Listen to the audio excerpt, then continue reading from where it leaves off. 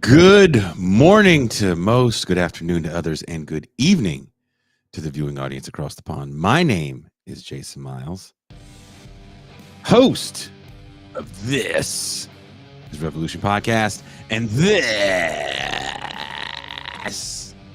is part two. Well, all right, of the best shows of 2024 for TIR. These are some of the most viewed shows on the channel. I got to look to see what people were tuning into in 2024. And these were the shows that you guys watched the most. There's a few shows I'm going to have to chop up. I decided instead of foregoing them, I'm just going to have to chop them up so I can input them into the system and upload them because they were some of the more viewed shows of the year. We should have them. I'm also going to do a list of shows I wished you guys would watch. There were some really good shows that just sadly fell by the wayside. I think we did a great show on the 1979 Greensboro Massacre, which I think is an important piece of left history. It's not just trivia. It really is, in my opinion, a turning point for what the left is to this day. But you'd have to watch that show, then read the book. Tell me what you thought. But 2024 is a hell of a year for this channel. A lot more growth.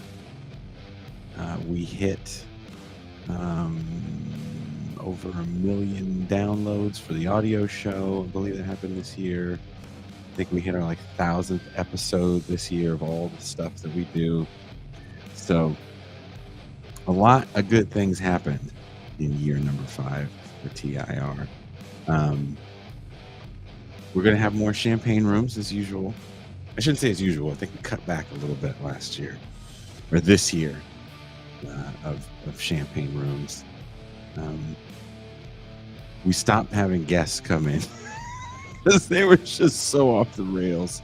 So only certain guests can come in. The look of fear in people's eyes. I think people underestimate this kind of new red scare Donald Trump has going on and how frightening that is for a lot of the professors that come on this show. So I understand their apprehension, and I think we still have a really good time in the champagne room.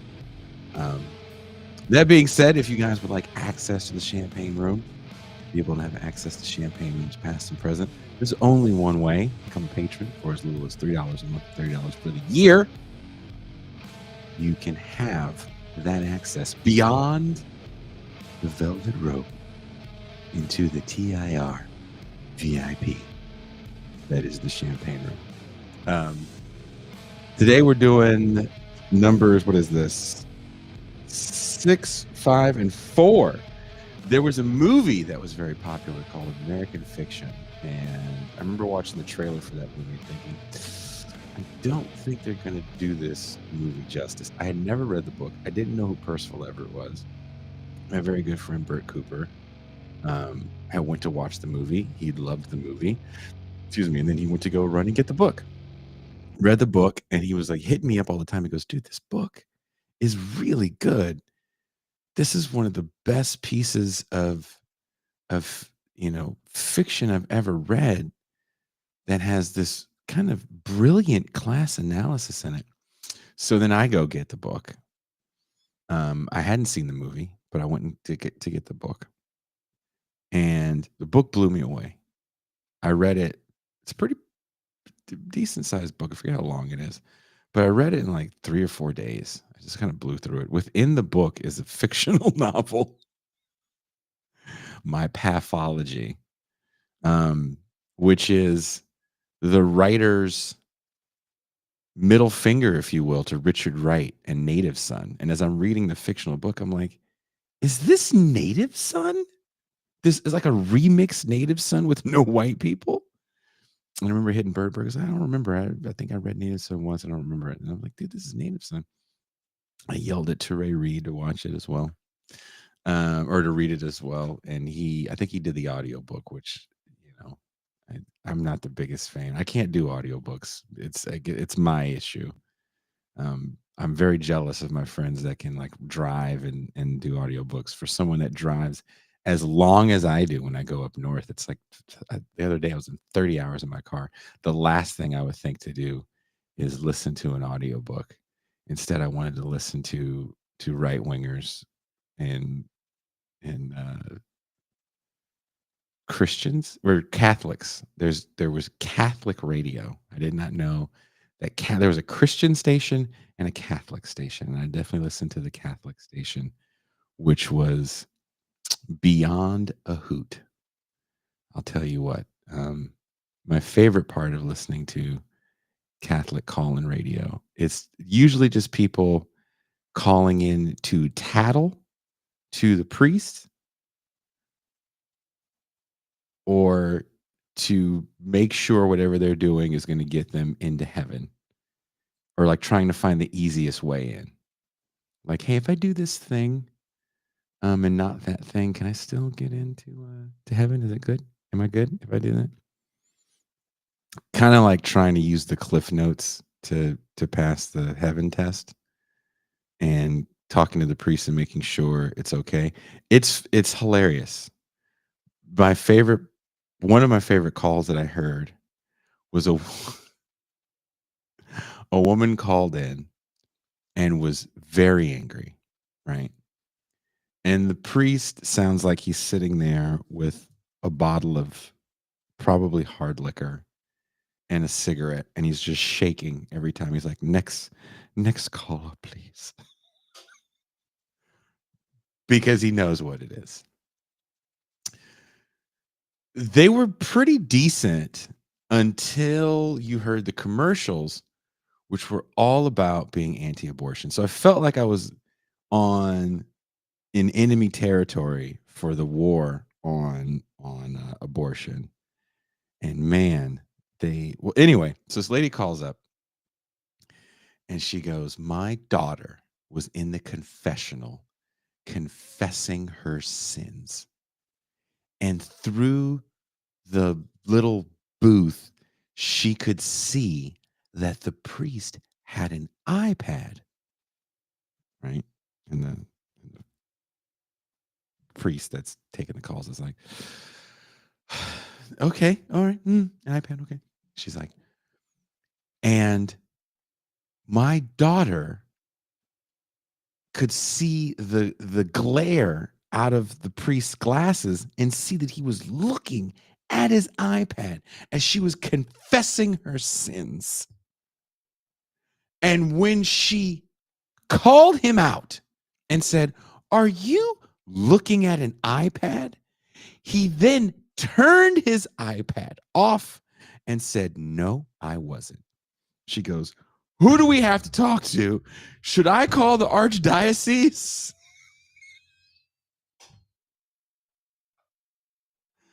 I was like, "Are you fucking serious, dude? You want to get this guy? Are, so you ostensibly called to snitch? You wanted to make sure your hall monitor ass behavior was okay with the priest?" The priest took a big sigh, as any adult would in this situation, right? I know there's a lot of teachers that watch this show. I'm sure you guys are hit with things like this. There's always that one fucking kid that wants to be like a hall monitor, right? If I rat on you, then I'll look like a good person in the eyes of authority. I mean, maybe I can get away with a few things here and there, right? Or I just like ratting on people. I like the head pat I get for being a rat. And hey, my saying is that everybody snitches. There is no code. But why are you why are you that mad? Like, think about what the priest is going through at this moment. Nobody wants to be totally honest to God, right? Those confessions aren't the main mass confessions. Those are like Tuesday morning. Um, I can't stop fucking my husband's uh unemployed best friend, and to make matters worse, I kind of dig it when he chokes the shit out of me. Um, am I going to hell, Father? I'm not looking at the iPad for that confession, right? I'm sure Father McGillicuddy is probably asking for more details, right? For the spank bank. Oh, tell me more about this. You say, what happened now? But most of the confessions are going to be shit. Oh, Father, I have sinned. I thought ill of my children because one of them took a cookie from the other. And as I was reading to them the perils of thievery from my favorite biblical story, I thought for 5 seconds that maybe my child isn't nice. I'm looking at my iPad. I'm playing Candy Crush. I don't give a shit. Yeah. Say some Hail Marys. Stop being a fucking ninny. Come to me when you have a real sin. That's really all you did. Either you're that wonderful or your life's that fucking boring. Father, forgive me for I've sinned. I was driving in traffic and someone cut me off and I thought ill of them for all of 45 seconds. Really? That's it? Someone really? I'm looking at my iPad.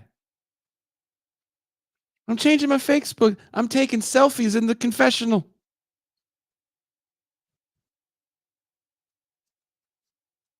Don't get mad at the priest because your life is that fucking dull that he has to bring an iPad. He's like, oh God. Yeah, it's a big mass day. I don't do these confessions last forever. It's the holiday season. Everybody wants to confess. Bring an iPad. Bro, bring it. Oh, that is a brilliant idea. That is brilliant. I'll bring an iPad. They'll never know, right? There's that fucking board between us. And they're not looking at me anyway. They're playing on their phones. Fuck them. Fuck them. The priest was trying his hardest to calm this woman down. It didn't work. She was very upset. And he goes, well, I don't think, I think he believed, I think he said, I don't think you should snitch. Even he called her a snitch. But if you want a good, I don't want to say laugh because when they get into the anti-abortion stuff, it's insane. They had these commercials that ran for a realtor, and it was like, we're the best what was it? We're the best anti-abortion Catholic realtors in the region. And I'm like, man, you are really serious about your shit when you give a fuck what your realtor thinks about women's reproductive health. Huh. Can you imagine trying to sell someone a fucking house and you got your fucking realtor outfit on, and you maybe you are part of the listing team, so you stage the house and you're all excited and you're there with an arsenal of business cards, and maybe you got the cool business card that when you tap the iPhone with it, all your info pops up and shit like that. Like you've went that far with the thing, and you tapped the phone, you showed the house, they're all smiling, they really dig it, to the point where you're like, well, the good faith deposit on this is they're asking for 5,000. Can you do that? No problem. No problem. We can totally do that. We're ready to buy. We are ready to buy.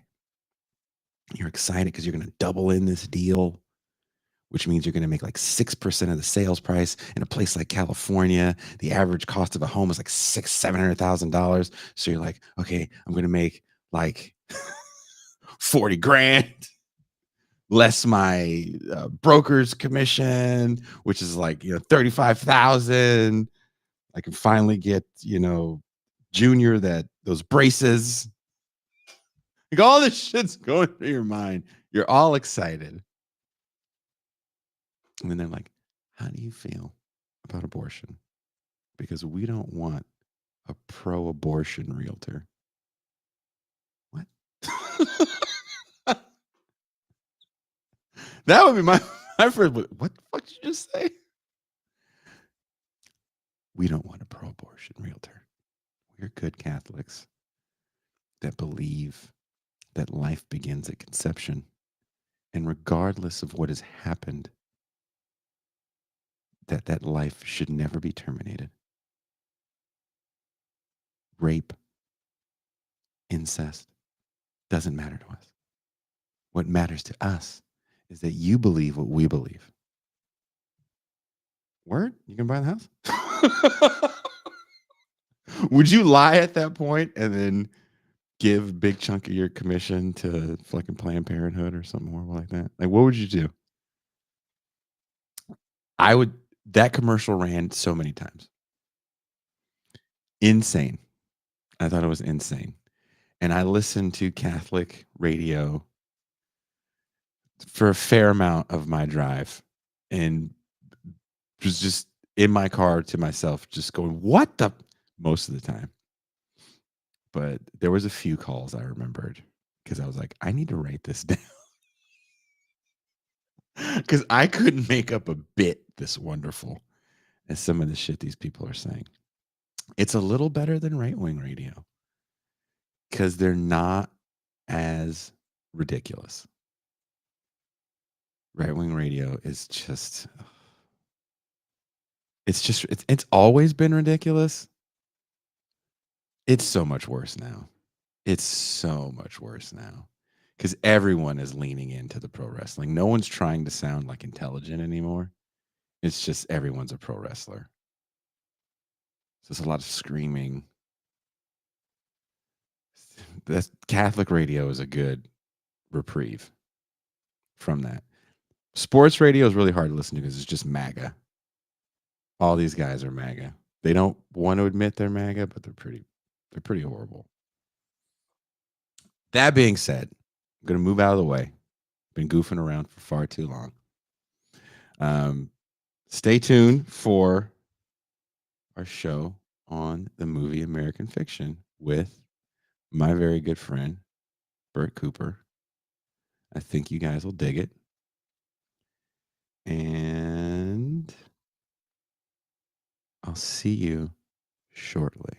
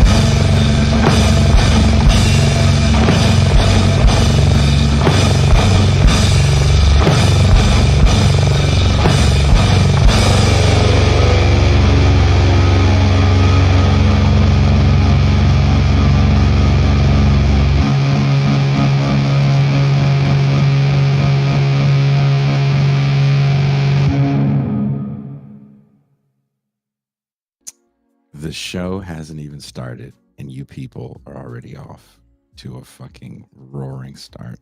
Casey Williams says, really looking forward to Bertrand's light-skinned insights. Goddamn. That's pretty funny. And that laugh track was people that hate the laugh track. They love commenting about hating the laugh track. It's not like I'm ever going to stop. Greetings, I'm your host, Jason Miles, and welcome to another episode of This is Revolution Podcast. For all the returning listeners and subscribers, thank you so much for coming back. For those new to the channel, thank you for taking a moment to check us out. If you dig what we're doing, please, on your way out, hit like, hit subscribe. Those passive gestures go a very long way into making sure we show up in the algorithm and we can continue to do what we do here on TIR. Before bringing in our guest today, we had a great show last night with Amber A. Lee Frost, Ben and I. We got to talking, and Valentine's Day is coming up. Holiday for lovers, allegedly. And last year, when Ben was living here in Mexico, we did I think we called it Divorce Dudes Commie Valentine's at the Rainbow. And we were talking about doing something again, and where it was going to be. And we decided, dude, Ben was like, let's just do it at the Rainbow. That was so much fun. Let's do it again. So, where's it at? Oh, here it is. Bam! A single commie Valentine's Day get together at the Rainbow in Los Angeles in West Hollywood. Our guest was here for that. We had a good time at the Rainbow. I think that was his first time at the Rainbow. I learned my lesson. I'll be taking an Uber. I think I'm just going to park at Bert's house and take an Uber from there. Maybe we Uber all together and fuck paying for parking. But I look forward to doing this again. I hope the same people come through. Maybe we get some more people coming through. Who knows? But American Fiction, is it truly fiction? The movie American Fiction is delighting audiences with its take on the essentializing of race that exists in the Black culture industry. The movie, taken from the work of Black author Percival Everett, is a great work of class, comedy, and race. But does the movie do the same thing? Our guest today, New York Times and Atlantic columnist Bert Cooper, has a bone to pick with this movie. We coming for you, nigga. Already. I also want to add that today is the first day of Negro History Month. Usually, when I first started this show, I had all these grandiose plans for Black History Month. And that is when I realized that Black people get paid to speak during February, and those niggas ain't working for free. So nobody would come on my show. So it became a joke that in February we'd go out of our way not to have Black people. And then one year, Pascal was like, no, we got to try. We found out how hard it was. So we're starting off February 1st. Blackish. But is the movie doing the exact disservice as claiming white Hollywood does to Black people attempting to make great art? Is this really about race? A few years ago, we did a show about the J.T. Leroy scandal, one that people are still silent about some 20 years later. If you didn't know, that was when a woman, Laura Albert, created a pen name and identity posing as a teenage gay boy who was pimped out by his mother in truck stops. The books went on to sell quite a few copies. And eventually, Albert enlisted her sister-in-law to be her avatar and fool Hollywood into thinking it was all real. Do we take a sick pleasure in watching marginalized people live lives of persecution for enjoyment. The grittier, the more authentic, the more award-winning you're deemed to the taste-making masses. But is that really what makes money and moves in Hollywood? Black Panther was a box office monster for Marvel. And that film is about a land of make-believe Black excellence. So how true is the narrative in American fiction? We will ask that question with our guest. Please give a warm, this is Revolution welcome for New York Times and Atlantic and current affairs columnist. See, I even added current affairs on there, Bert, for your lefty cred. My play brother, Bertram Cooper. Whoa. Whoa. You just got to deal with it, brother. You're family at this point. Just... I appreciate it. You know, getting to be here on day one of Black History Month, what a privilege. You know, normally for someone as light-skinned and mixed as myself, we have to get inducted into the Hall of Fame before we get counted as Black. Like, you're mixed up until you're Booker T. Washington. You're mixed up until you're W.B. Du Bois. Mm-hmm.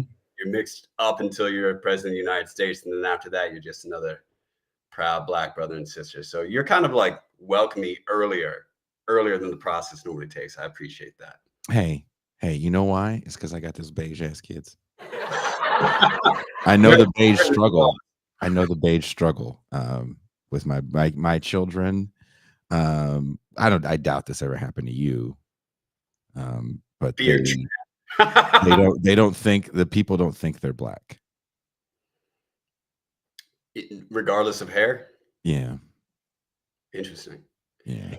I don't know. They also live around a lot of Filipinos and so basically what I've found so far is that if you're mixed with Black and you are around Black people who grew up around Black people, they'll peg you right away. Like, I've been to New York and obviously I live in LA. You see people hawking CDs and shit. Mm-hmm. And every time one of these dudes sees me and I don't take their shit, which is also like, where the fuck am I going to put this CD? Like, how am I going to play this shit? They always try to like guilt me into buying their shit. Like, I had one dude shake my hand. He's like, come on, Black man. Like, we got the same nose. We're fans. I'm just like, I would love for white people to sell shit that way, which is just like, come on, man. We got the same fucking nose bone. Together. Yeah. My girlfriend was blown away by it because they were like pointing out my nose and lips and shit. Like, you got to buy this shit. And this is a terrible sales pitch. But is it? You know, I think it's less that they see that you're Black and they think that you are on a higher tier, so they can guilt you into the Black shit. Yeah, and that doesn't work on me. And I'll ask for more shucking and jiving. If you're trying to sell me a CD and you're not performing the CD in front of me, if I'm not seeing a reenactment of the 1982 film Fame in front of me while you're fucking trying to sell your CD, I ain't buying that shit. I love the CD hawkers. I've also gotten like, just random Black homeless dude saying shit to me. Like, my ex was white, so this one homeless Black dude was just like, nice, young brother got himself a snow bunny. I'm like, that's just fucking, this homeless nigga just making it awkward, just weird. That was in Philly, so. That's so weird. Yeah. You couldn't take me to the Black Mall, apparently. Man, Philly was kind of ridiculous back when I was there. They also still allowed like the Black Hebrews to just be there yelling whatever shit they wanted in front of the Gallery Mall. So it was ridiculous. Can you and so you guys don't know Bert. He always dresses down for this show. I don't know why, but I went to Denny's with Bert. Oh, geez. And him and his chick came in like it was a red carpet event. And I was like, look at this. I feel so ugly and poor right now. And so he's just, I want you to, hey, when we go to LA, can we all go to the Black Mall? Because y'all dress up. I want to see y'all at the Black Mall. That is going to be an event. You know, we can go wherever you want. We can start off with Denny's and like Honestly, you oversell the shit. Like I was probably wearing a black t-shirt, but with like a leather jacket. It was dressed No, up by like a smidge. like look. Nigga, you got on like 4 accessories, all right? Doing the fucking beanie and the smart glasses, trying out for black NPR and shit. See, this person gets it. I see Israelites in front of the Macy's. They love the Macy's. They know the old white people go to that shit, yo. I see the Israelites in front of me. They're trying to find fashion accessories so they can continue to look like Africa Bambaataa and the Soul Sonic Force. That's Jason. All right. All right, let's get to the look. Okay, I tried to buy American Fiction and I couldn't. I couldn't get it on Apple. I couldn't get it on Amazon. Yeah. With that Oscar nod, they're gonna keep it. They're keeping it in the theater. Oh, so like, I wasn't going to the movies. The movies can eat so many dicks right now. I just don't. I got that stub shit, so I went with a friend. Oh, okay. So tell me, you went to the movies first. So explain. I didn't see the movie and I haven't finished the book. So tell me about the movie. What is it about? And Jeffrey Wright is a good actor when he's not trying to be a ghetto black guy. So, the movie in a vacuum, I just want to say right off the bat, like it's funny, it's like well acted, it's well done. Like in a vacuum, it's a cool flick. But the overall story is this: you have a professor named Monk, played by, Jeffrey Wright. And right at the beginning of the film, he basically has crossed words with a student who's, I have the screenplay like downloaded, but the student is a white student who objects to one of his readings of Flannery O'Connor because it uses the word nigga. Well, spelled with ER and shit. Mm-hmm. Student's like, I didn't do the reading, but I just object to that word. And he's like, no, last time I checked, it's spelled with 2 G's. I think it's line and stuff are like whip smart in it. It's really cool. But that gets him a talking to with 3 white professors. The 3 white professors basically like, this isn't the first instance, we think maybe you should take a leave when you go over to this conference. And the conference is back in Boston where his family is from. And the situation with his family is like, his dad's a doctor. His grandfather, I want to say, was also a doctor, but perhaps not. But his brother and his sister are also doctors. And he's the only artist in the bunch. And, he doesn't really like his family. He's not close with them. The dad died. So he takes this leave that they wanted him to basically go on because he was having problems with students. Plus, they say he hasn't published stuff in a while. And in the course of him talking to his agent, because the type of stuff he wants to publish has nothing to do with him being black at all. He's very abstract, and that's why his family doesn't get him. Exactly. Okay, so in the book, I haven't gotten so far in the book where he hears the sapphire thing, but in the book, his family is all professionals. His dad was a doctor, his brother's a doctor, and his sister's a doctor. But his brother is a plastic surgeon in LA, right? Arizona, and his sister works at a clinic, a Planned Parenthood clinic, right? Yeah. So in the movie, well, just to cut to the chase. Sorry. Yeah, no worries. Almost everything that's in the book in Erasure is changed in some way. Ooh. The film. I mean, there's very few things. Whatever you consider the most emotionally impactful moments of the film are either not in the book and vice versa, or they've been reworked so that everything feels different. So to give a quick example, in the film, you get to meet the sister. She's who picks him up once he's, back in Washington. And it's just kind of understood she's at a clinic. They don't go into it too much. She is working with poor folks, which he thinks is important in, DC area. So we know by poor black folks. And she's funny. She makes jokes. She provides a little bit of humor about the relationship with the siblings. She says, since Monk, Jeffrey Wright, was dad's favorite, that drew her and the brother in this movie is called Cliff, but we can just use his book name, Bill, played by Sterling Brown, drew them together because they were the 2 unfavorites. So let's just go right off the bat. That's not what happens in the book. No, they fight all the time in the book. In the book, she actually hates her brother. She calls him a butcher. even at one point, Jeffrey Wright, like his character, is imagining his sister in effigy, and even the imagination of his sister doesn't like their brother. She considers him basically to not have morals, to be into the money, to be self-centered. Yeah. All those things. She works at this abortion Planned Parenthood clinic Okay. that's constantly besieged by, you know, protesters. That's not in the film. There's only one little joke that she makes, a little like corny gynecologist joke that she makes that connects her to Planned Parenthood at all in the film. In the movie, she dies of a heart attack. In the book, she gets killed by an abortion protester. She gets a bullet goes through the building and kills her. In the movie, there's a funeral. Which was a thing that was a popular, and I'm sorry to keep interrupting you, but you know, you're an hour to fill. It's one of the themes in when you meet her that she can't stand people that protest abortion clinics. And if I'm not mistaken, around the time this book is written, there was a murder at an abortion clinic where someone took out some doctors. Yeah, so it's a righteous fear. it is. And just to give people an idea, one of the things that really alters this is that the book is written in 2001, which is an entirely different era in Black creativity. If you're familiar with my work, 2001, class is still alive and well in all Black media. It's a part of everything. But this movie takes place in 2023 and it's written for the present, which is after class has basically been removed.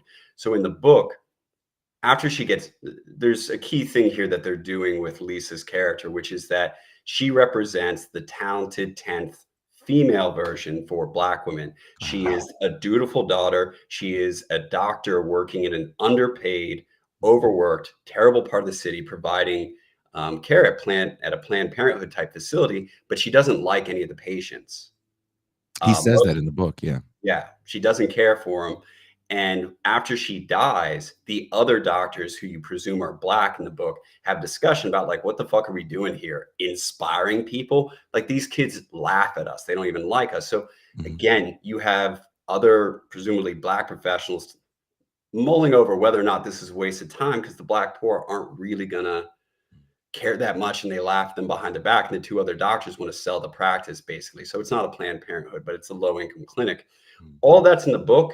In the movie, there's zero class. At every stage of the book, there is a class analysis splitting up these Black folks. In the movie, they remove it entirely at every juncture. And so one of the biggest versions of that comes down to Issa Rae. In the movie, once Jeffrey Wright is back around his family and everything, and he's feeling this pressure to get something published because he hasn't gotten shit published in forever. Nobody wants to read shit he's doing because he's reworking like Greek tragedies in the movie. He sees this person named Sintara Golden, who's played by Issa Rae. Her name's different in the book. In the book, her name's Juanita Mae Jenkins. But in the film, and nobody comments on it, Issa Rae is playing herself. The character in the film is a graduate of Oberlin College who then goes to become a New York publisher.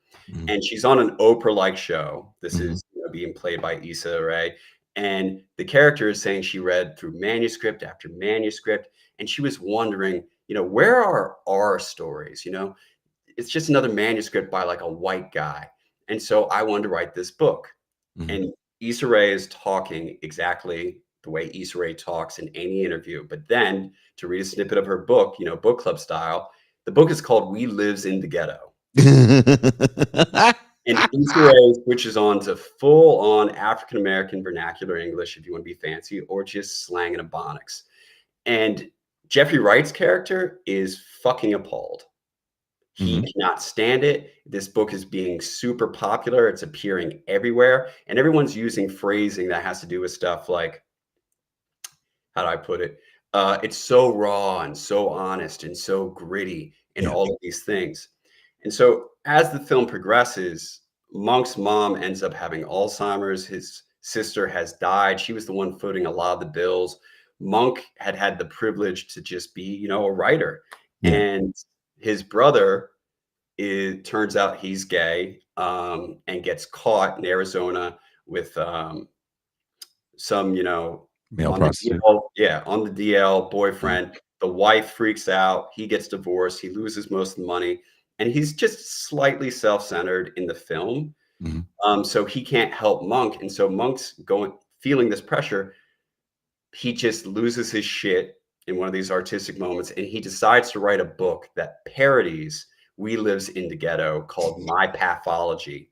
And Mhm. he tells his agent to, deliver the book to the white folks, just as a joke. Like he's really trying, he doesn't think this is going to go anywhere. Mhm. And it does. It takes off. And then he ends up being on the equivalent of a national book award. What's the word?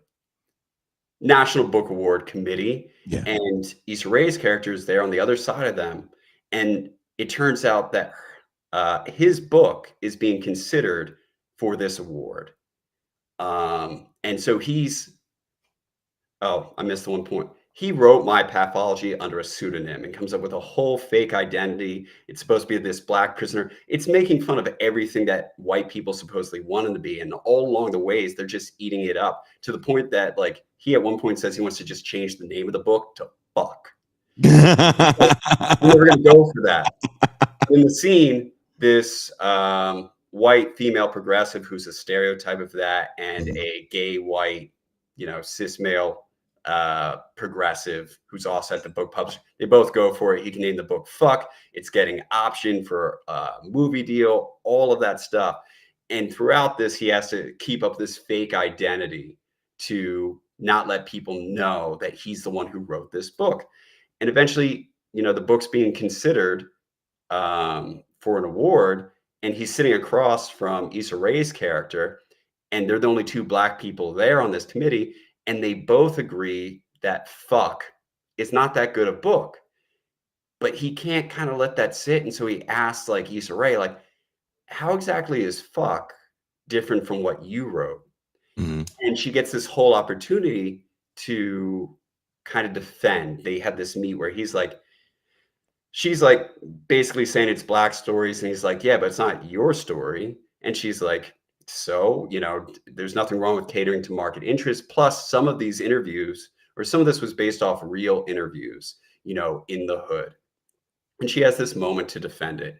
Mhm. And basically after that, he gets a movie optioned, and then because the film is based off an experimental novel, they have some fun with the endings. But sprinkled all throughout this, the film is basically attempting to explain this moment that we're in. Why do black creatives make stuff that they do? Like, I have the screenplay right here, a white director who comes up to him and wants to turn Fuck into a book.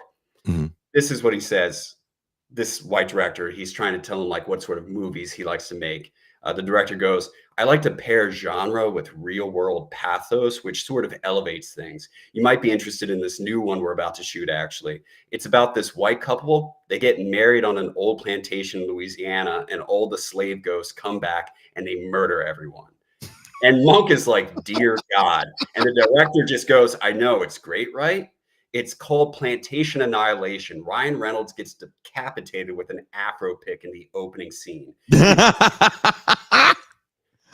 So I read a fun fact that a trivia fact that apparently the director's from Tucson, and he named all of the fake movies after bands in Tucson.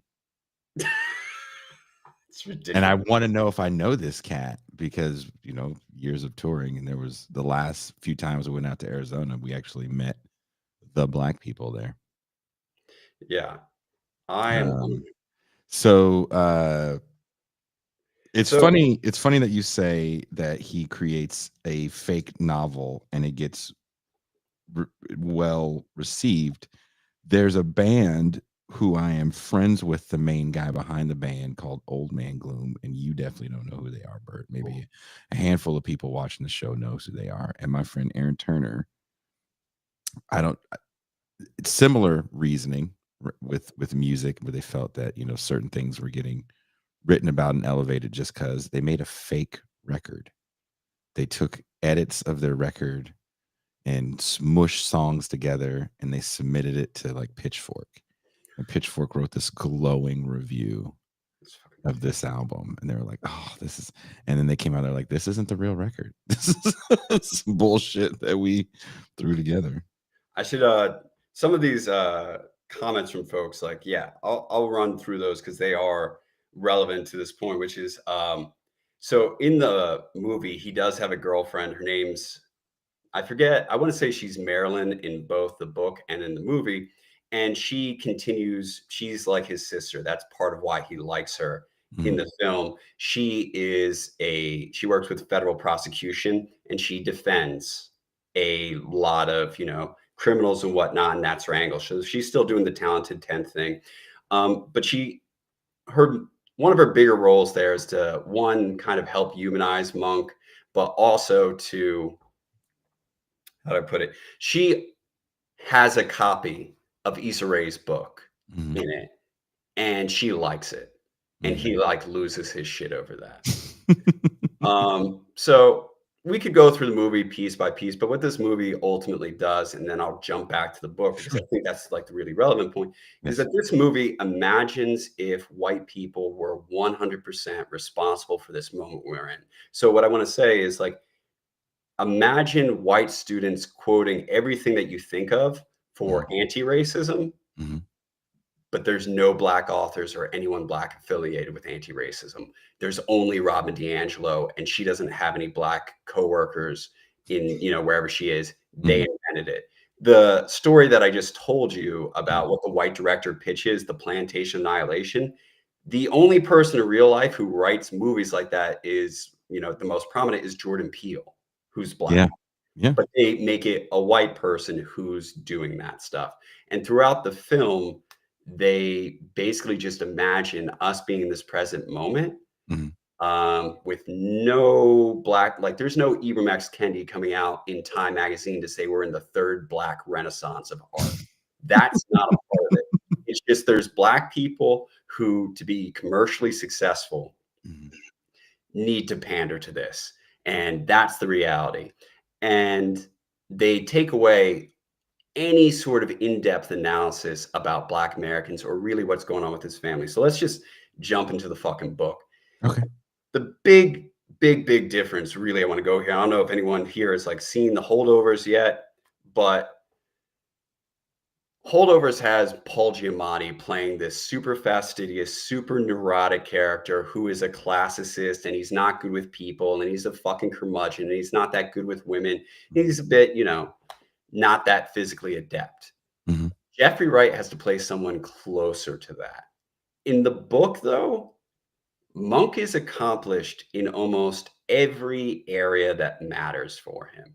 He's an First off, he's an author, but he also does woodwork. He's an outdoorsy guy. He mhm, is always in his head, but in the book, he's closer to an Oppenheimer character. He operates on a different plane than everyone, and they're constantly recognizing it. So in the literary community that doesn't expect to sell shit, he's at the top. He's doing conferences. He has fucking groupies there. Like, they took out a bunch of what would be kind of awkward sex scenes to do now, mhm. that he just has. He's got his character has 5 novels already published, a ton of short stories, is a graduate of Harvard.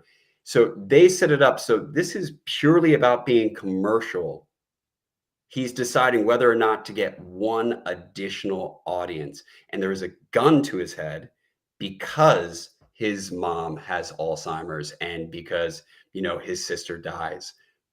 But in the movie, they don't capture the fact that that's not what's going on with Issa Rae. And also in the book, Issa Rae's character has no redemption arc, zero. Mm. So they never meet in person to talk ever in the book. That's not a thing. Monk thinks her book is garbage.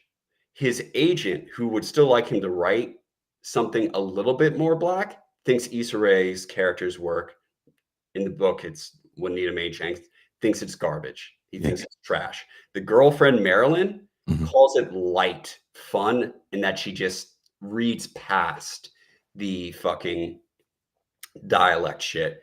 Wow. And then Jenkins is not on the National Book Award anything. Mhm. That's not going to happen. And the backstory to this is because Jenkins and Issa Rae's character is supposed to represent Push, the novel that Precious is based on, which is written by a woman named Sapphire. And right out of the gate, she gets this stupid, not stupid like she shouldn't have got it, but stupidly large amount of money from a publisher, something like $300,000 to $500,000 for her book. And this upset Everett, the dialect in that book. And it upset a lot of Black academics at the time. So the book, right from the beginning, has nothing to do with this. It's Monk is only doing this for financial reasons. Jenkins is a fucking joke. And Issa Rae's character, I should say, is a joke.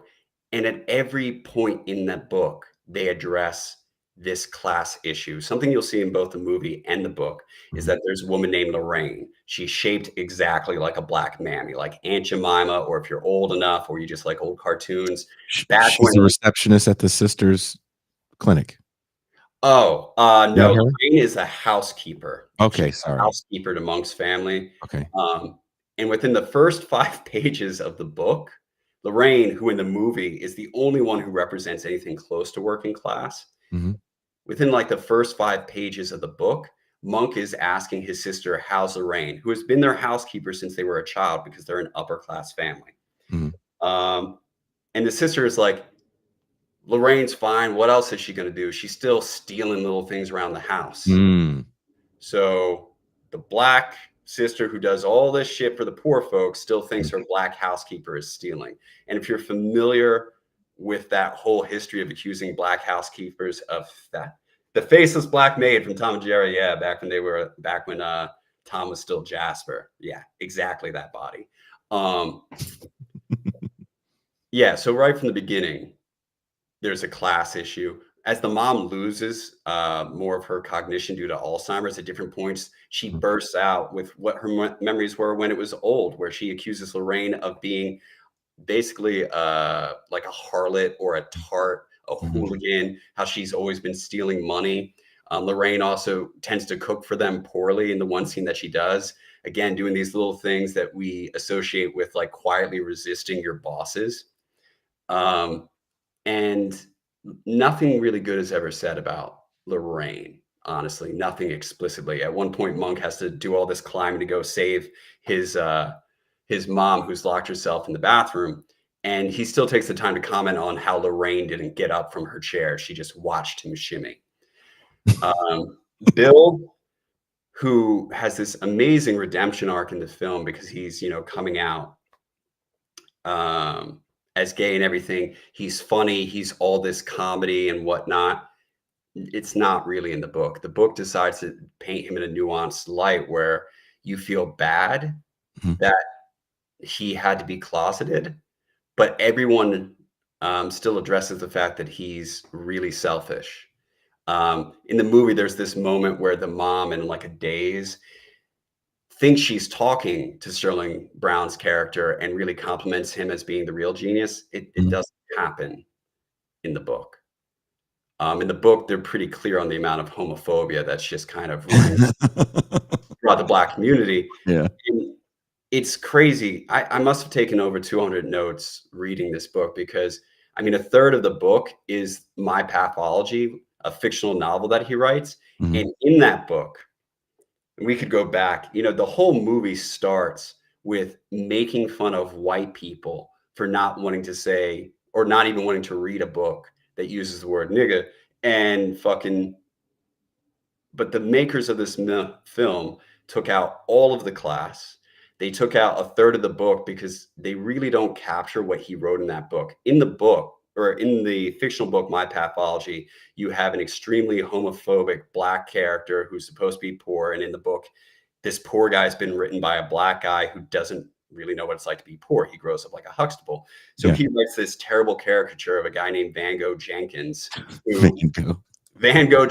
has 4 baby mamas. Awesome. He hates his mom. He dreams sometimes of stabbing her. Gross. He rapes a light-skinned girl whose father employs him. Like, he gets hired by like a rich Black family in LA, and he rapes that girl. And he also makes fun of her black boyfriend for being like an upper class black dude. At one point, Van Gogh calls this black dude, he's like, calls him a nigga, and you can see from the dude's face that he's never been called a nigga before in his whole fucking life. Mhm. And something that Monk keeps returning to is that compared to the other folks, he's at least aware that that he's not from that class. And so he writes this whole fictional book that's filled with shit that if Cord Jefferson had put in the movie, Van Gogh is, he's misogynistic, he rapes, he's homophobic, he refers to one of his kids has Down syndrome, and he refers to him as a waterhead. So you get the ableist knock there. Jesus And at Christ. the very end of it, Mhm. where he's just shitting all over all of this class stuff, and he's a terrible person himself, his whole goal is to rob a Korean store owner who he hates in the neighborhood. He Mhm. kills that dude. And ultimately, he gets caught on TV when he's finally being arrested. It's this whole insane scene that involves like a Maury Povich type deal. Yeah. When he finally sees that he's on TV, he's this news just like happy, like, I can't believe I'm on TV.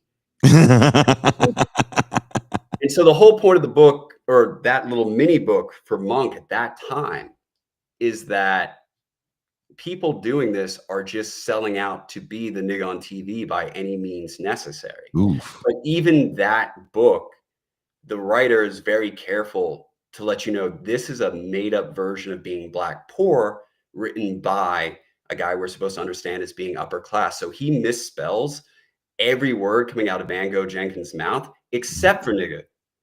He will drop the G in the word standing. So it'll be standing, and then nigga spelled with an E and an R.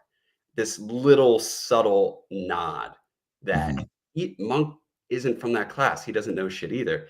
And in the book, they don't have Issa Rae's character having done interviews in the hood. Mhm. That's not how she got her information. In the book, and even on the book jacket, she spent 3 days in Harlem with her cousins and saw how they were living. And that's all she needed to know. That's all she needed to know. And if people go back to my early podcasts, that shit has been said to my face. Let's get back to that. Seriously. Because you yelled at me, not at me, to me, yelled to me on the phone last week when we talked. We do that to each other. We get excited about things that we're passionate about, and we yell at each other, not to each other. And one of the things that we take great umbrage with is the way that Black poor people are treated. Maybe one of the best pieces of writing about that in the last 10 or 15 years, you wrote The Current Affairs. A very honest takedown that might feel uncomfortable for people to understand that when you see portrayals of us, it's generally not written from a first person perspective. At best, you get a cop, a reporter, that, with the wire kind of stuff. Yeah. You get the Issa Raes of the world. Yeah. Who are reporting from up high. So it's always, in my opinion, a bit of a caricature. Precious was a hit. Yeah. Lee Daniels has a tendency to kind of make these films that are just like, how weird and sad. Like, how much tragedy can you freaking put in a movie, dude? So that's some of the best things to dive into. So like, here's my work, and here's kind of how that happens. I'm coming from poverty. And because class, it doesn't matter if you're in poverty, if you're middle class, you're upper class, there is a culture that comes with that. So to give one example, because I see some people commenting on Lorraine, in the film, there's a key moment where the brother who is gay, and he's brought a bunch of like gay lovers and stuff to the beach house that the family has. And the people who are kind and embracing of him are Lorraine and the guy that she's going to marry, who are the closest thing to a stand-in for the working class and the poor. And they're in this film made to be really cool. You know, they're the cool people embracing, literally hugging and being okay with, you know, the one black dude coming out and all that.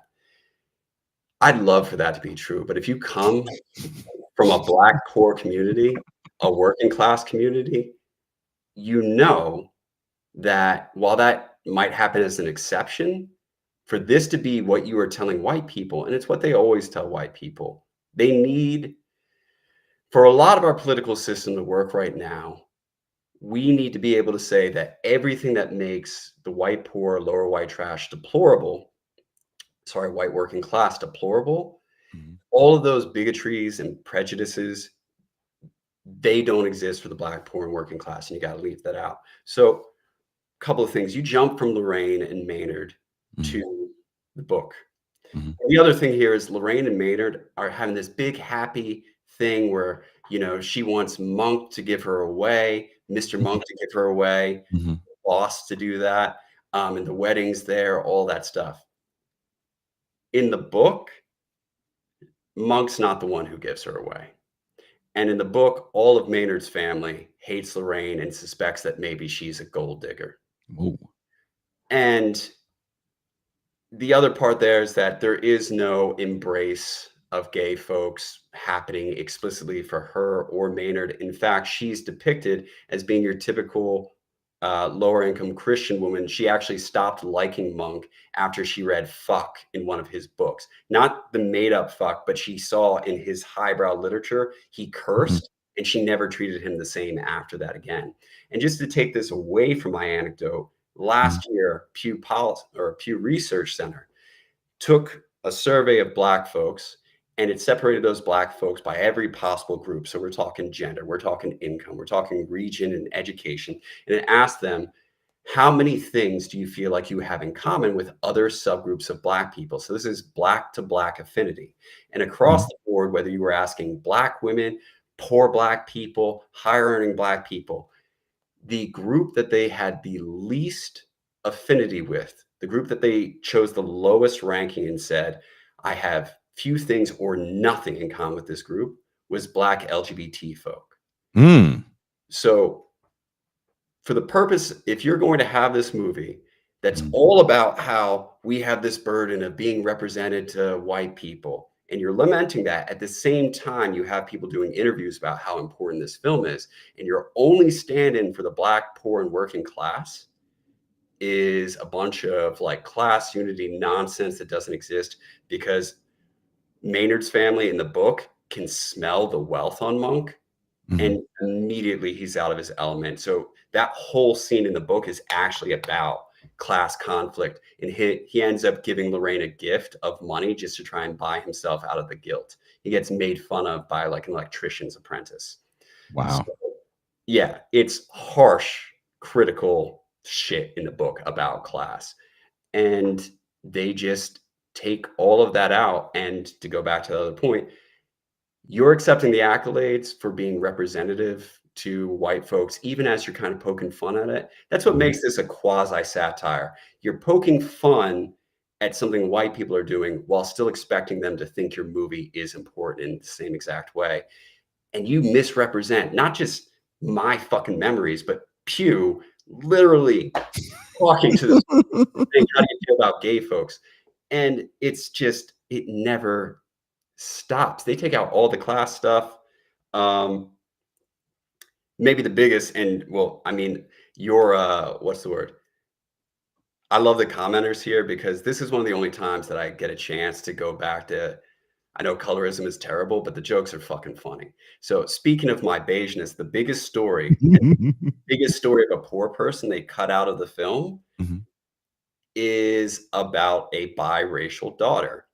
In the movie, they bring up Monk's dad being a gynecologist who cheats on and was cheating with white women. That's not what actually happens. In the book, there's a stack of letters. And it turns out that the dad, while he was in Korea, he fell in love with a British nurse, deeply in love with her. And they exchanged letters. I mean, he cheats on his wife with her, but she's depicted as like his one true love. And they keep sending these love letters back and forth. But he, just like the mom, just like the daughter, these are dutiful Black excellence people. And he's going to stay with his wife. But eventually it turns out that they do get to meet. And when they meet, the racism of the white woman's family, that's, because before they were hooking up in Korea, now he's around her white family, is terrible. And she can't stand putting him through that. And he doesn't want to be put through it either. And she thought things might have changed because the American soldiers were also racist towards their union back in Korea. But after that one meeting, they are not going to meet again. But she got pregnant that time, and she decides that she doesn't want to ruin Monk's family. And so she keeps it a secret, and she won't give him their new address. And so Monk finds out that he's had a sister this whole time.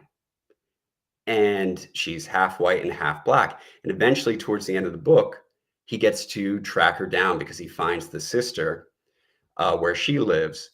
And he goes up to where she lives, and who answers the door is a white neo-Nazi who is actually his half-sister's cousin. And so it turns out, from this, clearly the family was as racist as was getting across in the letters.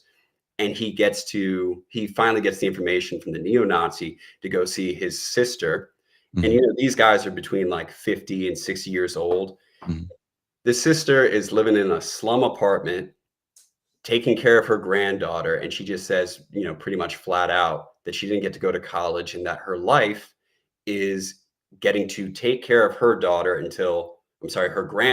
until her daughter gets off from work, and then she goes off to work.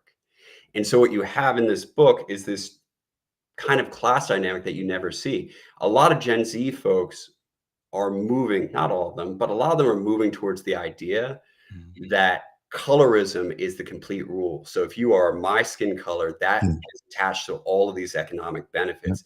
But this book is from 20 fucking years ago, people raised by the one drop rule, where they're really focused on the economic attachment. So in this case, we have a light-skinned biracial woman whose life stays in poverty because she loses the fully Black father. With the access to money. Yeah.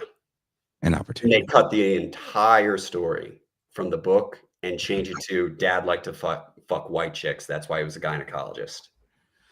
Like another man we know on this show, Bertrand Cooper. Many a great Black man taken down. Many a great brother was taken down by the white flesh, Bert Cooper. Yeah. They make it jiggle, jiggle. It's truly crazy. And to finish that and get back to your point about, what happened in real life and Lee Daniels, that's the other part that's missing from this. And I liked Percival Everett's book. I would recommend everyone read it. I thought it was solid. I'm enjoying it. I'm enjoying it. I'm glad you told me about it. I'm glad we had this conversation. This is why we're family. What actually happened, the real story of Push and Precious, is very fucking important here. This phrase that they're saying all the time, oh, it's so raw and honest. Lee Daniels, a Black director from a working class family, like Family Matter style. I want to say his dad was a police officer in West Philly. So very Family Matter style family. He's the one who famously says that. I mean, other people said it was so raw and honest, but he reads Push and decides it's so raw and honest that he wants to make it into a film. And what resonated with him is not his own memories, but he tells the story of how a Black girl from the neighborhood, a poor girl, comes running to the house, and she's got some dysfunctional mom who she's screaming is going to beat her ass and do terrible stuff to her. And Lee Daniels never forgot that story. So years later, when he's reading this book, he's like, so raw and honest. You remember that happened. So he gets the rights. And then there's a screenplay writer, another Black guy who went to preparatory school in fucking the New England area before going to Harvard. He's the one who writes this for the screen. They have 7 producers and EP producers. So, the proper people, and 4 out of the 7 are Black. One of them is Lee Daniels. Another is Tyler Perry, and another is Oprah. And the person putting this book on Oprah's book club is Oprah. So the book at the center of this, that's supposed to be the example of what Black people are forced to do to cater to white tastes, is a largely Black bougie operation. And the film's got fucking nothing to say about it. And that's without getting into the film being 2 Stanford graduates, 2 sons of lawyers, Issa Rae literally being the daughter of doctors. And I want to say, if you go through Jeffrey Wright's Wikipedia, he's an investor or a co-owner in an ethical gold sourcing company that's going to get you gold from Africa, but without the blood. Yeah. Keep fucking with me. Whoa. I want to ask you this question. There is I think there's a lot of colorlessness when we think about how we like to look at marginalized people. Again, I had the opening intro to the script where we talked about J.T. Leroy, where I know you didn't read those books. Maybe you probably don't even know about the story, but a woman named Laura Albert created a whole character named J.T. Leroy. The books were fiction, much like Sapphire's book was fiction as well, but it was raw and gritty. And she basically was taking from current gay authors and just adding more spectacle to the story. And all these big time Hollywood actors were like, this is the greatest book ever written. It's so true. It's so honest. So she started to have to do readings. And at the time, she was about like an overweight white woman. So she knew she couldn't show up. So she gets her sister-in-law, who was a very thin, flat-chested, younger woman. And she goes, we're just going to put sunglasses on you and talk with this fake country accent and say you're J.T. Leroy. And it was really bad.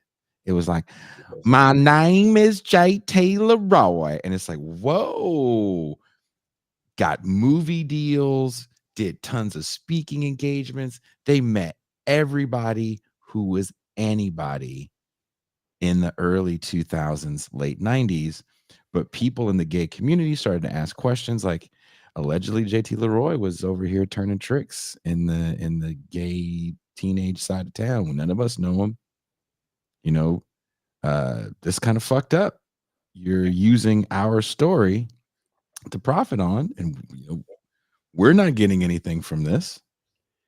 Our situation isn't getting better. And then there was a lot of blackmail involved.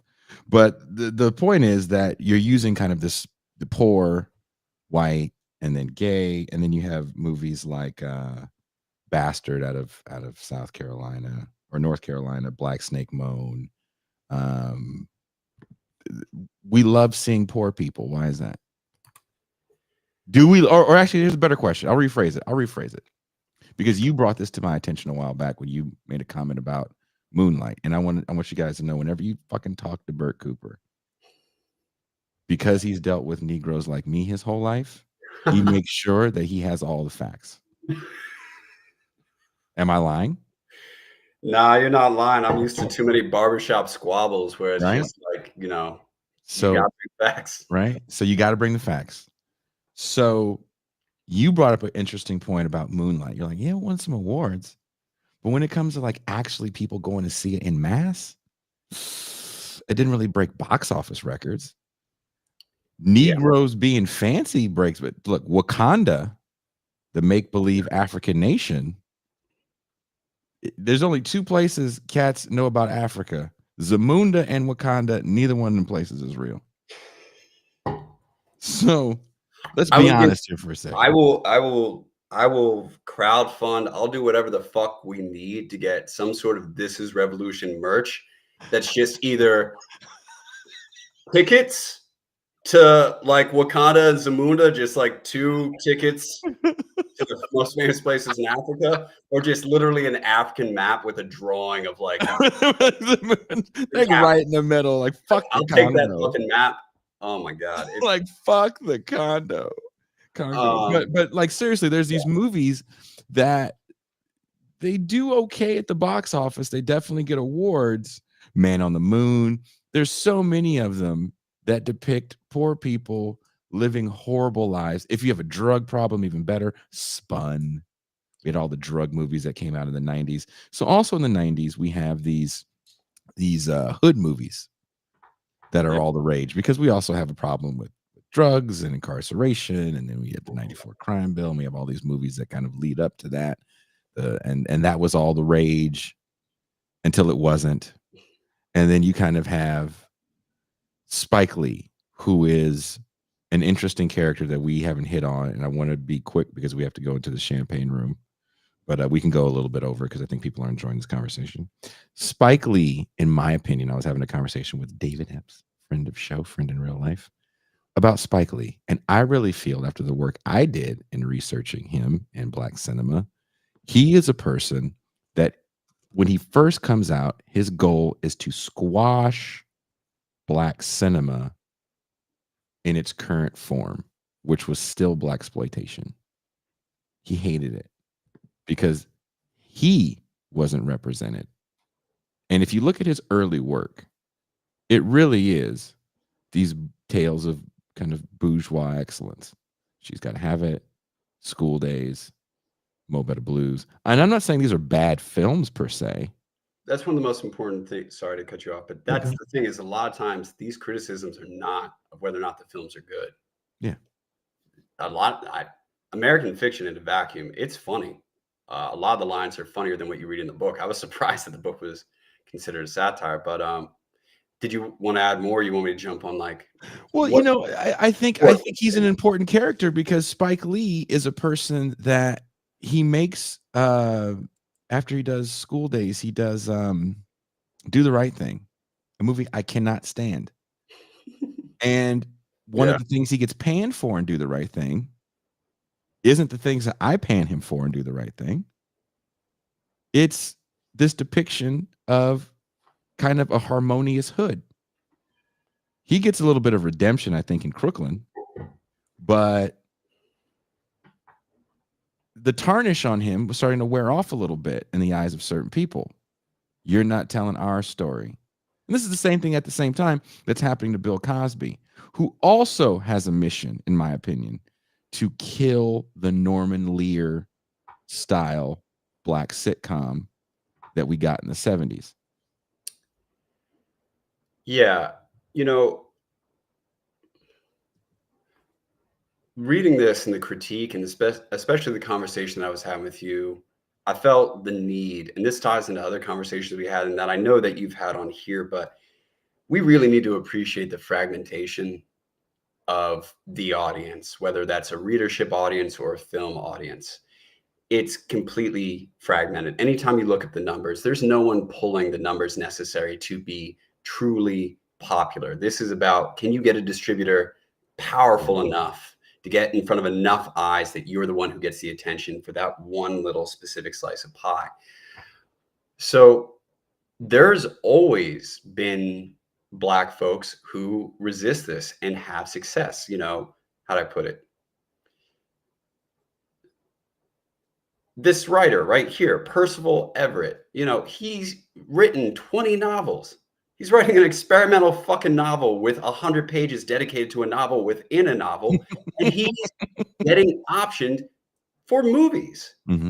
So you clearly do not have to pander to get this one audience, but this audience that you may want is the one that's going to circulate your information on all of social media. It might be the one that makes sure that you do get the cover of Vanity Fair and the New Yorker and all that stuff. So it's not even about whether or not you can get success or acclaim. There are tons of Black novelists who have never pandered, never sold out, never done any trauma or poverty porn, who have completely cushy tenure level jobs. You just don't know who the fuck they are.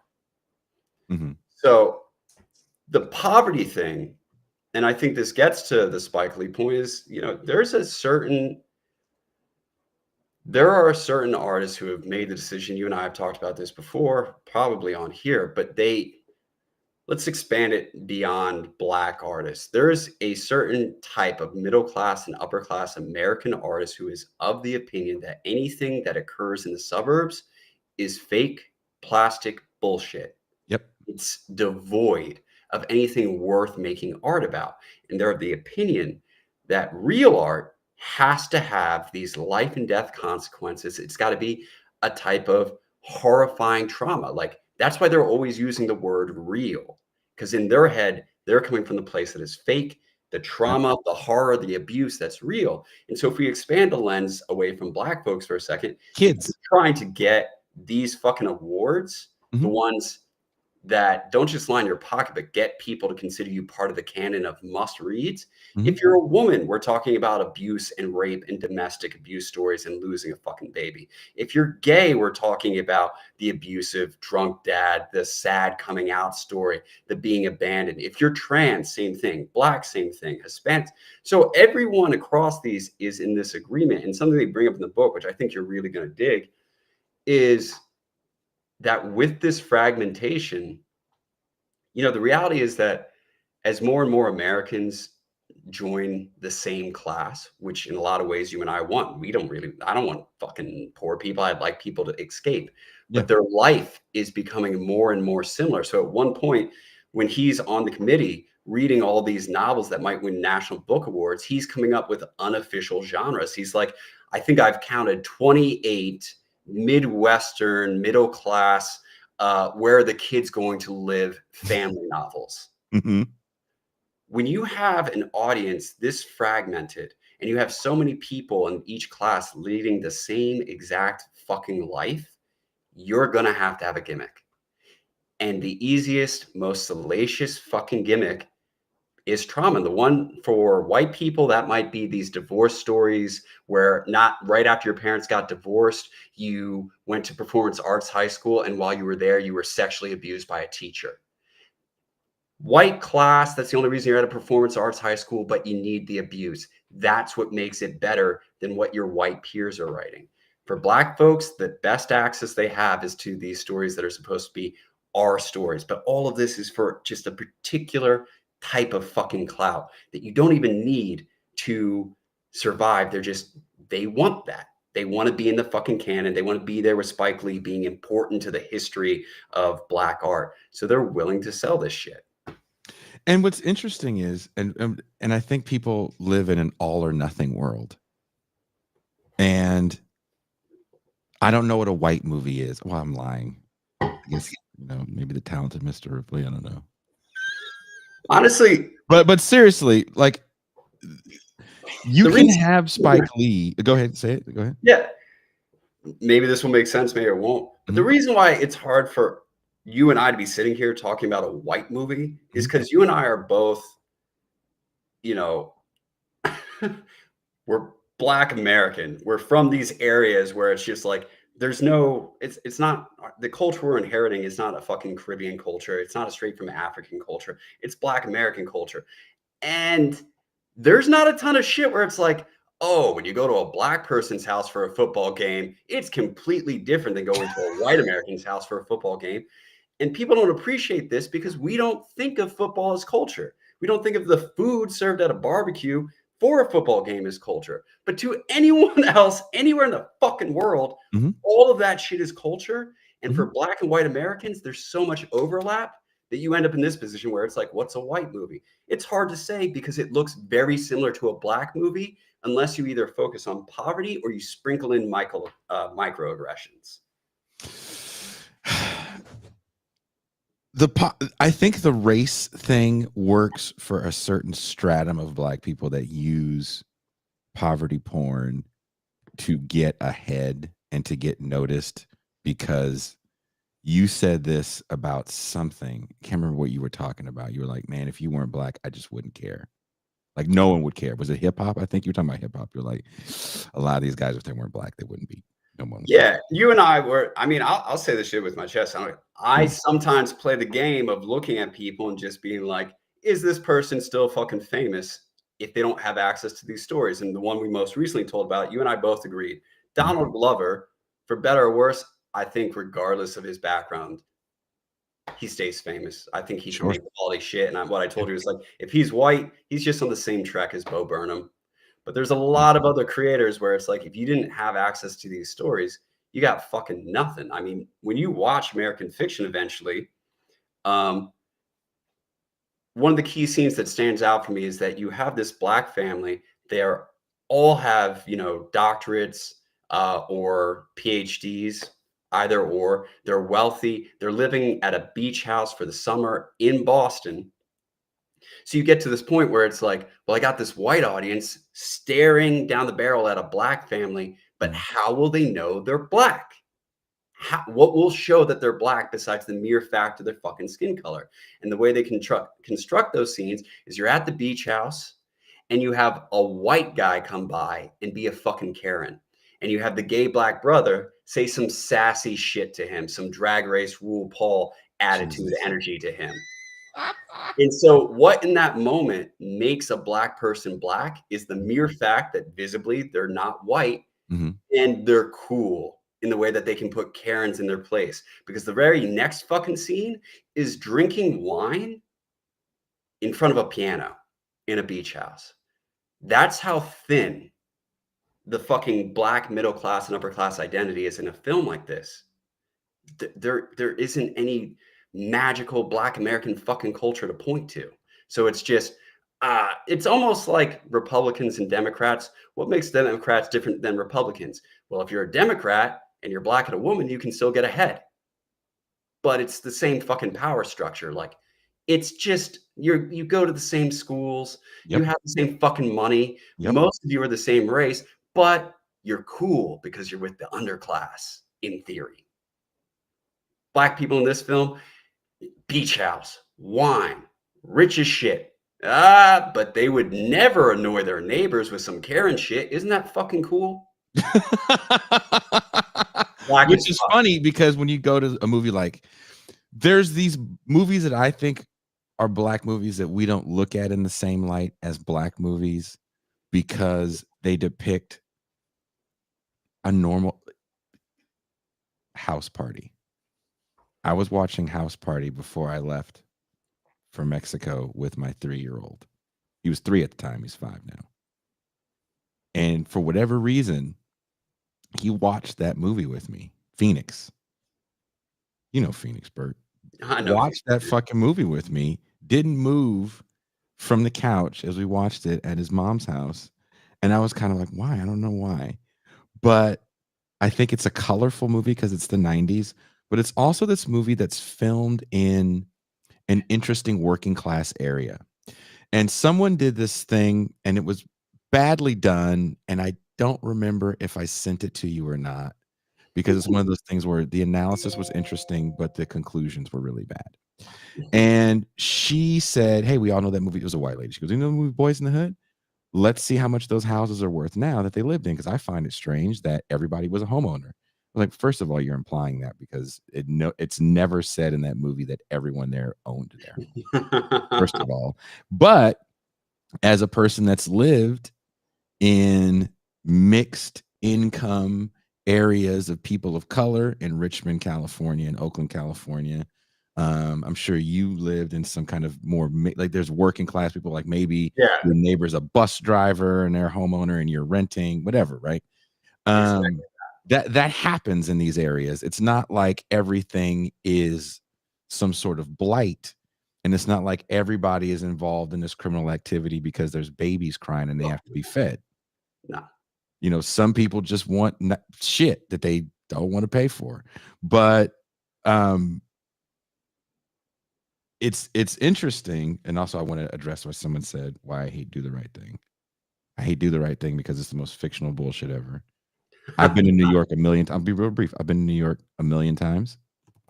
I've never seen a white guy in Bed-Stuy walk around with a fucking Celtics jersey. Who the fuck has the thickest New York accent ever walking around with the Celtics jersey in New York? Go fuck yourself. Just because they're white. That was the dumbest shit ever, respectfully. There's only one thing that I like about Do the Right Thing, because everything you said, it's true. But I like that it's a movie dedicated to making fun of a group that we don't make fun of anymore. Bug Out. All the black movies back in the day. I don't know if you came to Talib Kweli late or Mos Def or any of those shit, and like you think they used to be cool. They weren't. They weren't. Watch fucking what's it? Don't Be a Menace. Yeah. Watch Do the Right Thing. Like, that dude for blackness They are to blackness like what the Jesus freak is to Christianity. Like, you fucking avoid them. You can't stand them. And so I like that he added that part, but every other fucking part of that movie is just fucking ridiculous. I've never seen a hood like that ever. But back to what I was saying about a movie like House Party. It's this movie that isn't about poor people necessarily. There's definitely a class element, right? Kid's character has a working class father in a single parent household that has to work nights, and his girlfriend has a more well-to-do family. They seem to live in a similar area. They're going to the same school. Then you got these 30-year-old high school seniors in full force, which I find funny. But still, Play's parents are going out of town on a vacation. Was it the Bahamas they were going to? I can't remember. You know, it's a very realistic take on a side of life that didn't need to be hyper ghettoized for you to understand what fun looked like, for you to understand what trouble looked like, even for you to understand what racism looked like when it comes to law enforcement, especially in Los Angeles in 1991. Right? Yeah. They hit all those notes so well in that movie. Oh, so we have a running thing here at TIR, Bert. Right now, the chat is trying to ask every guest, even the white ones, are hoes loyal? So thank you, Dizzle McFizzle. What's Bertram's opinion on hoes? Loyal or not loyal? I mean, by definition, to hit it off some Riley shit, a hoe can't be loyal or they wouldn't be a hoe. Like, that's just, it's in the word. Where's Ben? We need these. Ben already answered the question. Yeah. Ben already, they gave it to Ben too. Ben, it's a total, like, come on. You can't be a hoe and also be loyal, or you're not a good hoe. There's another thing people are doing in the chat right now. For the people listening on audio, go back and watch this on YouTube. You can actually pull up the live chat on YouTube. They're trying to decide what is the white, because I said, what's a white movie? And everyone is throwing in what they think the whitest movie is. And some of the shit there's You've Got Mail is the whitest movie. City Slickers, whitest movie ever. Yeah, possibly. American Pie is a white movie, says Steve. Someone said The Parent Trap is good. I'm trying to think of a movie that, like, I know has, this is a bad way to define it, but I'm trying to think of a movie that, like, I don't know any black people have watched it or recommended it to me. Like, right now, I think maybe Hot Rod is one of those. Like, like, I think it's funny, but I keep track. I've never seen it. I'm not against it. I've just never seen it. I'm not against it. Yeah. So this is a good question. It's a good question. The Notebook. Ooh, that's a good one. Yeah. But I know black people love The Notebook. I would. On Golden Pond. Kush, look, you might be the fucking winner with that one. On Golden Pond. That is. Yeah, exactly. That's how white it is. Even your white side's like fucking. There's too much black on your white side that's making you malfunction. You know, there is funny shit that happens to me where, like, I think back on when I saw a movie and I realized only white people have ever put this shit on for me. Like, I've never been at a black house and they're like, let's put on Dirty Dancing. I'm assuming some black people like Dirty Dancing, but they've never played it. Someone said Fried Green Tomatoes. I've seen Fried Green Tomatoes. I went to the theater to see that. Amazing. I told you my story about Olympia Dukakis. How she encouraged me to quit my job at Starbucks and follow my dream. Oh, that was a mistake. You'd be leading the union right now. You'd be like, yeah, I can be like the fucking Jimmy Buffett, like you, or Jimmy Hoffa. You would be Jimmy like Buffett. No, I like being the Jimmy Buffett of unions. Nope, you're Jimmy Hoffa. Like, but the way Al Pacino played him in the fucking Irishman, just all the swag, but for Starbucks. Someone says Roadhouse is a white, and Roadhouse is I fucking love Roadhouse. Everybody loves Roadhouse. This remake of Roadhouse is pretty fucking lame. That's really annoying. Too much unnecessary shit. Yeah. But you can have. Go ahead. Sam Elliott, greatest hair of all time. Period. Sam Elliott, fucking Come on, man. Someone says Question. Office Space. Really? I thought Office Space is great. Everybody relates to Office Space. Does everybody relate to? I love Office Space. I I love mean, Office Space. it's one of the great '99 movies. You know, If you don't relate to Office Space, you've never worked in an office then. And that's fine. Maybe you haven't. Lady Bird works. Lady Bird. Although with the harsh parenting, I feel like some black people are gonna be like, my mom was a lot like this mental health nurse. Sean Moon said, damn, no one sees ordinary people. That's a pretty white movie. That is a pretty white movie. House, the movie House. I don't know any black people that have seen that movie, and that's a horror movie, and Negroes love horror movies. But here's something I said to your friend, Brianna Joy Gray. Don't she doesn't watch this show. Bring me into your shit. She was yelling at me about black skin erasure in cinema. And I was like, what are you talking about? And I was like, black people have all kinds of black movies.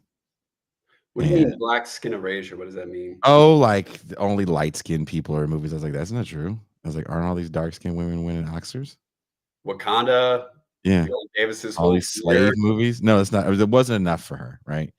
And I'll take more any day of the week. I'm just saying, like, we've got to agree that we've hit some minimal threshold here. This was my point. I was like, anything you want in a movie, Negroes are making it.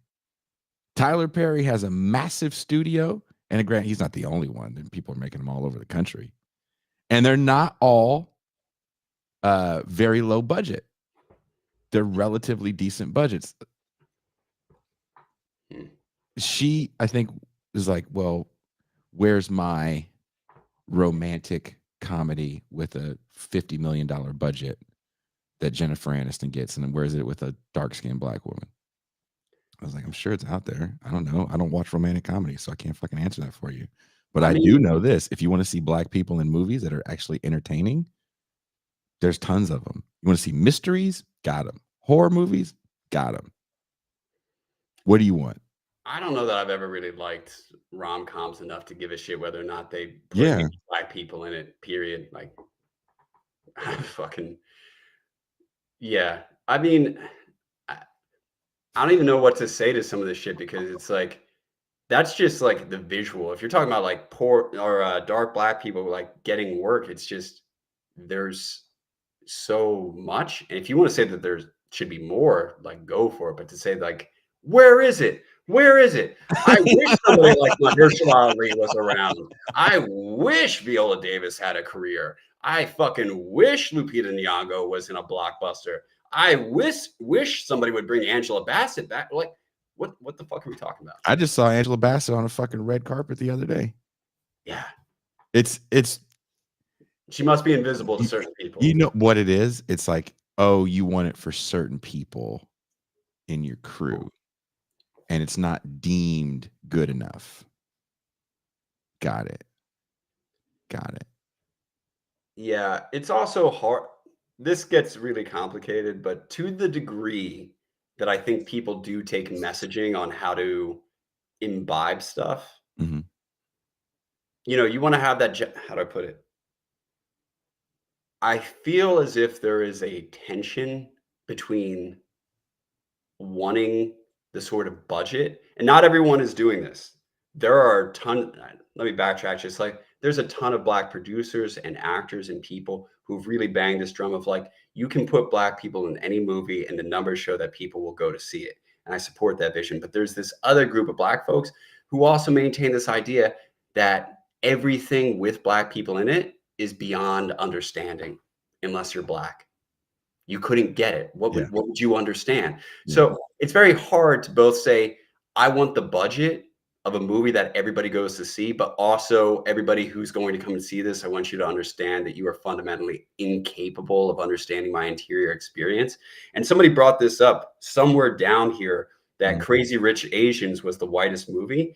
Mm-hmm. That's actually like a really fucking smart observation in a lot of ways, where like, I love Beef, and I thought that was a great show. Yeah. I've loved several of the things that have come, Everything Everywhere All at Once. Yeah. But something I've noticed, you look at Beef, a lot of the themes and archetypes in that these are things that white people identify with. That movie was, or that show Beef was allowed to do upper class artist lady versus working class dummy in a broke down fucking truck. It had you sympathizing with crypto bros, just your trashy fucking cousins. Like, Yeah. these are all things that the white audience for Beef that loves it can relate to, but mixed in with that is the fucking very uniquely Asian ethnicity stuff. They even worked in some of the fighting between Koreans and Japanese people. Mhm. So what you're seeing for a lot of groups out from Middle Easterners with this is that they're not saying it. They're not like, we're embracing the things we have in common with the white folk,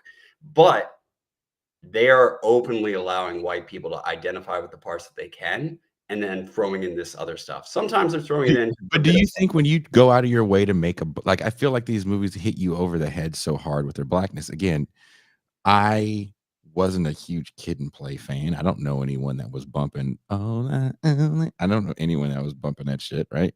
Yeah. But when we went to go see House Party, it was just a movie to go see that seemed cool about young shit.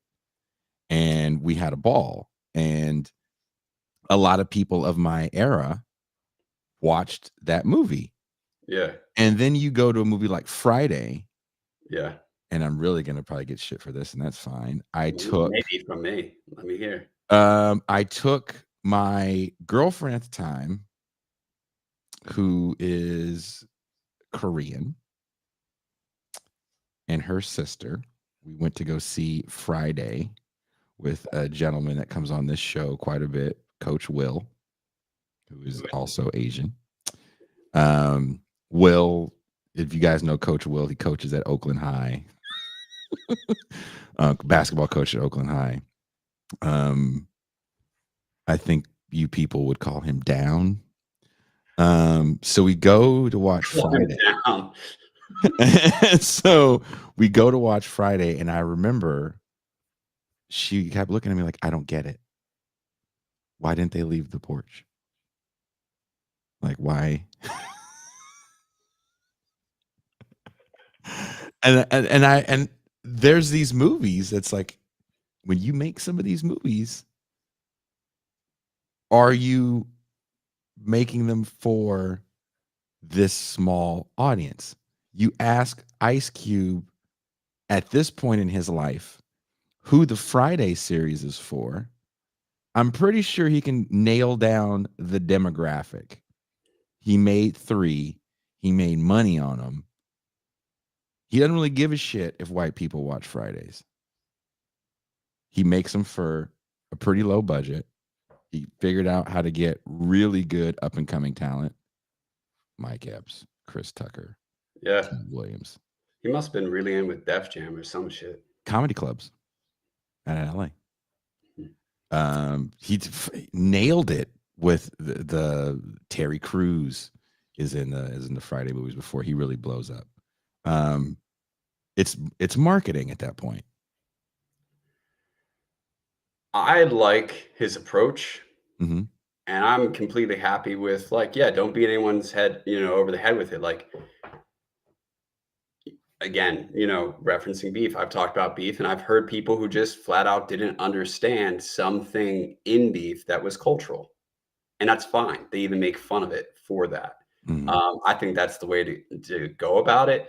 If he had a monologue squeezed in there about, like, the reason we sit on the porch is slavery. And now we're sitting on the fucking porch, and I tell you, I just can't take this porch any goddamn. Niggas couldn't sit on the porch in 1847. That would have been terrible. But not to say that I'm right with this point, but that's something that comes up to me. Somebody mentioned their stoner friends love Friday. Mm-hmm. And I agree with that. But there's a part of the life force here of, like, what allows a film to permeate that I just think has certain shackles, not to make a fucking horrible pun, when it comes to black film. It's just like, what do most people do with movies they fucking like? They try to recreate them in their own art. They quote them all the fucking time. Like American Pie, like, so many people were saying, and another thing at band camp. But if you're these white stoner guys, it's like, where are you supposed like? Can you quote Friday? Can you enjoy it in the same fucking way? To go to a completely different art form, I was a fan of fucking Chef's Table. I was watching that a lot, and at the same time, I was in Philly while it was trying to like improve its food scene, and you would see people writing these things all about how why isn't black owned like fried chicken places? Why isn't that taking off? Why isn't that a part of the foodie scene?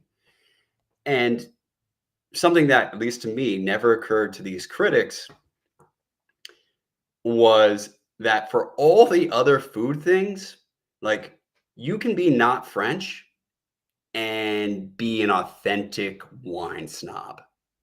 You don't have to Mhm. be Japanese to be apparently the person with the best opinion on fucking yakitori in the city or like where to get sushi and shit like that. Mhm. Foodies operate in part by being allowed to be aficionados. Mhm. And black cuisine, like you can be a white person who knows where the best Korean fried chicken spot is. Someone Korean might say that you're wrong, but it's not really a faux pas in the same way. Now, if you were a white person arguing with black people about where the best black fried chicken is in fucking Atlanta, so we have these little things that say you're not allowed to love this and to be snobbish about it and be an aficionado of it in the way that you can do for other races' art. And I Hmm. think that plays a fucking role. Is that a good thing or bad thing? Oh, good question. There's a clip we have of that Van Latham guy saying that black culture needs to be gate kept, quote unquote. Black culture needs to be gate kept. Someone I know whose name rhymes with Urchin Foofer once said, "It's like these people want black culture to be treated like the fucking Romans. It's ours. Don't touch it. Look at how great it is." Oh yeah, the museum thing. Yeah. You know that guy, Yeah, I've handsome met gentleman. this. Yeah, kind of too close to a paper bag, I don't trust where he's coming from. I mean, this gets into shit that I'll be honest, I haven't spent there's all these Afrofuturist, people, writers out there who have a very clear idea of where they want, black folks to end up 100 years from now. Sometimes you and I joke about this as dashikis and lasers. That's that's the end goal. White people get Star Wars, we get dashikis. Dashikis and lasers, Um, but which is just George Clinton. I mean, in an ideal situation, yeah, I would prefer for there to be some blueprint to appreciate black culture, but also participate in it. For there to be some way, I'm cosmopolitan as fuck. I like other people's cultures. I'm hoping that there's ways for me to fully participate in the culture without stealing the shit from them in some way. If that's not possible, that kind of fucking sucks. The Caesar salad was created in Tijuana, Mexico, by an Italian immigrant. Oh, someone asking the question about what museum. I've said to Jason before, I am the mystery character here. I've said to Jason before that there's some people who seem to have a view of black culture that it should operate the way Roman culture does in a museum. There should be this gigantic edifice dedicated to it. It should be glorified, studied. You should go in and look at it and admire it and understand it as important, but don't fucking touch anything. Please don't Just touch the stand there and blackness. appreciate it. Yeah, please don't touch the blackness. Which goes back to that original, like, there's not the right kind of black people in the movies that I want to see for the right kind of black movies that I want to see. It's like, oh, you just don't want to see. You want to see fucking bougie middle class black movies that are arty and people look at as important. But if there's a black movie that may not get looked at as important, then that's not good enough. Andy William, comment of the night: who invented brunch? Because I love it. People who don't fucking work. Like flat out, brunch is not an option for people with a job.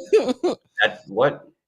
There's a lot of shit. We're gonna get into a little bit of that in the champagne room. I have some videos that are mildly serious. Does someone say Love Jones?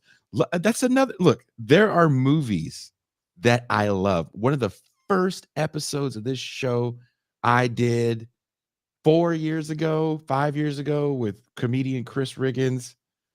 he wanted to do a whole show on why Boomerang is the greatest movie of all time, and you can't argue with him about it. And I thought the whole concept was funny. But I love Boomerang. Again, I watched as a young person. You couldn't tell me and my friends, my multiracial Fat Albert gang of friends, that Boomerang was a black movie. It was, first of all, an Eddie Murphy movie. Then it was a funny movie. Yeah. And it was a cool movie. One of my good friends, he's an older Mexican cat. Good friend. That's his favorite movie. And the first thing he says in that movie, he goes, "Oh, I love Eddie Murphy's suits in that movie. He was so clean." Great movie. I don't know too many people. Do you call it a black movie? They tried to make it a black show on BET, and it just got so blackified. Nah, man. Honestly, I'm not the person who wants to Soldier call Story. that. It's a good movie. Soldier Story is a great movie. We did on movie night. Yeah. I'm not even. There's movies that, like, in a really technical way, I might call it a black movie from the sense of, like, if you didn't grow up in the hood or in that Yeah. particular area, like, you're just not going to understand that. But going to an even, a greater level of depth, there's movies that would, might be filmed like Gulf Coast, like black films from there, that me being like a Northeastern dude, like, I'm not going to get it. I won't understand that particular expression. So it's just fucking hard for me to classify things as like, oh, this is the black movie. Here's a white man from the Central Coast of California, Matt Henriksen. I saw and loved Boomerang in the theater, and it never occurred to me as a black movie, but also saw and loved Mo Money, which is pretty bad.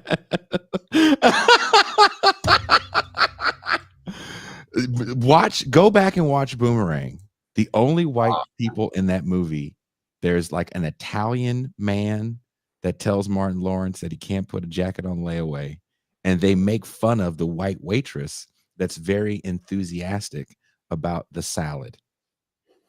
And then there's the white French people that are on the board of directors for Lady Eloise's product. As you can see, I've seen this movie way too many times. That was one of the critiques of that movie. Another movie that has an all-black cast that came out before that one, Coming to America. I got to do a complete fucking aside because somebody mentions the Rothko-esque background that I have. And I have to say that, like, Mark Rothko is one of the only fucking artists whose names I know. Like, I have some straight up illiterate hood shit where it's like, I remember where I learned who the fuck that was. It meant something to me. And then coincidentally in the novel, what you're about to get, Jason, at some point, it's a truly experimental novel. So it has these little inserts. And there's one point where he's got Mark Rothko talking to another artist about just like, hey, if they buy it, fucking sell that shit. So Rothko is an Easter egg here. Good job. Someone says Snatch made us look like clowns. Which one was Snatch? Movie was Snatch. Made white people look. I love Snatch. Maybe. Yeah, isn't it the white movie? Isn't that Guy Ritchie? Yeah, it's Guy Ritchie. But also, I love it mostly for Brad Pitt, and he's just straight up British trash. So maybe that was my affinity for it. I maybe there's maybe he meant wasn't there another movie with one word where black people are doing black shit where they crash? Maybe he snatched his crash. Did you snatch your crash? Did you crash in the Did you crash snatch? We are going to go into the champagne room. Bert Cooper agreed to go in there because he did click on yes on the calendar invite for the champagne room. He has the link. And the white half of me treats that shit like a blood oath. You can't be on Google Calendar. You can't lie on Google Calendar. Not on the G Suite. Oh, no. When I saw that Bert was like, so part of my day why I couldn't get really deep into the book today is because I had to find great fucking videos. And again, I'll talk about Bert and I's relationship. We send each other fucked up videos back and forth all day. There's a few of us that do it, but Bert and I are the most consistent. This poor man is trying to write a novel. Wait.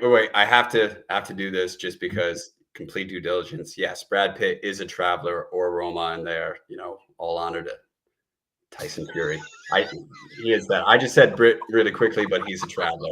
Just in case you run into one of the Furies at the gym, You know, the funny thing is that Fury doesn't like the PC term for his group. He doesn't call them that. What does he call them? Gypsies. Oh, okay. Yeah. I'm not trying to call him anything wrong because I'm not trying to get caught with one of them rights. I'm not trying to get caught. That dude was like 6'8". How tall is he? 6'7", 6'8", and without Fuck that gigantism, noise. so just naturally that. Fuck that noise. Good day, Yeah. Mr. Fury. How are you? Yeah, I mean, plus he's got fucking. I want to say his reach is proportional to his height, if not a little bit longer. Fuck that noise. I'm only talking to him with a firearm. I can't believe you just made a death threat to the But Bert and I send videos back and forth, and it was killing me not to send you these videos that I need you to talk about in the Champagne Room.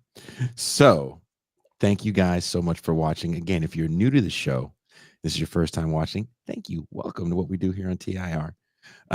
Please, if you enjoyed it, leave a like, subscribe. We do a lot of these. You can go back into the catalog. We have over 750, I think we're closer to 800 episodes in the almost 5 years we've been around. Bert Cooper's been on several of them. We definitely take some fun deep dives into culture stuff, and definitely Black culture stuff as we're colored. If you really enjoy what we do and you want to make sure we stay on the air and you have the means and feel so inclined, become a patron for as little as $3 a month or $30 for the year. You can have access to all the patron-only Champagne Rooms. Join us for movie night and other patron-only functions. And if you listen on Apple Podcasts, apparently there's a transcript function. You can read the show if you're really one of those. And you can also get access to the Champagne Room if you subscribe on Apple Podcasts. I think I've got it all out of the way. For those that are patrons, the link is already up for the Champagne Room. Bert, exit out of here, and I'll see you in there. We are out.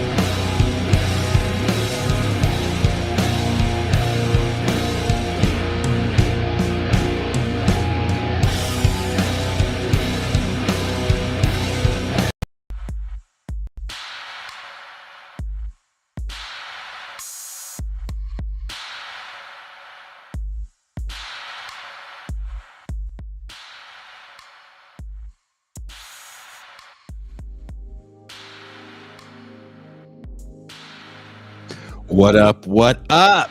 That was a fun episode. Are you guys going to go watch the movie now or try to read the book now? Or are you going to try to do both things? Do you think American Fiction marks the end of a certain stratum of Black people and their George Floyd money? No more colored people movies, no more Oscars. So white, right? We don't care anymore. We got all our things that we wanted. I don't know. This next episode, I often talk to this next guest quite a bit, Toure Reed. And it always feels like one of the main themes in our frustration is this kind of acceptance of underclass ideology from a lot of different types of people, even from people that consider themselves leftists.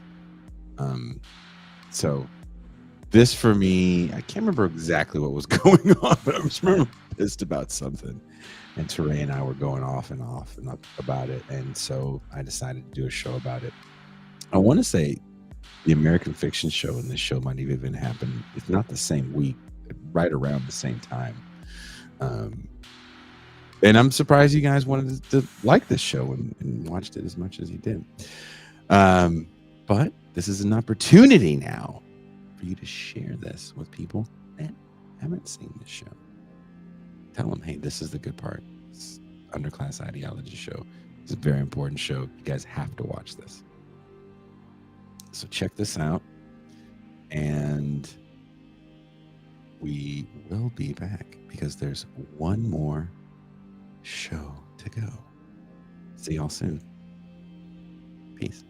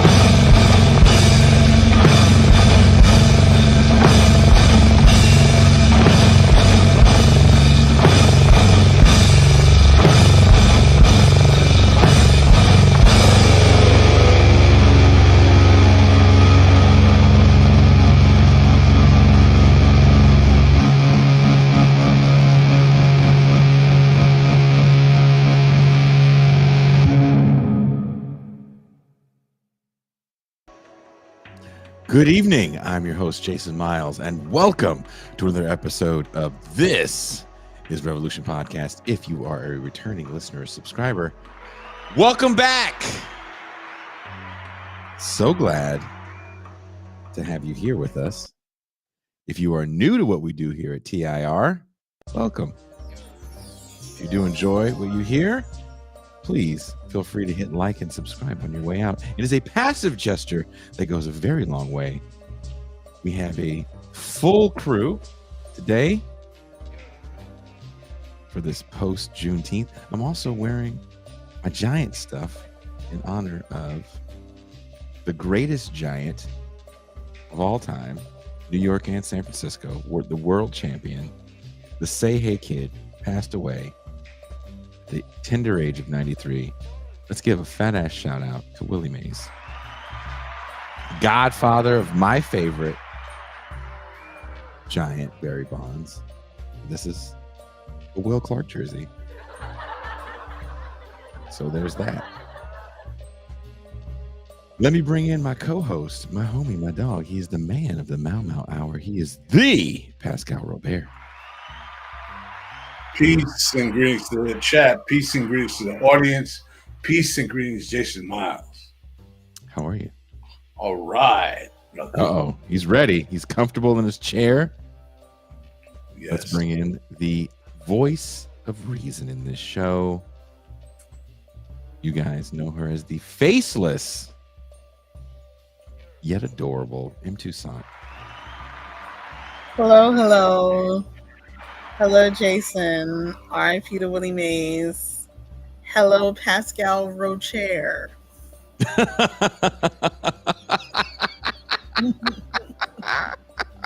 Jokes today. we have another black topic. We talked about black cinema, black power to black exploitation. Today we're going to talk about underclass ideology. I think this is beyond a black topic. Or would you disagree, Pascal? Definitely.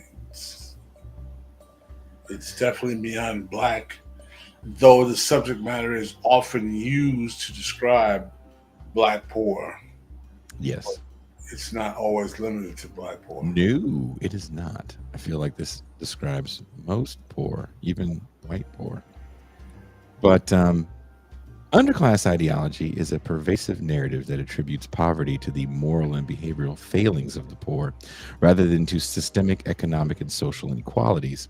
This ideology not only obfuscates the true nature of class struggle, but also demonizes the poor, transforming them into pathological monsters in the public imagination. By understanding poor folks as being victims of their individual deficiencies, such as laziness, lack of discipline, or criminal tendencies, underclass ideology diverts attention from the structural causes of poverty, including lack of gainful employment, a lack of adequate education, lack of access to healthcare, and of course, a punitive public housing and social services sector. The underclass narrative serves to justify the status quo, allowing those in power to evade responsibility for creating and maintaining a system that produces economic disparities. Moreover, it perpetuates a cycle of blame and punishment where the poor are stigmatized and marginalized, reinforcing the barriers that keep them in poverty. Capitalism isn't the problem, it's that these poors are just lazy and violent. The implications of this ideology are profound. It fosters a society where empathy is eroded and punitive measures replace policies aimed at redistributing economic gains and social justice. Through the lens of the underclass ideology, the poor are not seen as victims of an unjust system, but as inherent threats to social order, deserving of surveillance and control rather than support and empowerment. Think tough on crime laws in the 80s and 90s. In this episode, we aim to uncover how this narrative serves the interest of the powerful by maintaining a divided and misinformed populace, and to discuss ways to counteract this harmful ideology by promoting a more accurate understanding of class and poverty. Joining us to discuss this is friend of show and professor, Dr. Toure F. Reed. Hey, thanks for having me, Jason, and Pascal and Toussaint. Thank you for agreeing to come on. This show is a long time coming. Yes, it has been. It was Pascal's idea some time ago, actually. To do an underclass show? At least in part, yeah. I mean, we've done several things that kind of hover around this theme. Well, the first show we did, I believe, which was on was essentially 94 themes and film. Yeah, right? Yeah. So yeah, this is just a better episode than we did 4 years ago. I feel like it's been that long. There it is. Toussaint, you want to read that comment? Casey Williams. Right, underclass ideology is neoliberal bullshit, but Toure is an important role model for light-skinned Hampshire graduates like me. I support that 100%. So, Casey, reach out. Let's get in touch. Toure, can you explain what underclass ideology is and how it frames our understanding of poverty, and why it's important why is it important as more than a social pathology? Well, and I think your introduction did a really nice job of laying it out, Jason. So there's not a ton I can add to it, but I'll add a little historical texture. One should think of underclass ideology as an update of culture of poverty thesis. And the culture of poverty thesis had many contributors, but its appeal by the 1960s was that it offered a way for policymakers to describe economic inequalities that impacted Blacks disproportionately, but not exclusively, as if they were the product of bad actors, right? And in this particular instance, in the case of the culture of poverty thesis, the presumption was that some percentage of the Black poor, maybe as many as 25% of them, according to someone like Daniel Patrick Moynihan, were debilitated by a culture of pathologies that undercut their capacity to take advantage of the new opportunities presented by the civil rights movement. Now, as you alluded to from the start, Jason, that perspective had some advantages because from a conservative vantage point, right? Because if you go back, let's set our Wayback Machine dial back to the 1963 March on Washington for Jobs and Freedom, as is baked in the name, what the goals of the March on Washington for Jobs and Freedom included, and this was the case from the very beginning, was a push for a right to a job at a living wage, a return to kind of New Deal style policies that would ensure that those people have been left behind, irrespective of race, by the changes that had taken place in capitalism over the previous decade or so, which was eliminating entry-level, well-paying, unionized jobs, right? That had been the economic escalators, if you will, for white ethnics that transported them from the tenements to the suburbs between the 40s, early 1940s, and the early 1960s. So those jobs were going away. And so at the very same time, the civil rights movement had pushed and would succeed ultimately between 1964 and 68 in opening opportunities for Black Americans and other minorities by way of eliminating formal discriminatory barriers. The economic foundation of the United States had shifted away from a blue collar, economy in which one didn't need a lot of formal education to get a well-paying job that might equip one, at least if one were a man.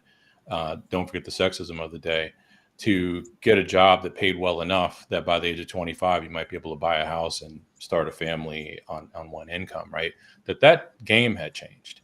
And so at the very same time, the Blacktivists, as I like to call them, were advocating for a fairer vision of capitalism, not just eliminating formal barriers, racist barriers to inclusion, but again, a return to downward redistribution of income approach to capitalism, something more social democratic.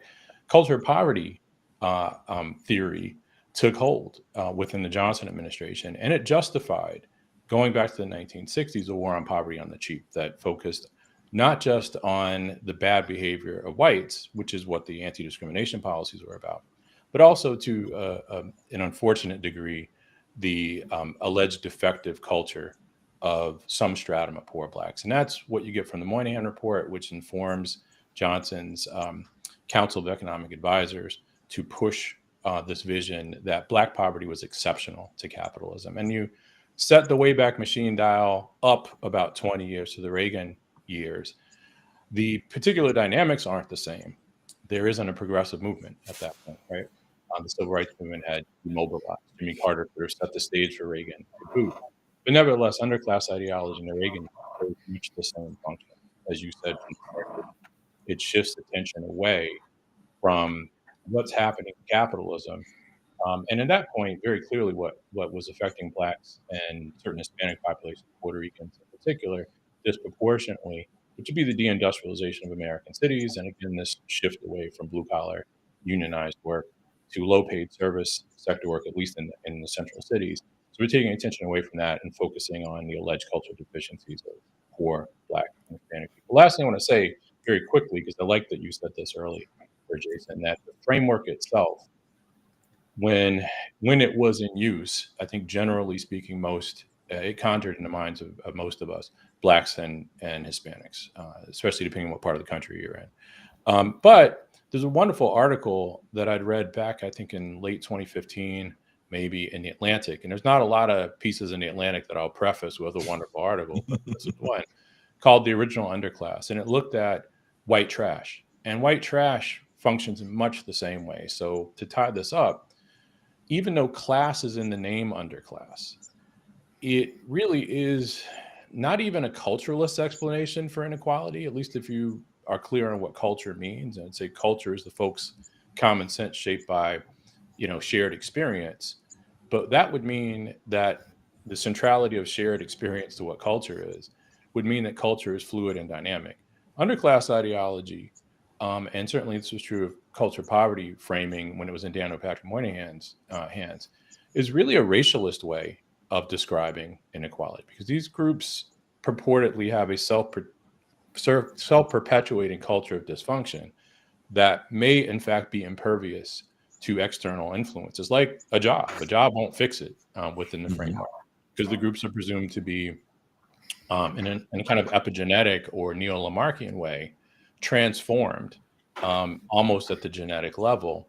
If you're Daniel Patrick Moynihan in the 90s, at the genetic level by this experience of poverty. So there is a racialization of poor people. It's not just limited to Blacks and Hispanics as a separate race. Poor people themselves, once they've are slotted into an underclass are racialized and otherized in profound ways. Pascal, I'm sure you want to add something to that. Yeah, I mean, there's so much you said there, Tori, that was so important.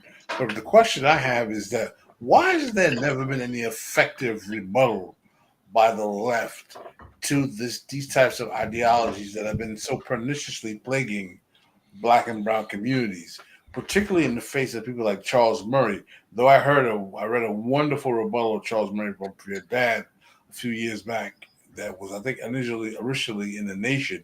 But there seems that our fair complexioned friends on the left have never been able to be aroused enough by concern about this to really take it head on.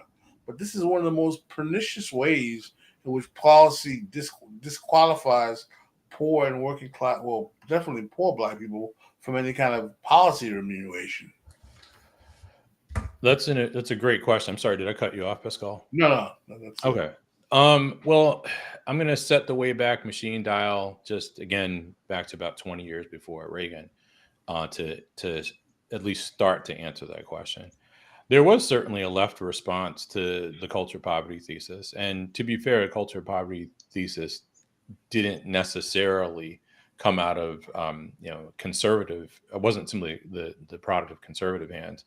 But again, in the period between the March on Washington and King's assassination, and maybe even a little longer, there was a pushback by people like Michael Harrington, Bayard Rustin, A. Philip Randolph, against the culturalist, or I'm going to call it racialist, because I do think culture poverty thesis and its successor underclass ideology are really not culturalist explanations at all. They're fundamentally racialist and, dare I say, racist explanations for inequality. But people like those individuals who I named absolutely pushed back against it. And it sounds a little funny because Harrington, of course, helped to popularize the culture of poverty himself, but he was a leftist, right? And certainly by today's standards, he was a leftist. And those three individuals who I named, again, I guess I will remind you, A. Philip Randolph, Bayard Rustin, Michael Harrington, we can throw in Charles Killingsworth, because now I'll just check off items from chapter 3 of Toward Freedom. We're very critical of the culture of poverty thesis along the lines that I've already articulated. Why didn't they win? Because I think there was a lot of evidence to support their claim. They didn't win because the weight of politics was against them, practically, right? Because they were coming at this from a grassroots counter-hegemonic framework. But by the time that we get to the Johnson administration, the economic politics had shifted to the right. Now, that's hard for us to conceptualize today because that's the era of Keynesianism. But what I think people tend not to appreciate is that there were a couple of more competing models of Keynesianism. And those who are coming at it from the kind of, I think it would be called secular stagnationist framework, sometimes maybe industrial or institutional Keynesians, took the position that the government needed to intervene directly in private markets, housing and labor markets, to establish a full employment economy. The Keynesians who won, and to be clear, those secular stagnationist type Keynesians, institutional or industrial Keynesians, were people like Killingsworth or Rustin or Randolph or even Harrington. The Keynesians who won were called commercial Keynesians. And I know that you guys have heard the expression, a rising tide raises all boats, right? One thing that was interesting when that came back into the popular conscience about 10 years ago, I think it was Ta-Nehisi Coates' The Case for Reparations, or maybe it was a subsequent piece where he brought it up. And certainly around the Sanders campaign, he brought up that expression describing that phrase. Obama used it first. Maybe, but I'm making a specific point. So let me make this specific point to lay out what I'm talking about. So when Coates brought it up, he brought it up to criticize Bernie Sanders, and he described Bernie Sanders as advancing the same "a rising tide raises all boats" kind of approach to liberalism that had doomed post-war liberalism, ensured that post-war liberalism would fail to do right by Black Americans. Now, he wasn't wrong that rising tide raises all boats approach to liberalism had in fact failed Black Americans. But where he was wrong, And this is the thing that has struck me as really unfortunate, at minimum, about how people have, took that phrase many years after the fact, is what a rising tide raises all boats referred to, the metaphor, wasn't the kind of downward redistribution politics that Bernie Sanders or Charles Killingsworth or Ava Randolph or Bayard Rustin or Michael Harrington had advocated in the 1960s. It was, in fact, the precursor to trickle down. What a rising tide raises all boats referred to, it came out of the New England Chamber of Commerce. There have been some very progressive things that have come out of New England. Nothing progressive has come out of a Chamber of Commerce anywhere. So it was the New England Chamber of Commerce's mantra, I believe, in the 1960s. JFK's speechwriter, I believe it was Ted Sorensen, had picked it up. And it was a case for the tax cuts that the Kennedy and Johnson administrations had ultimately implemented. So when Eisenhower was president, the highest marginal income tax bracket was about 90 or 91%. The Kennedy Johnson administration would lower it down to, I think, 77, 75%, and then eventually 70%, which sounds unconscionably high to us today, but it was a significant cut in taxes over the Eisenhower years. And the point of those tax cuts was to redress poverty by growing the economy. The metaphor was not trickle down, but the end game was trickle down. Culture of poverty theory, the culture of poverty theory, was wed at that point to trickle down in the 1960s, because the presumption was that Black unemployment, the presumption that drove liberalism, commercial Keynesians specifically, was that Black unemployment was exceptional to capitalism. It was, again, the product of bad actors in the form of racist white people, hence the Civil Rights Act of 1964 and 1968, but also the result of bad actors in the form of perhaps as many as 25% of the Black poor. One of the reasons, to get back to your point, Pascal, because I wanted to add that texture, that the progressives lost then is they couldn't possibly win. The money wasn't on their side. Fast forward, the weight of history should have been on their side, right? They had a better argument. But no matter what Rachel Maddow says, or Chris Hayes, it's not about winning the argument, right? Power wants what it wants when it wants it because it wants it, and power can get what it wants when it wants it because it wants it, no matter how misguided power is, right? When you pull this up, set the Wayback Machine dial up 20 years to the Reagan years, well, again, there's no mobilized left at that point. There's no means of fighting back. The Dems had shifted even further to the right with Jimmy Carter, who sort of presaged what Reaganism would be. And in that context, if you want to be, let's say, an academic, and there's a great book by a historian named Alice O'Connor. It's kind of a tome called Poverty Knowledge. And it is on the study of the academic study of poverty going back to W.B. Du Bois's The Philadelphia Negro. And it goes all the way, I believe, to Clinton. And one of the points that she makes about Reagan is Reagan augured a sea change in policy circles, insofar as Reagan no longer went to academics. Beginning with Roosevelt, Democrats and Republicans would turn to academics for input, right? Psychology as a field gets a big boost after World War II or during World War II in this process, but sociology, et cetera, also got bumps, right? When you get to Reagan, he's done with them, and he just goes to right-wing think tanks.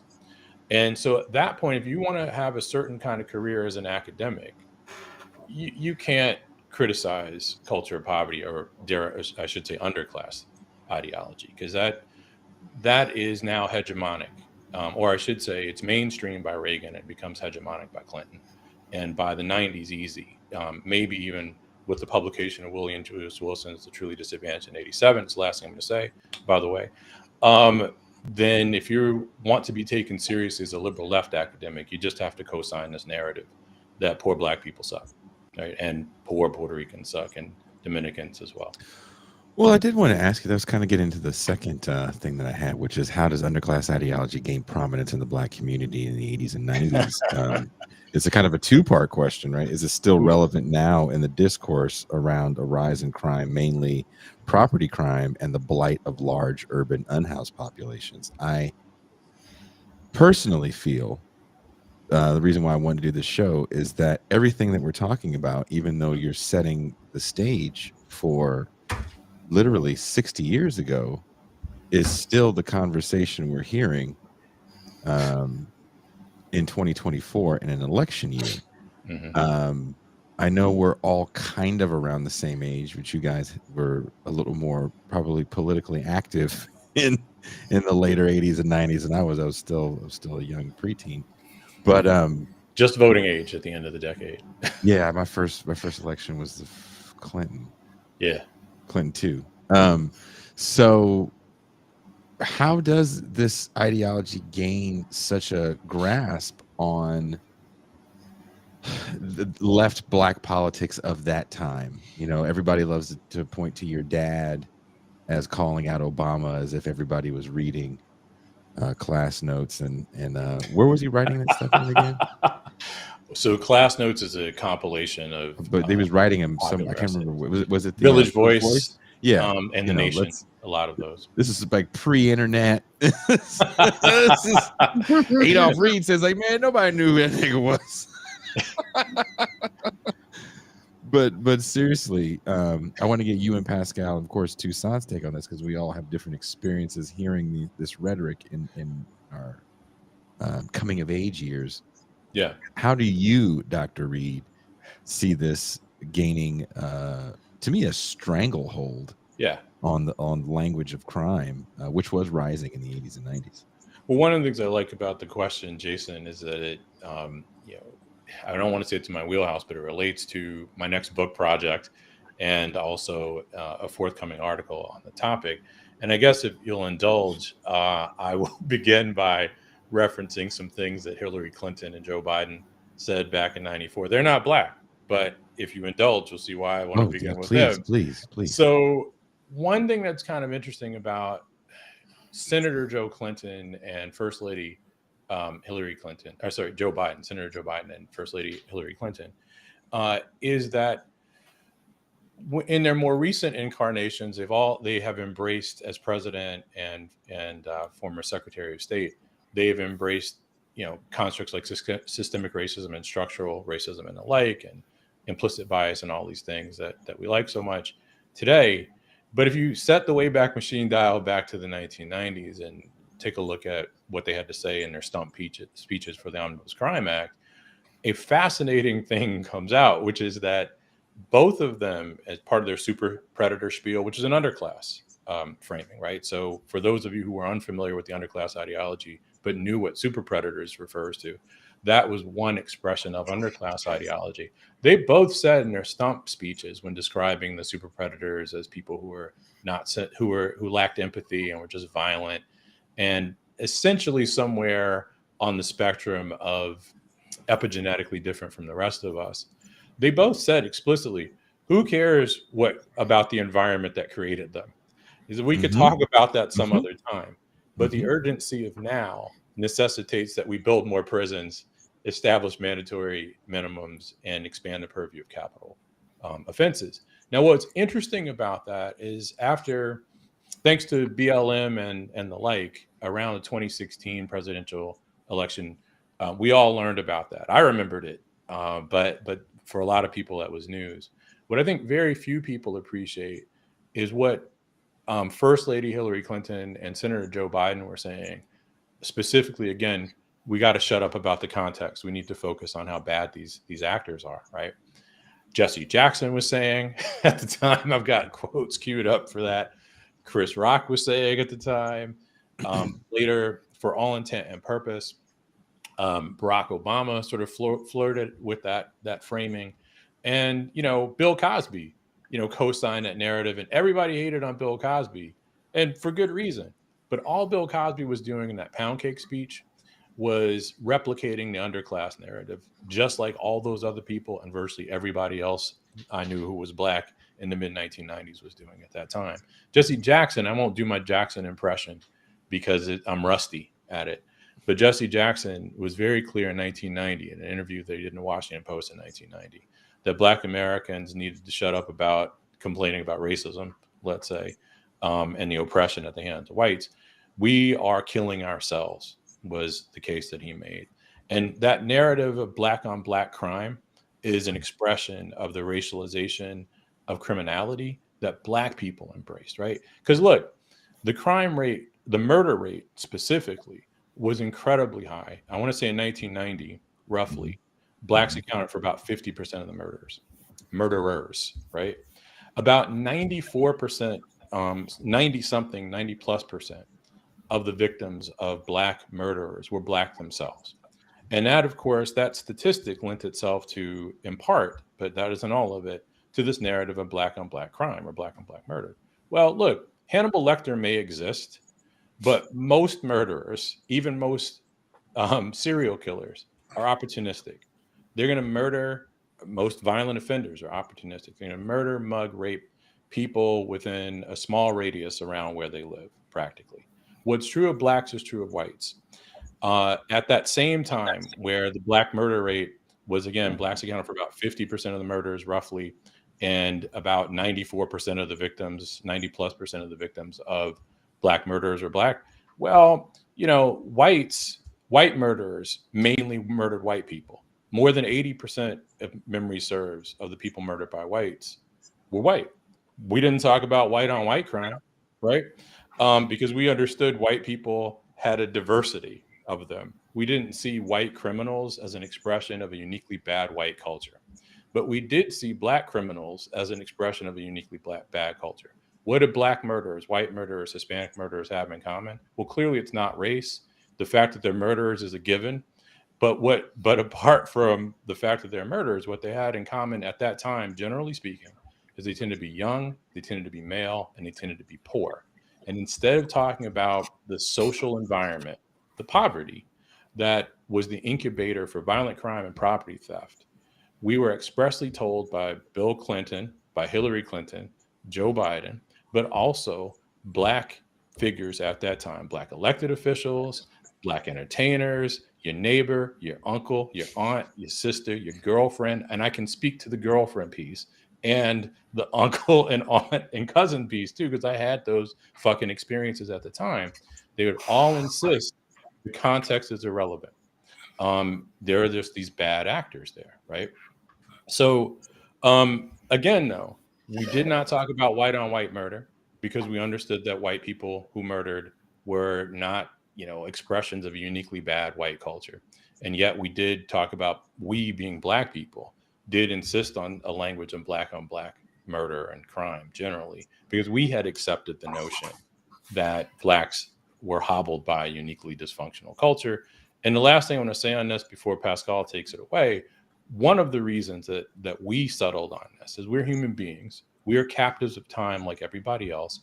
And by this point, that's George Herbert Walker Bush's presidency would be 1990, right? By the time you get to Clinton, we've had 12 years of Reagan Bush at that point. The Dems, Clinton ran on a pledge to end welfare as we know it. He ran on a tough on crime platform as well. Both those things were the language was quite racialized, dare I say racist. But nevertheless, at that point, the only thing that we had to protect us, those of us Black Americans who lived in high crime neighborhoods, the only vehicle that was available to us through government to make our lives safe was not any effort to redress the causes of crime, because that was off the table, right? Because Clinton ran as Reagan light, so he wasn't going to do shit to make anybody's, material life better per se. The only thing the Dems were offering was more prison time, right? More prisons, midnight basketball. I was literally about to say that. Right? Did you guys have that in New York? We did have that midnight basketball. Tucson, do you remember that? I don't remember that. I wasn't playing basketball at midnight. That was you was gonna get fucked up. Fucking with that, man. You're gonna get dunked on and beat up. Exactly. That was it. And who did midnight basketball? PAL, Police Athletic League. Oh yeah. But again, you can't look past the fact that the Dems weren't offering anything but tough on crime policing. And that's frankly one of the reasons that I was really unnerved by Bill Clinton's, weak sauce SOP to soften the blow of the obvious impact of the Omnibus Crime Act on Black Americans, disproportionate impact on Black Americans. Thank you, Steve. But to soften that blow, Bill Clinton not only soft pedaled the case at Black churches and the like, but he tried to offer us, or did offer us, hate crime legislation, right? Because what he did is he stressed the fact that Black Americans were overrepresented among the victims of violent crime and property theft, to make the case for the Omnibus Crime Act that was going to clearly impact us disproportionately, because we were also overrepresented among the perpetrators of violent crime and property theft. Let me tell you something. I've hated the Clintons for so many years. And it's because of the policies of the Clinton years that Biden is going to have such a hard time getting young Black folk under 50 to come out and vote for him, because the secret is out. Basically, all of that neoliberal policy from the 90s that damaged not only Black communities, but also poor working class white communities, NAFTA, GATT, all that stuff and crime, welfare reform, it's been tagged to the Democratic Party, and the stain is not going away. And it's all of these Black working class shills that we see on MSNBC can try all they want, but it's going to be very hard for Biden to get over that. And I rue the day that Trump gets elected, and I don't want that to happen. I'm not advocating for that at all. But what I'm saying here is that the Democrats have gotten a skate on their policy for a long time, and at some point, the piper has to be paid. And I'm not saying I want it to be paid now, but I'm just telling you. Well, Pascal, can I throw two things out at you? You're right? And that's why I did not vote for Bill Clinton in '92. That's why, because you may recall, I know you recall, Pascal, because we talked about this, Bill Clinton, to show that he was more Republican than Democrat, when he was running for the Democratic nomination, he literally dropped off the campaign trail to preside over the execution of a mentally challenged Black man named Ricky Ray Rector, because Clinton was still governor of Arkansas at that time, right?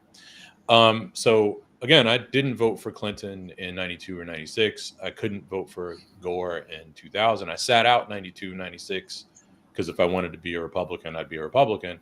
And in 2000, I cast a protest vote. But to say that the Democrats would have hell to pay for these policies looks past two things. And I think we do have short memories. One of the things that it looks past is 2/3 of the Congressional Black Caucus voted for the Omnibus Crime Act.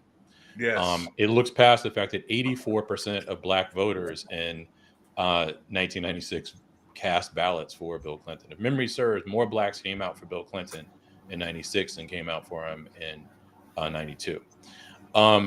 So, and part of the reason for that is that thing I said, right? That it's not just that the Democrats had shitty politics, and they did, because they were running as Republican light. It's also the fact that Black communities were beset disproportionately by high rates of crime, and in a context in which neither Republicans nor Democrats were offering any fixes to the sources of crime, like good jobs, let's say, which would have helped a ton. Then the only fix in the offing at that moment was to deal with the symptoms, which was, again, the crime itself. So Black Americans were complicit in that. Not me, not you, Pascal, because I don't think either of us voted for Clinton. But frankly, I was fortunate enough that I only lived in a high crime neighborhood, Go Hollygrove, for 1 year of my 20s. So for the most part, that was an abstraction for me, and I had the luxury of standing on principle. So again, that's one thing that's worth considering. The other thing, and I'm almost done, I swear, you referenced this, Pascal, but I'm going to tease it out just a smidge further. Donald Trump took out a full page ad in the New York Times, joining the chorus that sought to railroad the Central Park Five. If what Black voters want is to continue to move away from that shitty New Democrat politics, The last thing you want to do is co-sign, either actively or passively, the re-election of President Trump, who had, among other things, called for nullifying the 14th Amendment. That's when Donald Trump was a Democrat too. We have to remember that. That's when Donald Trump was a Clinton supporting Democrat when he takes out that one-page ad. And whatever that means for rich people. And right? since he's been, since they've been exonerated, he still stands by Yep. that they were at least there.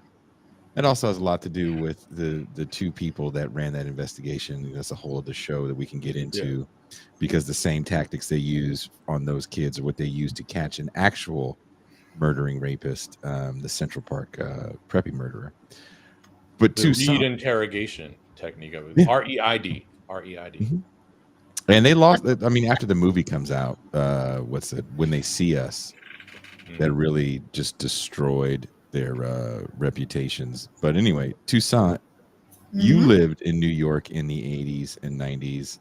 I picture you walking around the Bronx streets with your mushroom haircut. Oh my god! And members only jacket.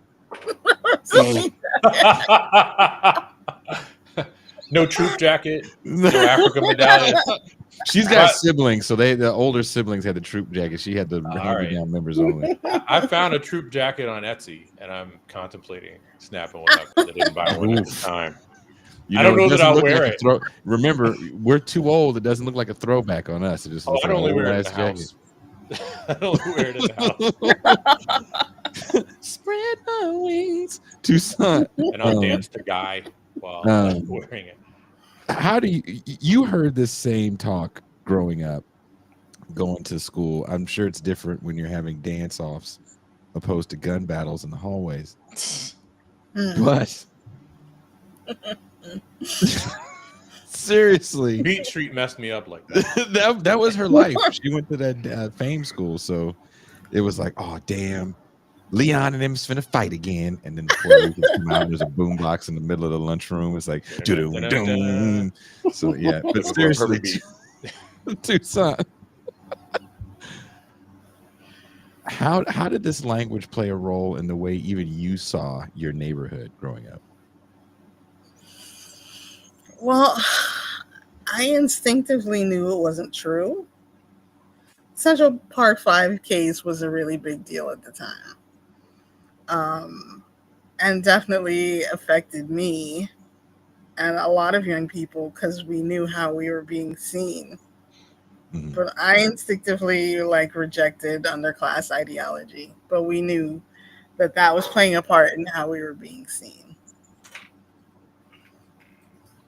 And how, it affected how we were going to be treated, especially by the law. And that's when you took those little plastic things at the end of your braids.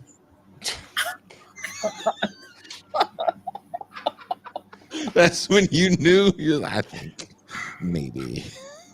I mean, all jokes aside, Toussaint and Pascal actually live, especially Pascal because he's older, in the worst time to be a young person in New York, where the police department is incredibly corrupt. Yes. How does this affect the way you see the world as a young person, Pascal? Because you're still in New York, of dating age, when Yusef Hawkins happens, Howard Beach happens. That stuff jaded me for a long time in terms of the way I look towards police. The way I look towards police to this day, as a result of dealing with New York City police officers. I mean, cops in New York are very, very reactionary, very racist, very reactionary, and it was a bad time, man. It was a bad time. I mean, it wasn't a bad time. I enjoyed growing up in New York, but it was a bad time to deal with the racial politics of New York City. As someone that grew up in a bad neighborhood that actually had the drug dealing and the guns and the bad kids, kind of the only solution that you're really given to Ray's point is we got to lock people up. And that's the only thing you heard.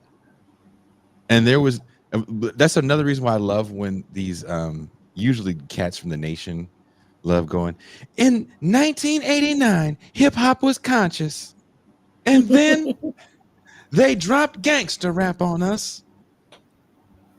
You know, it may have been conscious because the niggas had medallions on, right?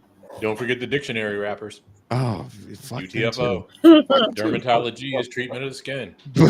But everybody was saying lock up drug dealers because that was going to be the solution. The problem is there's these people selling this stuff that's poison. You're killing your own people. And if we just locked them up for longer periods of time, then everything would be better. Self-destruction. Oh, Headed man. for self-destruction. Self-destruction. You're headed for self-destruction. Right? That's what they were all saying. They weren't saying, give us jobs. You move that factor. Nobody was saying that shit. No, and NAFTA hurt blacks worse than it hurt whites because I think in the 80s, something like 30%, 31% of gainfully employed blacks were employed in unionized jobs. But that And never that becomes number part of the plummeted. discussion. It's white supremacy. 100%. I was Right. at a book fair. I'm gonna have to leave out a name, but I was at a book fair in October of 2008. Can you just say the name, please? No, it's Why? a low rent celebrity. I'll tell you later. I think you know, actually. Can I say in our private chat? Can I say it's Tucson? Yeah, private chat? you Okay. can say it in a private chat. But I was in this book fair in St. Louis in October 2008, and a low rent celebrity who Jason named in a private chat was pitching his book, and his book basically, his pitch conformed to the playbook at the time. I got to put this private chat away because it's distracting the fuck out of me. But anyway, so the playbook at the time, this is again as Obama is about to get elected president, was for the speakers to lay out a factoid to announce their expertise. Then from there, tell you how important it was that we support President Obama. It's going to be a victory for black people. And the rest of it was, let me tell you how much poor black people suck, right? But it was some of us suck. No one ever made the poor part, but that's who they're talking about. And when I asked this person if he was concerned that he was actually inadvertently making the right case for him, he was not.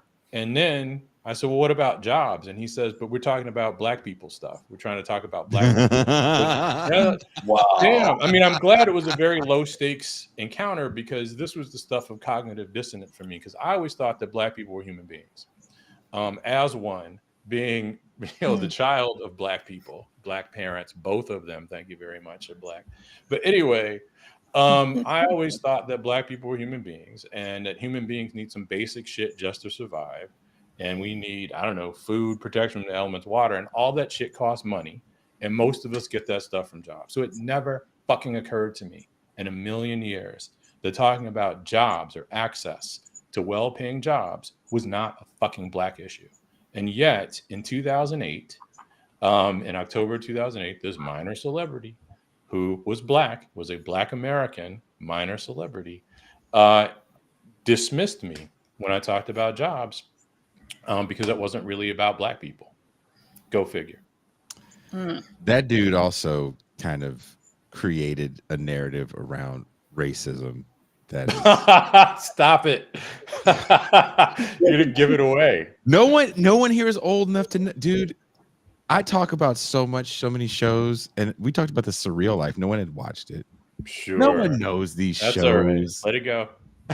Think you better let it go. But Like, that you're afraid they're definition, gonna walk up to you in the streets. that definition that you were Yeah. referencing without Yes. saying, please don't. I won't. I thought it was fascinating that he basically defined race as race with race. He messed up that standard definition in a funny way. You know who actually corrects that is your good friend Ibrahim X. Kendi. Oh, of He course. definitely addresses that in his book. Well, I've never found the racism is power plus prejudice definition compelling. If only because if only, but I wish it was Omarosa. That would have been fantastic. But the racism is power plus prejudice definition for racism, among other things, takes race for granted. When the fuck did race become a thing? And then there's the why. And so, again, if racism is power plus prejudice, then why do we have different words for homophobia, which is also power plus prejudice, or sexism, which is always also power plus prejudice?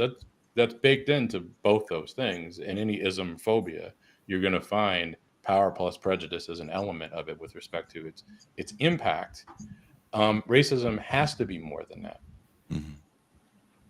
Well, I do want to bring up one quiz because we're coming up on the hour. Some people believe the welfare queen narrative died with the end of the Reagan-Bush era. It lived on under Clinton with welfare reform. In San Francisco, Mayor London Breed is bringing back some of the "if you want services, you have to drug test" reforms. Is the welfare queen eternal? And if so, why do you think that is, Dr. Reed? Well, there's a great book by a wonderful historian named Michael Katz called The Undeserving Poor. And one of the things that's cool about the book is that Katz kind of explores, there's two different editions. There's the original one, which I read in college, and then an updated one that came out, I think, around 2005 or something. The updated one takes you through Clinton.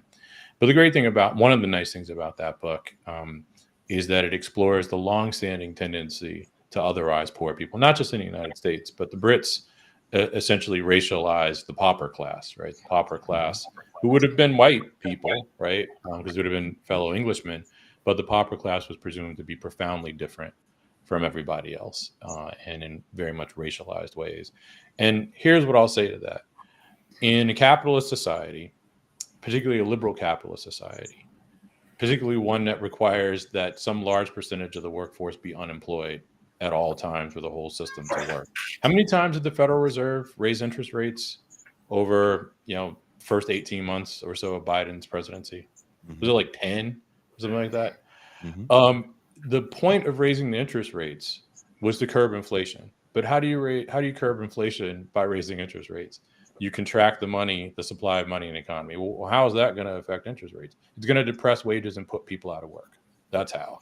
And they're explicit about the fact that the point of raising interest rates for the good of the system as a whole, we had to lop off the gangrene individuals who are overpaid and overemployed by, again, raising interest rates to put them out of work, to cut them off again for the whole system to function.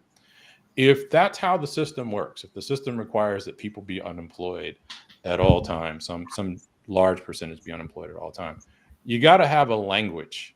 You have to have basically the pauper class language, which would be the underclass language, or some other racialized language, to account for why people are at the bottom, and also why people are at the top too, right? I mean, because there's the flip side of underclass ideology. Underclass ideology makes a massive comeback, or reimagines culture of poverty, rebrands, I should say. It doesn't reimagine, it rebrands culture of poverty as if it's something new. But I don't think it's a coincidence that it gains prominence and becomes hegemonic at the same time that scientific racism by another name comes back, and social Darwinism by another name called rational choice ideology comes back, right? So I would say that you don't need the quintessential, you don't need the narrow, I should say, welfare queen, but you need a large construct that the welfare queen fits in. You need to racialize in a system like this the people at the bottom and the people at the top.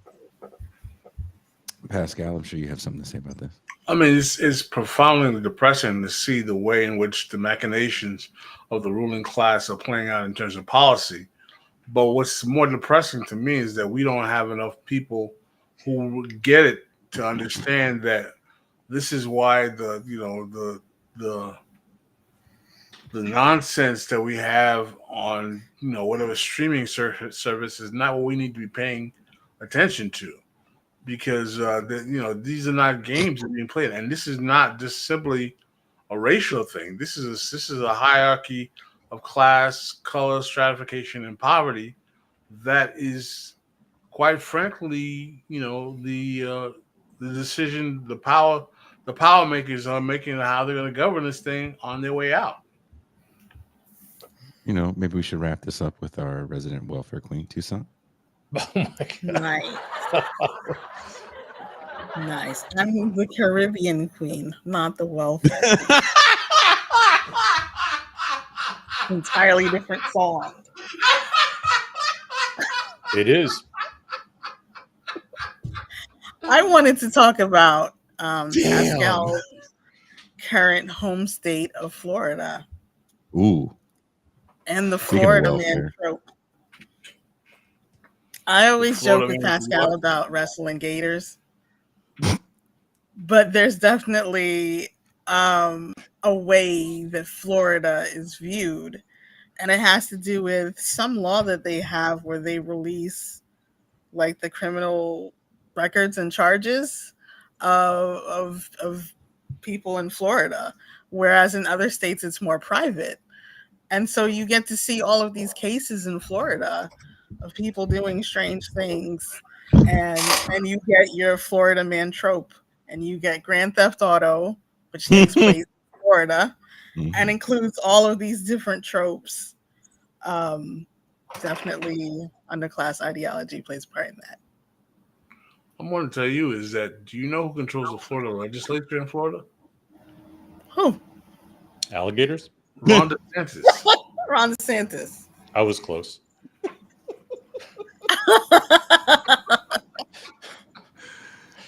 Florida has jacked up politics, man. I mean, just the even the Democratic politics in Florida are a little shaky. It's a state that you gotta scratch your head when you come here and deal with the politics in this town. For sure. And you have to check the toilet for alligators before you sit down. I'll keep that in mind. Ray, do you see the comment? Someone says they know who the celebrity is. It's El DeBarge. Ooh. Bad guess. Bad guess. I wouldn't do L like that, though. I would never mention it. That's rough. So not L. Definitely not L. And he wouldn't have been a low rent celebrity either. There's a lot of people that remember El DeBarge. And if you're outside of our age group and he just walked up, you think it was just some light-skinned old man hitting on you. Watch out, Paul. What the fuck is wrong with you? Which one of my cousins is that? Yeah.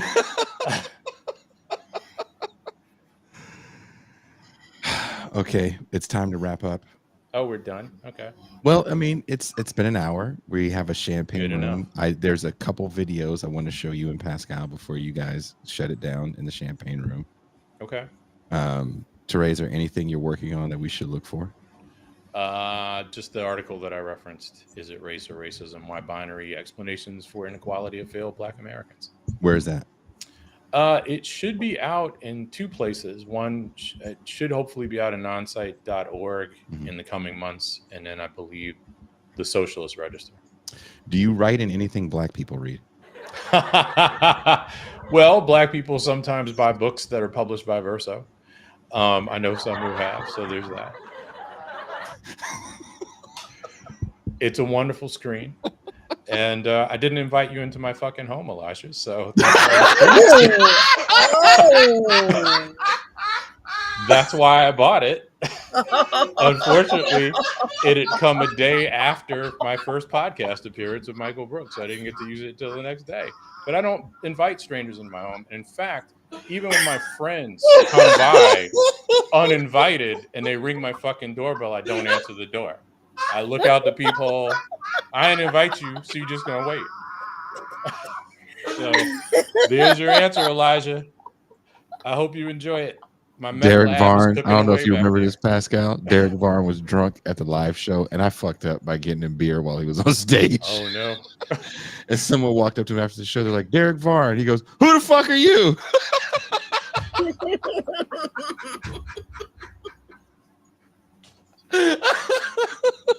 I was like, I didn't invite you to my fucking house.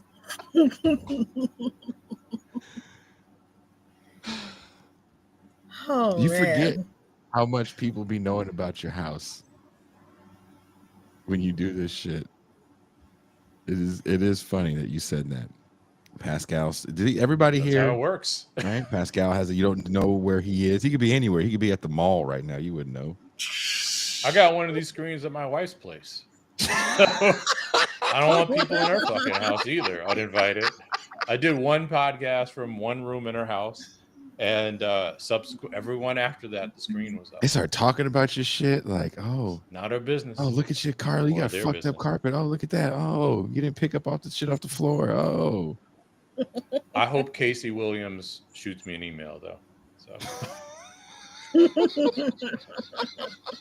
subject line: kid dynamite, please. that's right.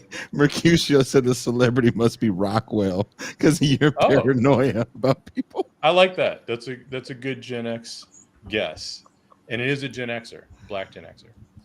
Oh my god. You see? Well, Elijah, you have not been cursed out. Certainly not Reed style. So that was an amused jab.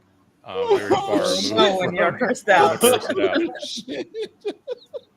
There were no chairs thrown or pulsating eyes. I remember when my dad said to me, I spent 3 out of 4 years in high school grounded. And my dad said to me in that time period, you know how you get so pissed off at a motherfucker that your eyes just can't focus? You just can't see because you're so mad your eyes won't focus. I said, no, that's what's happening. And I never looked at him the same way after I see this Negro's eyes pulsating and shit. He's so bad. I was like, oh, I really fucked up. What did you do to get grounded for 3 years in high school? If I don't invite people into my home, you know, I'm not going to elaborate on that to a generalist audience.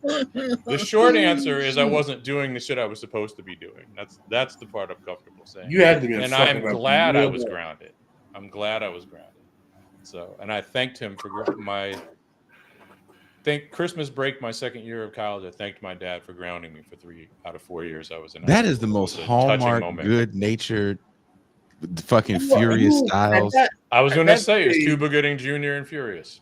Did your dad That cut your stage- hair too? At that stage, Oh no, you're too old to get your ass kicked. And at the same time, the parent has to do something to put the fear of God into the kid. So Hey, my pop would have kicked my ass 14, 15, 16, 17 is when things got complicated. But he had more ferocity, as I found out. I told my son who's 20 now. He was acting up in his teen years. I told him, I said, nigga, I just want you to know I work out every day just to fuck you up. Just to be ready to fuck you There up. you go. My pop was lifting before it was in vogue. I'm doing Rocky workouts just to hear your mouth. Just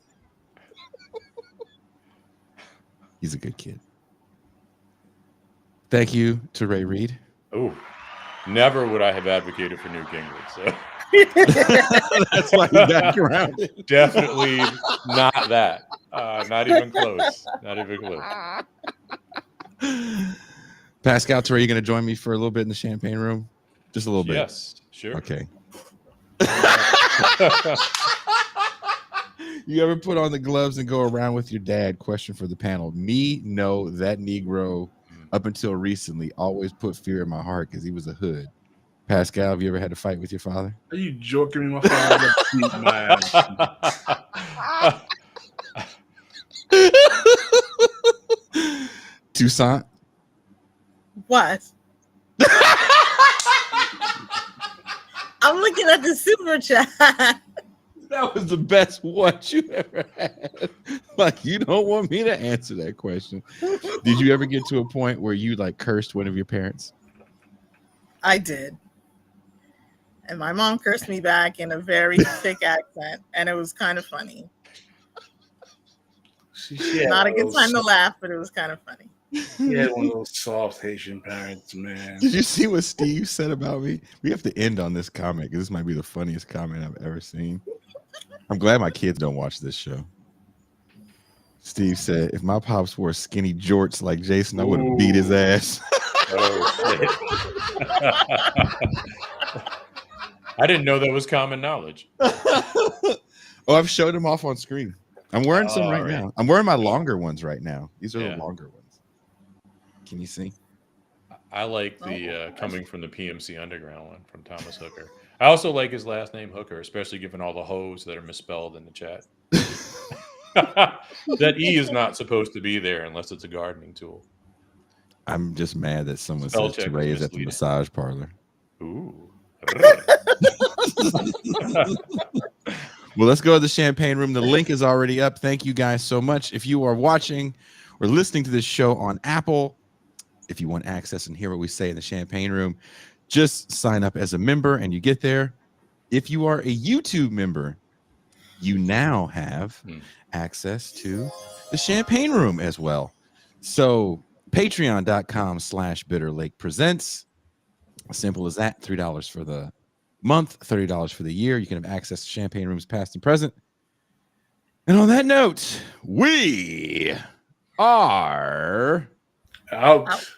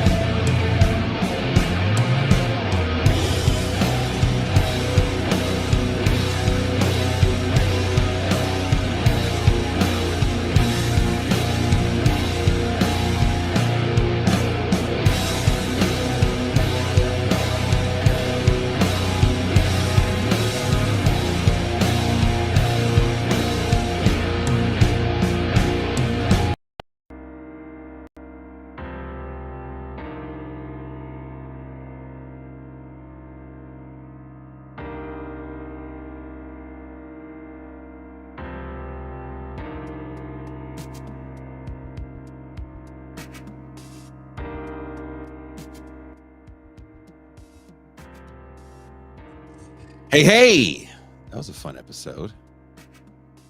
Read more Teray Reed.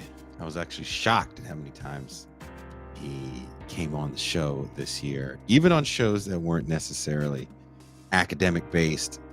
Him and I, as you guys know, if you watch a lot of the Pop Life episodes with Teray, we are horror movie fans and heavy music aficionados. And surprisingly, he came on some of the heavy music shows with me as he was helping me work out some of my theories, if you will, on hair metal. That was one of my favorite shows to do as I'm finishing up writing this piece for the What's Left of Metal Compendium for Revol Press, which is Mike Watson's label. That was a great episode. The Revol shows we've done have been great. Mike Watson's show, which for whatever reason I was trying to actually re-upload it. I've been having like crazy issues with that. It was a really fun show. If you haven't checked out his book, you really should, and not just because I mentioned it. But no, I really liked it. And Bram's book as well, which I think was the first book on the press, and the show we did with Bram, The Darkest Timeline, I think was a really good show. Will that appear on the next episode? You'll have to stay tuned and find out. This last episode we have, what is this? This one was a fun one. Before we get into that, I have a question for you guys. Do you guys like made-for-TV movies? Are you guys fans of those? Is it just me? I love made-for-TV movies. I miss the made-for-TV movie. It's a grandiose time. It was like the last hurrah to me of network television before cable really takes over and dominates.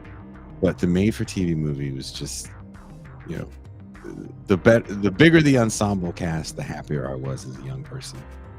There was this one from back in the day called High School USA. It had all the stars from the 50s, because I watched a lot of stuff in syndication on UHF channels. And then it had like the sitcom stars, the young sitcom stars of the current era, so like Todd Bridges and a young Sarah Jessica Parker. She was on a show called Square Pegs, for those that don't remember. Nancy McKeon, who some of you know is Joe Facts Life. And it's a ridiculous show. All these shows were kind of the same. But the older stars were now in playing teachers and principals and things like that. Of course, the young stars maybe are playing a role that's a little different from the role they normally play on their shows. Is like Todd Bridges was playing some egghead genius guy in this thing. A lot of made-for-TV movies used to be about true crime stuff, popular news stories at the moment, and a lot of it in the early days was just trying to capture whatever was popular in the cultural zeitgeist. So I talked about this in the Champagne Room some months back. I found this channel called the Boomer Channel totally by accident, and they were advertising this movie with Linda Carter. Boomer Channel's on YouTube. All the stuff is on YouTube. And I have a crush on Linda Carter. I'm not going to sit here and lie and say I don't have a crush on Wonder Woman. And this movie's called Hotline, and Hotline is where we get Snippy the Elf. There's a lot of characters that we create all on accident on this show. I can't think of one character that we've created on purpose. Yes, everything is on accident. Anti-racist, racist Slick Rick, Pog Chaser MLK, anti-Pog Chaser but Pog Chaser assistant Malcolm X, and the newest character, which is my new favorite, is Snippy the Elf, and it comes from this movie Hotline. And in this movie, Linda Carter plays a sassy bartender who meets a man at the bar who runs a 800, I think, suicide prevention hotline. And he's like, "You're so sassy and good with people," which is weird because she sees him. He sees her kind of tell off a man that's being extremely offensively forward with her. And he goes, "You'd be great for the suicide prevention hotline. The way you told that guy to go fuck himself would be great for what we do." Anyway. And this movie is trying to take advantage of the kind of slasher phenomenon, because I think it comes out in 82, which was really popular at the time. And so Linda Carter gets a job at the hotline, and someone's calling her, and they're confessing these crimes, because the side plot of the movie is there's these murders happening in Southern California where the movie's taking place. And the murderer is calling Linda Carter, but he's disguising his voice.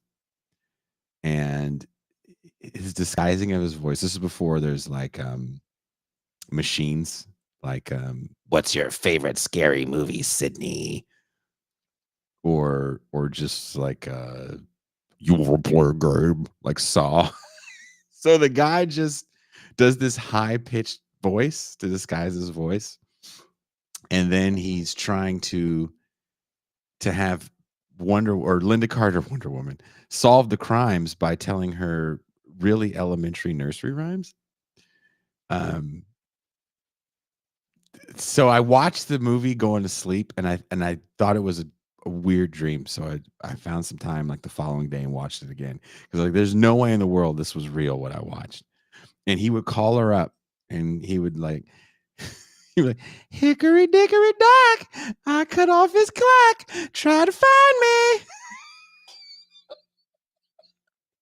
And I believe TIR commentator Kushlook coined the term. What is this guy's name? Snippy the Elf. We've even had people call in as Snippy the Elf on some of the call-in shows. I think Snippy's funnier than Pog Chaser MLK right now. I don't know why. Maybe because that is a character based off a freaking movie that I didn't think was real. And he doesn't say he cut off his cock, but he does say something along those lines. It's free. Watch it on YouTube. It's called Hotline. If you can sit through it, it's old and the transfer wasn't very good, and so it's really dark. But it's a hoot. So I love made-for-TV movies. So because I watch that, I get all these recommendations for more made-for-TV movies, which I'm all about, right?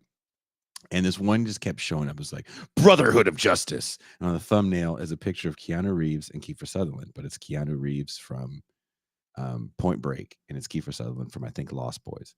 So I've never heard of this film. Here I am thinking I'm pretty well versed in the cinematic career of Keanu Reeves and Kiefer Sutherland. I'm fans of both those people. I grew up in the 80s and watched all the movies that those people were in because I knew they were going to be quality 80s cinema. So I never heard of Brotherhood of Justice. I don't know anyone that has. If anyone's watching this right now, like, oh, I watch this all the time, I'm going to call you a liar. It was a made-for-TV movie that I had never heard of. And I couldn't tell you what channel had this, but it just kept popping up. So the other day, I'm like, I'm going to watch this. As I'm taping this today, this was the day before yesterday I watched this. And I contacted a friend of mine who also enjoys made-for-TV movies. And I'm telling her about this, and she goes, oh, I've seen that. I was like, bullshit, you've never seen this. And she starts telling me about it. I was like, oh, fuck, you're the only person I know that's even heard of this crazy-ass movie. And when I'm watching it, a lot of made-for-TV movies, kind of like Snippy the Elephant Hotline, they're these ridiculous attempts to cash in on whatever's popular at the time with either unknowns. Like this movie, these guys were kind of unknown at the time. They weren't really big stars. Keanu, I don't even think he's done River's Edge at this point yet. Kiefer Sutherland hadn't done Stand By Me yet because that's how old this movie is. Lori Loughlin's in it. So it had a cast full of people that you had seen in other things. It was a really good cast. But the movie is about a bunch of rich kids in anywhere America suburb, right? I think they make up a name of a town. And these rich kids don't like the fact that there's some crime happening in their school. And there's this scene where some ne'er-do-wells who are masked break into the high school and like just wreak havoc. They go through people's lockers. They went in like an equipment room and put holes in all the like balls for the equipment and spray painted some stuff. Just kind of crazy bullshit that I can't really imagine anyone doing that isn't in that school. And I can't imagine anyone wanting to do something so ridiculous. But anyway, it's a movie, right? And I'm like, this is a dumbass plot line. And so the principal's upset, and I guess there had been some crime. These are all kids are supposed to be well-to-do. So the whole thing is Keanu Reeves is like the star quarterback. And he's the most popular kid in school, and he's got like a 4.0 GPA. His dad is rich. He's got everything going for him. He is James Spader in every 80s movie, except he's not really a doucher. He's almost like a rich, intelligent version of the Bill and Ted movies because he's still got that kind of goofy walk about him and this weird, dude, I don't know, kind of thing going on. And he's dating Lori Loughlin, who is playing a working class girl that has to work multiple jobs to get by in high school.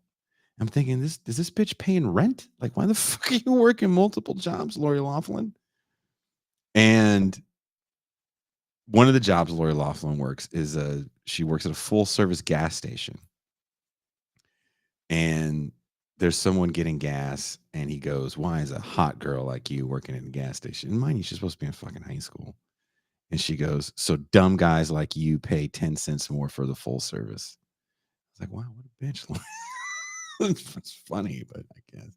So anyway, Keanu Reeves is like mad because she doesn't have time for him because she has to work all these jobs. And then she takes another job on where she works with Kiefer Sutherland, who is kind of like the JD character in Heathers without being a psychopath.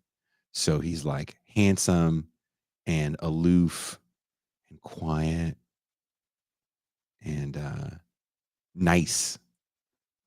And Keanu Reeves' character isn't necessarily mean. He's just this weird goody-goody. When you watch a movie like Death Wish, for example, 1 through 5, it doesn't matter. Any Charles Bronson movie post Death Wish, right? 74 on, Charles Bronson movies are always about vengeance Steven Seagal, similar storylines, right? They've been wronged and they have to exact vengeance. Which is what I thought this movie was supposed to be. But there's not really much wronging that's done to these kids. The only thing that is Keanu Reeves' character is kind of a doucher because he's like bitching to Lori Loughlin. He's like, when are you going to have time for me? And she goes, well, hey, my dad's not rich and I have to work. And he goes, work is dumb. Like, wow, you're a shitty rich guy. So him and his friends are upset about what's happened at the school. And the principal, who's was in this show, Hill Street Blues. He was one of the cops in the show Hill Street Blues. He basically tells the students they need to be a little more vigilant, and he goes to these rich, well-to-do, and again, popular kids in this high school, and it's like, hey, you guys are like basically next level hall monitors. You guys call out bad behavior. And one of this clique of kids goes, what the principal was asking us to do was like not just call out bad behavior, but stamp out bad behavior. And bad behavior stems from drug use and Mexicans.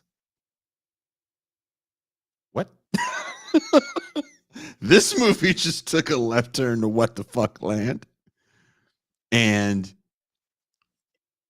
so they're trying to stop drug dealers from selling drugs, which I thought was weird. I'm like, high school in the 80s, wasn't everybody just doing fuck tons of blow? Like, I know people that went to high school in the 80s.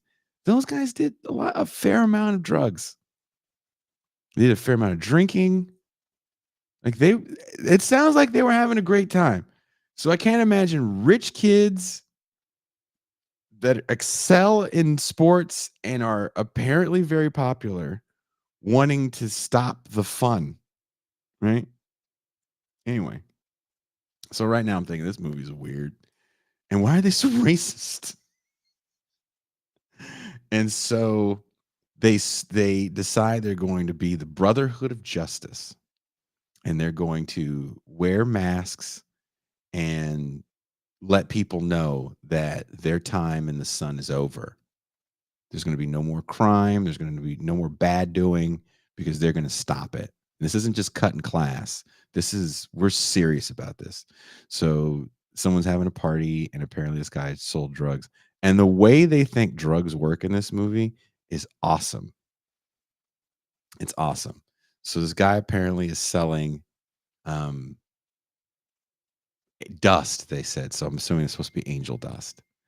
And so he's having a party where people are having a very calm time. There's no like sexual assaults.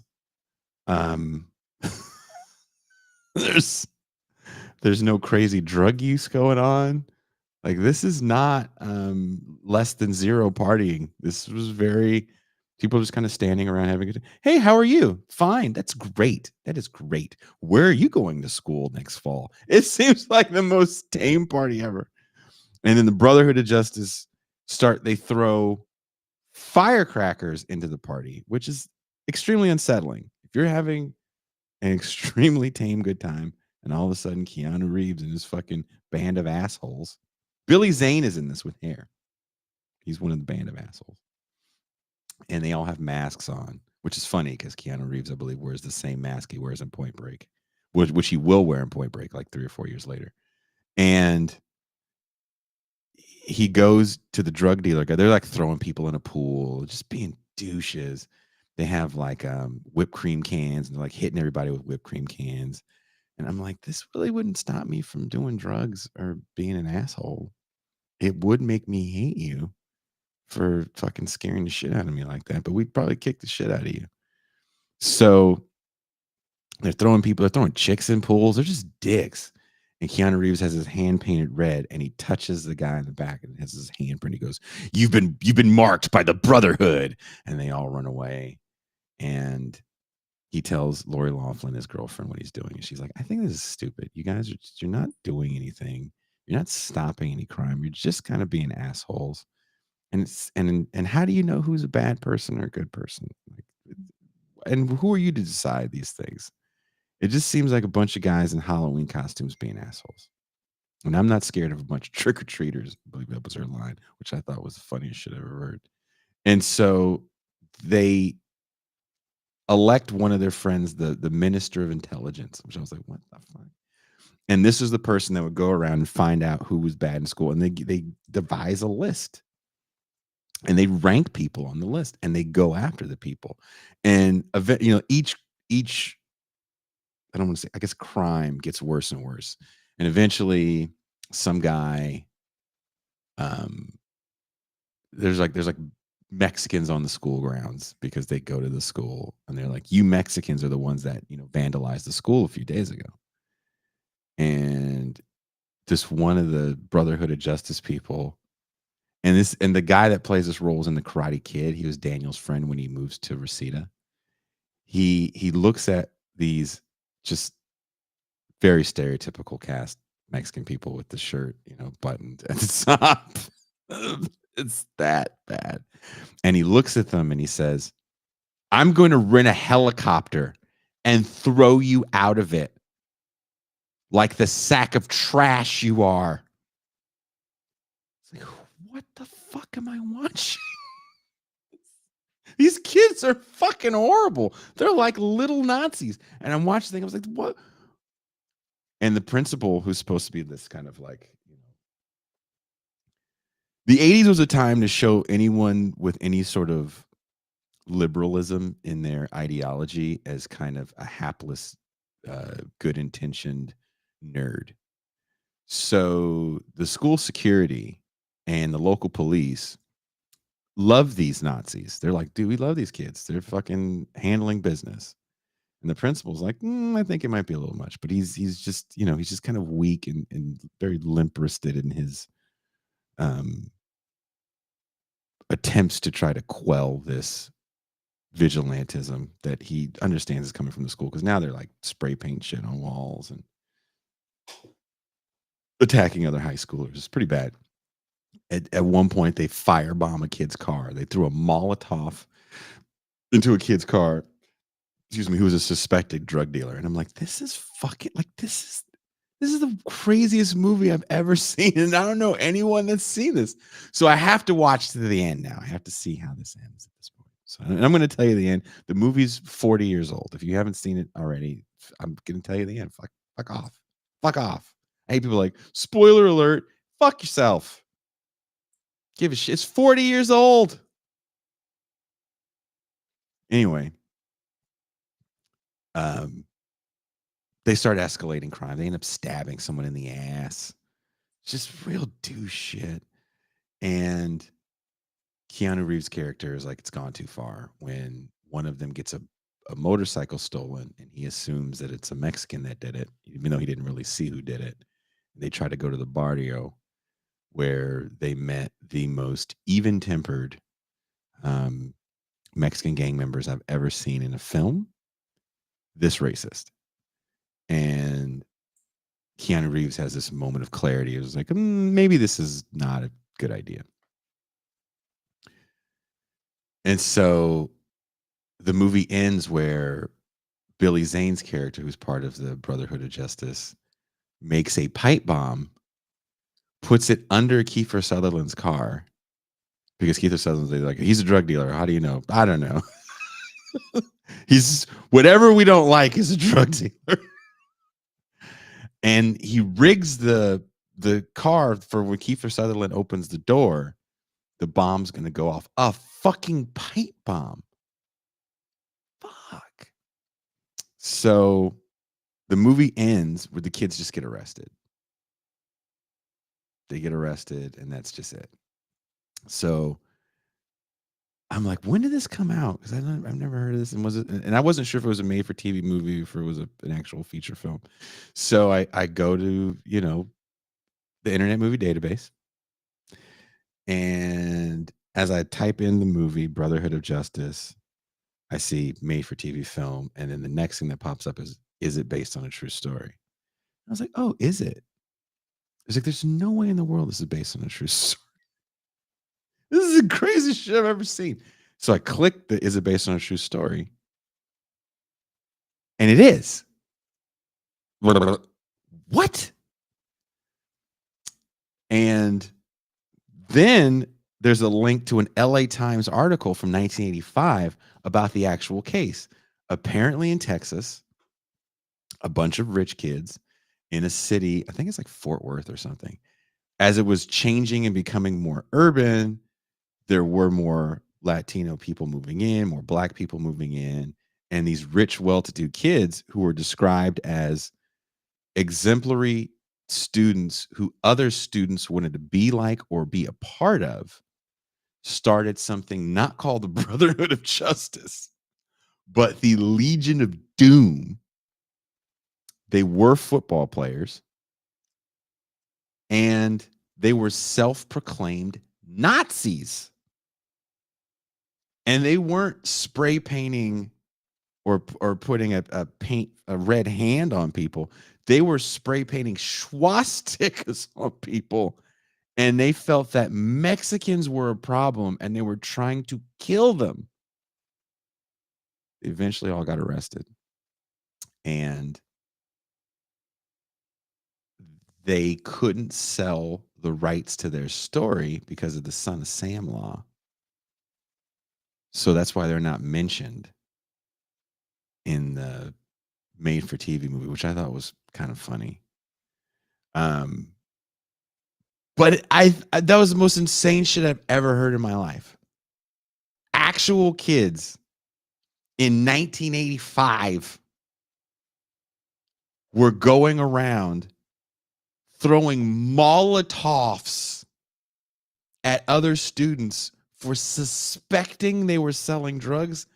That's fucking insane. That is the most insane shit I'd ever heard. That is some next level. I don't think Charles Bronson throws one Molotov in the Death Wish movies. There is a scene where he throws a glass of water on Danny Trejo and he explodes. But that's some weird canon film movie magic. Insane. So this episode, the last episode tonight, is the bourgeois nature of polyamory. This show did better than I thought. Sadly, this is the only appearance so far on the channel of Tyler Austin Harper, someone I do speak to. Been trying to get him back on the show. He will be coming back on the show. He's like the hot take king of Twitter. Don't know what we're going to have Tyler on to talk about, but this was fun. He wrote a review of a book, I believe, about polyamory and the bourgeois tenets of that lifestyle, if you will. So check that out. Enjoy. We'll be back to go through 3, 2, and 1 another day. So on that note, I am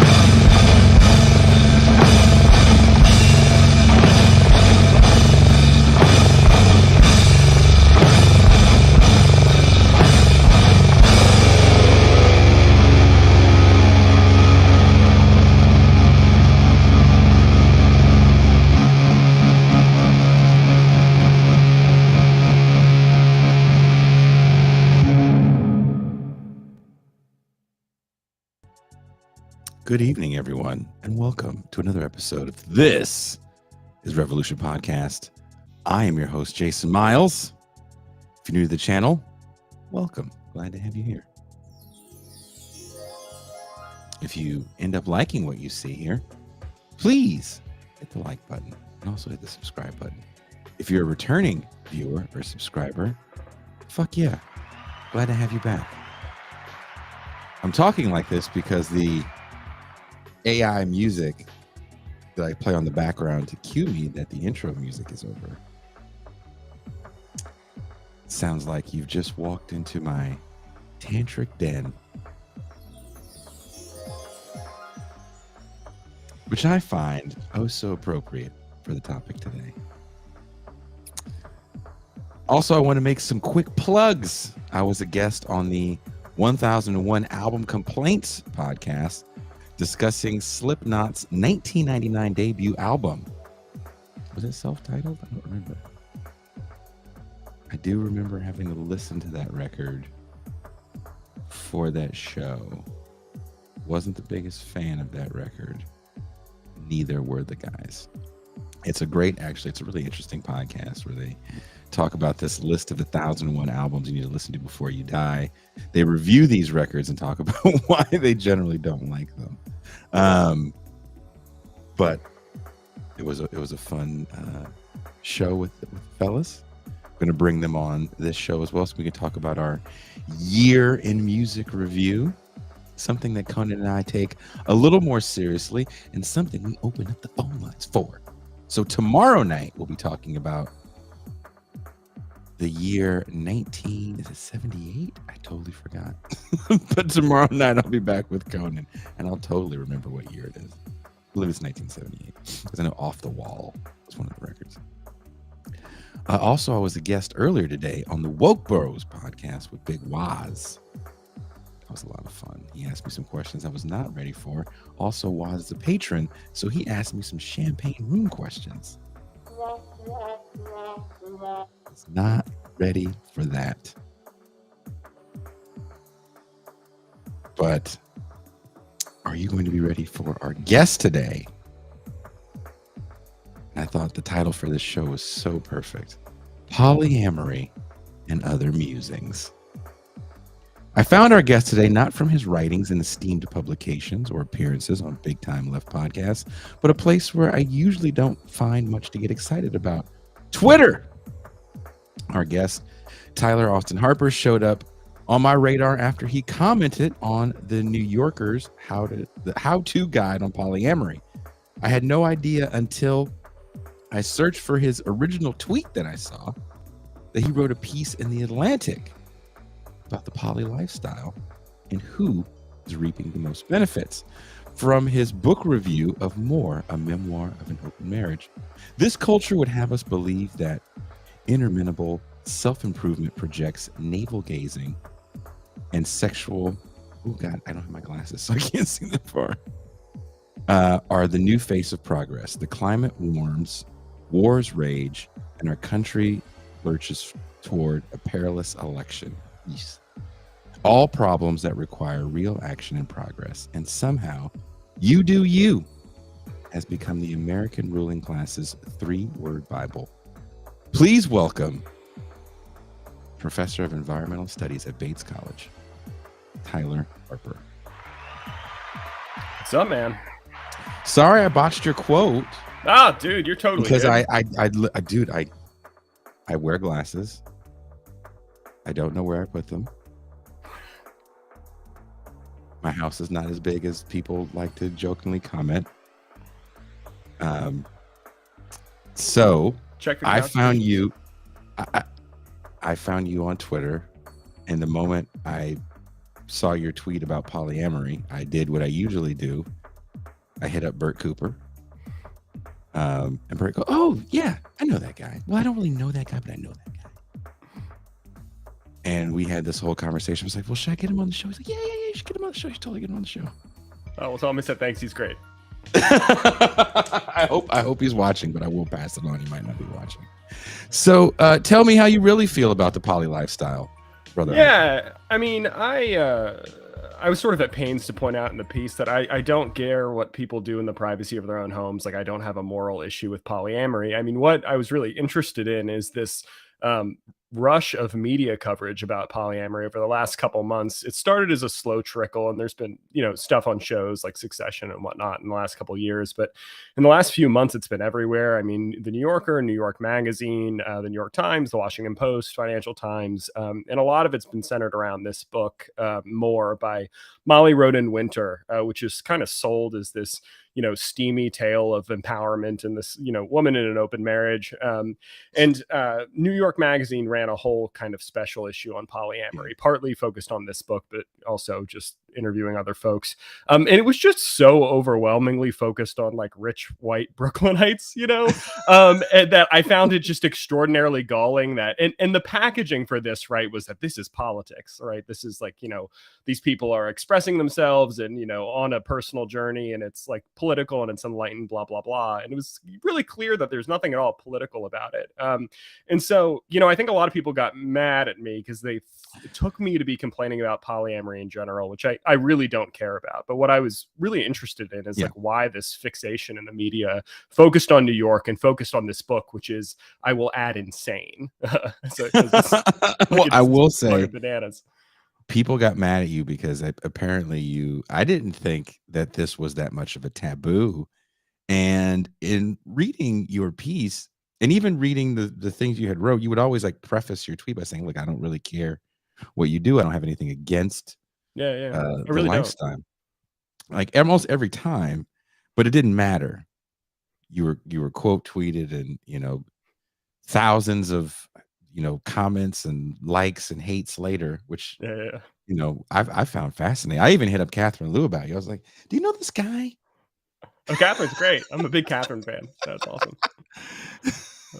People went so far as to say that you weren't even black. They Joe Biden'd you. Oh, dude, I get Joe Biden all the time. My favorite one, I did a review a couple months ago, and someone was like, "Why was a white guy with 3 names asked to write this review?" I actually really like that one. Some of them are pretty funny. Like, I mean, as long as they're like funny, I think it's great, But yeah, I get Joe Biden a lot. Yeah, I was like, damn, they're Joe Biden the hell out of this guy, and he didn't even say anything mean. I can imagine if he was actually mean. I thought what you had to say on Twitter is, it's the Atlantic. I know you can only go so deep, but it wasn't just New York socialites you were talking about. You were talking about kind of a class politics that enables you to have a certain amount of freedom. In your piece, you talk about something called therapeutic libertarianism. Can you map that out for us? Yeah, I mean, it's what I refer to this idea that I think is really commonplace, particularly in kind of, what gets called coastal elite circles. This idea that personal growth is the ultimate good, right? That we're all on a journey of self-discovery, and that, what we need to do with our lives is self-actualize, as it gets called, right? And this is therapeutic in the basic sense that, it starts from the assumption that our lives are self-improvement projects, and we need to work on ourselves, and that's the ultimate good. And it's libertarian in the sense that it basically thinks, anything goes as long as, you are realizing your best self. And there's this kind of market logic to it, I think, where, we're supposed to deregulate our desires and remove any constraints that, society imposes on us and just grow. And so, yeah, I kind of see the polyamory stuff as basically just an iteration of that kind of, therapeutic libertarianism. I think you said something along the lines of this is kind of the result of, maybe you use the term late stage capitalism. Like this is the most kind of obvious maturation that we get with relationships where, it's harder for us to live single, and why not just get a polycule? Yeah, I think what bothers me about the way this has gotten talked about in the media and covered on Twitter and so on is exactly that, right? Like it's often the enthusiasm for polyamory that you're seeing in these like kind of, elite magazines and circles is often kind of masking problems stemming from inequality, right? So you'll read these articles about how young people are more sexually enlightened and they have multiple partners and they're living all in one house together and blah, blah, blah. And then you like dig deeper and it's like, well, they're all poor and they have no money. And like, that's not to like denigrate the choices they want to make in their romantic lives, that's whatever. But like, it often seems to me that these things are symptoms of the hollowing out of the social safety net and like, you know, wage stagnation and all these, and the housing crisis, right? And like, rather than be like, oh, this seems like a problem, people are like, oh, well, just it's great, the kids are fixing this by living 6 to a house in their polycule, right on, you know. Fuck the problems away. Yeah, fuck the problems away. Exactly. Fuck the problems away. Do people call you a conservative? Yeah, I get that. I get that kind of a lot.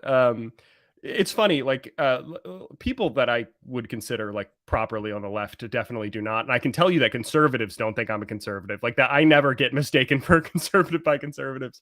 But yeah, I definitely get that kind of accusation. I mean, a friend of mine was talking to somebody in kind of a New York, you know, media space, and was like, I read a couple of Tyler's articles and I really like them. It's such a shame he's a conservative.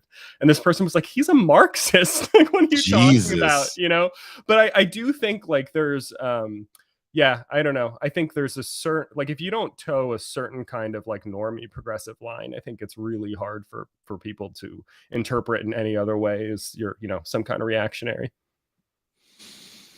What does that say then about this current iteration? I don't want to say iteration, this current stage of leftism that we're in 2024.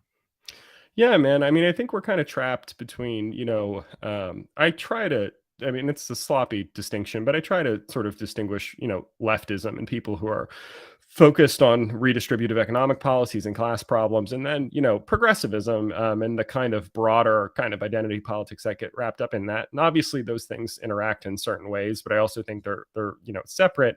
And I do think it's, you know, everything has become really tribal, and it's really hard for people to figure out how to interpret statements or politics that don't hew neatly in a camp, you know? And so, and particularly if you're like Black or if you're of color in some way, right? Like if you're not towing a particular normie progressive line, people get uncomfortable really quick. And then like if you're Black, what happens is that people accuse you of like either being A, self-hating, B, like deluded or stupid in some way, right? Or C, most often that you're like a grifter, right? Like I get accused of you know, being some kind of like anti-woke grifter that's like raking in the dollars all the time. I can assure you that if there was somebody who was willing to pay me to be like a Marxist-y anti-woke person, I would take their money. So if you're out there and you want to pay me for it, please, I will take your look. We can money find, bags. we can find out right now. Yeah, I've yet to find that. I don't know. The test is. I have the test. It's behind you. Is that an Epiphone 355 or a Gibson 355? It's neither, man. It's a Heritage 535. Oh, and are you left-handed? No. Okay, that's just the reverse camera angle. Okay. Yeah. And what kind of amp is that? It's a Vox AC15. He could have the big real rig in another room. Yeah. So I keep everything out back. Yeah. Because I'm like, okay. I'm looking at the guitars. I'm like, okay, this could be the deciding factor. All right. He's got them on kind of regular people stands. They're not hanging on the wall. You have to zoom. They're hanging on the wall, then I would assume you're rich. Yeah, exactly. Yeah. He has. I at least have a stud finder is what that means. So, you know. Yeah, there you go. Real musicians' guitars hang on the walls, or they're in their road cases. Yeah. That is true. I believe that. There you go. What kind of music do you play? I just want to know now. Now I'm being nosy. Blues mostly. I was really into death metal in high school and like shred guitar. So I was, you know, that was kind of my scene. And then, you know, after college, it's like just a lot of work to keep up with that kind of thing. And so I got more into blues in the last, I don't know, 10 years after college. I don't play a ton. I used to play a lot. But, you know, I try to get in 20 or 30 minutes a day, but nothing serious. So I can't send you some of my signature model strings. You certainly can, dude. You're gonna have to do a neck adjustment. They're 73 to 11. Oh, right on. Yeah, I have a Strat back there that I put 11s on. Okay, but these 70, so it's like a really heavy, yeah, low E. We are joined today by another member of the TIR crew that was very excited that you were going to be here, Mean Gene Bajlan. Hey, greetings, fellas. Howdy, man. How is it going this fine evening? Are you at the Gene, polycule talk yet? you already missed it. Yeah, the I did miss polycule the already polycule happened. talk. Yeah. I was stuck. I was stuck. You should have told those students to fuck off. You're going to talk about your make-believe life. No, I take my teaching job very seriously. He's just saying that because he's on air. Exactly. In his office, it looks like. I recognize him. Are you in your office? I am in my office. That's true. Yeah, I'm in my fine academic office. Fine. Well, Gene, well, let me ask you, Gene, because you wanted to sound off about polyamory. Did you read Tyler's piece? I didn't even get a chance to send it to you. You didn't send it to me, so no, I didn't read that piece. But I did see the Twitter feed. I did see the Twitter thing that it was based on, so I can comment. Great. Well, go for it. I mean, yeah, I think first thing needs to be said. I don't care about how people live their lives, right? This is not a moral condemnation of people living in polycules. My grandpa, he had 3 wives, right? I guess you could call that a polycule, right? Sure could. A religiously sanctioned polycule, but a polycule nonetheless, right? So that out of the way. So this is not a condemnation of this way of life. People should be able to live like it. And heck, I even see some advantages in it. You know, if you have like a mixed family, you could look after kids together. That's probably really great and things like that. You know, I think that's fine.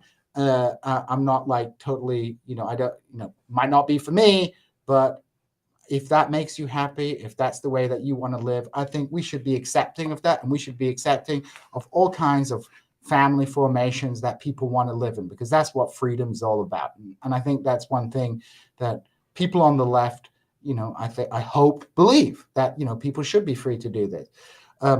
But it is I think there is kind of an interesting trend taking place where I've seen a couple of articles about like these polycule relations and, the dating apps, and it's like the fast fashion of love. And that's good. It just feels that we're being told to have disposable relations. It seems like there's an alternative morality that is being pushed, as it were. And I find I'm interested in the political economy, perhaps, behind this thing. We live in a world, during the Fordist era, the nuclear family was a critical element of supporting that Fordist system, because you had the social reproduction being done by women as unpaid labor, but that was critical labor to allow to have your single breadwinner. When you talk about, having a single breadwinner in the house, that's, people tend to think of like, oh, you only have one person working. No, you have 2 people working. It's just you have a division of labor in which you have the domestic work. And I think feminism in the 1960s, I'm not an expert on this, there was a big push to look at feminism, look at, domestic work as a form of labor. But it seems now in the kind of gig economy, we're being told to have gig relationships. And, you want to have and maybe I'm mixing this up with the kind of the sex app thing, but, instead of having these like long-term relationships and settling down with roots, you have to be flexible, you have to move, that you have to do that in your work life. And now it seems that this idea is being legitimized in the public, to the public, as a reflection of the changing political economy of society, where no longer, like, it's difficult to be a nuclear family now. It's just really hard to be, even if you want to live in a nuclear family, that's just not an option for a lot of people. Now, maybe some people don't want to do that, but maybe some people do. Maybe some men want to be stay-at-home dads, with the woman being the person working out in the public sphere. Maybe some people want to have the man working out in the public sphere and the woman at home looking after the children. It's not about like who does the work, but the idea that you can have a family unit where one person brings in the money you need to survive and the other person does the social reproduction, which is a kind of logical division of labor, because raising kids is pretty freaking difficult. It's a full-time, it's a very full-time job. you know, that's just not feasible anymore. So, you know, what's the solution to this? Well, you know, don't have relationships, long-term relationships, or, you know, fly between polycule and polycule, and you know, don't put down roots. Wow, Gene, I feel like you're talking shit about me. It's fucked up, man. Oh, by the way, I'm not going to talk about the incident, but I told Sarah about it, and she's very disappointed in you. No, man, dude, I think you're right. I think there's something to that. There's a conservative social critic from the 1950s named Robert Nisbet, and he wrote this book called The Quest for Community, which is actually really good. And in that book, one of the things he says is that like, conservatives are always prattling on about the decline of the nuclear family. And they say, like, what's being lost is family values. And he's like, that's nonsense. The reason the family has declined is not because people stopped valuing the family. It's because the political economy changed. And he pointed out that in the 19th century, a huge percentage of the American public worked on farms. If you owned a farm, you needed a huge family because a family was free labor, right? So that led to having these like really big kind of family units that were close knit, because that was how you were economically productive. And then, you know, as you know, industrialization happens, and then the farm and agrarian work declines and industrial work increases, suddenly it's possible to have smaller family units and still be economically viable, right? And so what masquerades as cultural change is actually just downstream from these material changes. And I think that's, you know, you're absolutely right about like gigification and you know, it makes a lot of sense, as in it's probably no coincidence that at the same moment when it's, you know, we have less workplace stability, more precarity, less geographical stability, when we have to move across the country for jobs routinely, that we can't stay in the places we grew up or went to college or whatever, that there would arise the popularity of, you know, a form of romance or dating or family organization or whatever that is more plastic, more flexible, etc. Right. And so, and I think that's my issue with how you know, the media discourse around polyamory has been framed. It's like it's being positioned as this like rational enlightenment progressive thing, when it's like clearly downstream from, you know, various social and economic changes in the last couple decades. And then also, you know, dating apps I think are a huge part of this. I mean, you know, I think you pointed out that, you know, we're kind of encouraged to see people as fungible and exchangeable and as kind of commodities that we can you know, get infatuated with and then set aside. And I think that whole view is downstream from big tech dating app stuff, you know. And I mean, I think polyamory in a certain way is kind of a logical outgrowth of, you know, the changes brought about by in dating by apps over the last 2 decades. Well, we will be talking about dating apps and our possible addiction to them, as there's a class action lawsuit going on. Oh wow, that's Saturday. That's crazy. Saturday on This Is Revolution. We have a super chat question here, and I'm too old to know what this is. Thank you very much, Dizzle McFizzle. What's the panel's opinion on the concept of twink death? Is it real? Is it fake? Discuss. I don't know what that is. Yeah, I don't know what twink death is. Man, I'm not cool or young enough anymore. I'm afraid to even try to guess what it is. Are you looking it up, Gene? I'm looking it up on my work computer. Oh, that does not sound like wise. Oh, twink death. Loss of youthful appearance as a result of aging. Oh, so it's not okay. My mind was somewhere else. Can you repeat it one more time? Yes, I think people get older. Wait, so what is it now, Gene? I think it's just a new way of saying you're getting old. Oh, that's it? It has nothing to do with a loss of a twink's youthful appearance as a result of aging. Just twinks in general? I think the category twinks or just people? I think I think it's the category of twinks. Okay, so it's when were you ever a twink? Logic drop this. Were you ever a twink? Any of you guys? No, I don't think so. Can black people be twinks? Yeah. Yeah. Do they have black twinks out there? You thought it was reserved for you Google that too, man. I'm sure you can find it. I'm not Googling that on my computer. You'll get a visit from IT. HR and IT, all the HR, IT, campus security comes in. Yeah, I'll get DEI'd. Absolutely. I'll have to go to a lot of twink sensitivity training. That is not where I you get wanna yelled at be. by a woke Karen. You know, it's like you have two types of Karen. You have Taylor Lorenz, or you have libs of TikTok. Yeah, you do. One of those will get you. No, I never go into incognito mode. Come on. The chat's asking me if I go into incognito mode. No. Keep everything out in the open. Main browser on the work computer. Main browser. It's like I'm Well, doing research. let me ask both of you guys this. You probably don't see this as much, Gene, because you're no longer dating, so you only talk to. Well, maybe your students do this to you. In your piece, you speak a bit to the prevalence of therapy language, something that's in the lexicon of everyday speak now. What is your take on like all this therapy language in everyday speak? Everything is triggering. Everything I don't like is trauma. Yeah, man, I think it's everywhere. I will say I don't. I think this gets blamed on like young people a lot and like Gen Z and their snowflakes and blah blah blah. I generally don't find that to be true. Most of my students and young people I encounter are fine. I think it's really like kind of my generation and older that is the problem with most things.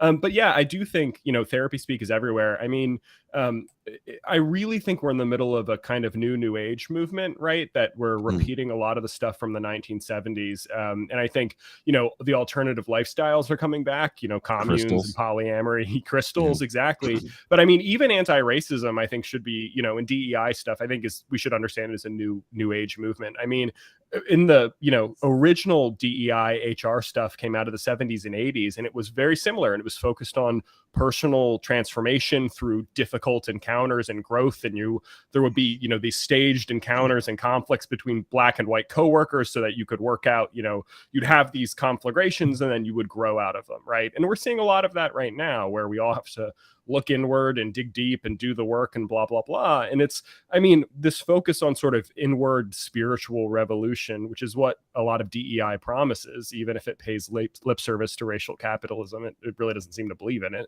I think it's all new age stuff, and it's all drenched in therapy speak. I all see it as part of this, therapeutic turn inward that suffuses so many of things that, we're told are supposed to be radical, whether it's polyamory or HR and DEI or whatever. Gene? I would agree with that.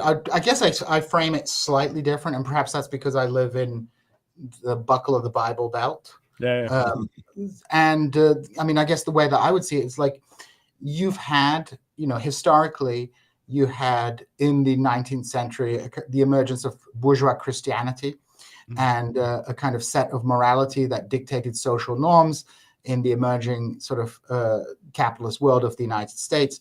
This is not pre-modern Christianity we're dealing with here in the United States. We're dealing with something that's fundamentally modern. So, and as a kind of, I guess, as a digression, in the pre-modern era, religion was a fact of life. It was how you understood the world. It was the world you lived in. You lived in a world of magic. But with the disenchanting of the world, religion becomes, it becomes a functional set of moralities. That's not unique to the Christian world. That's the Islamic world is similar to that. The example I know, I assume India and other parts of the world have similar trends in terms of spirituality. And the way that I see kind of, let's say, for want of a better word, and I don't like the word woke, but this woke stuff like the DEI, critical race theory complex, I see that as an alternative set of bourgeois morality. So you have, you have two forms of progressivism almost. You have the reactionary conservative progressivism, which wants to utilize the state to impose one certain set of morality on people. And then you have, liberal progressivism, which has a different set of mores and morals, which are not necessarily religiously sanctified, but are almost metaphysical in the way that they approach society. You have you have like these, and Toure Reeders talked about this before. You have this kind of acknowledgement that race is a constructed category, but functionally you have these things as being treated as innate categories of people. So kind of like a trick of the wrist, as it were, like saying like, oh, it's constructed, but then acting as if it's, innate and determined. So, I guess I would see the whole DEI thing as the ideology of a new emergent sort of multicultural, multi-ethnic governing class. I mean, even with the kind of 1619 Project, which is framed as a critique of, the American national narrative, the way I see it is actually not as a critique of American nationalism, but as an alternative nationalist narrative, which places the Black professional managerial class at the center of that historical narrative. So, there's a great book by my old professor, John Hutchinson, who called Nations as Zones of Conflict. When we look at, nationalism, we often see it as like one nation versus another nation, but often very deep conflicts are conflicts over what it means to be part of the ostensibly same nation. And what we're seeing here in the United States, these two alternative visions of what the United States is, a liberal progressive and a conservative progressive. And I know that sounds contradictory, but the reason I say progressive is because both sides in this conflict want to utilize the state to impose their favored set of morality on people. Now, as a side point, there are certain things that the liberals are right on, like we should be accepting of different ways of life. We should be accepting of different gender identity, of different cultures and things like that. But the problem comes in is the way that this is imposed. I did I fired off a tweet the other day about like everybody, the only people I ever see getting mad about cultural appropriation are professional managerial types, right? Oh, 100%. Yeah. People of color, the very same people who like to like ventriloquize the global majority, right? For the white people. And then you kind of woke Karens who are like, you should give you an example. My wife did a post on Facebook, did a post one time. And on the post, she had a fist, I can't remember what even. And then somebody was like, that's cultural appropriation. I was like, do you fucking think Black people in the United States are the only people who raise their fucking fists? Wow. That's awesome. Like, my wife is Iranian. What do you think they were doing in 1979? They were fisting everybody. That's so good.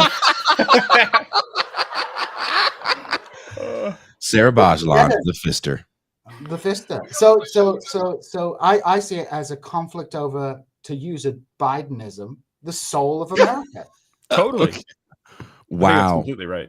Well, I want to, let me ask you guys this. We're talking about cultural appropriation. I was having a conversation earlier today. Big Waz wanted me to weigh in. Oh, wait 1 second. Stop calling me a trot. Everybody's always calling me a trot. I'm tired of it.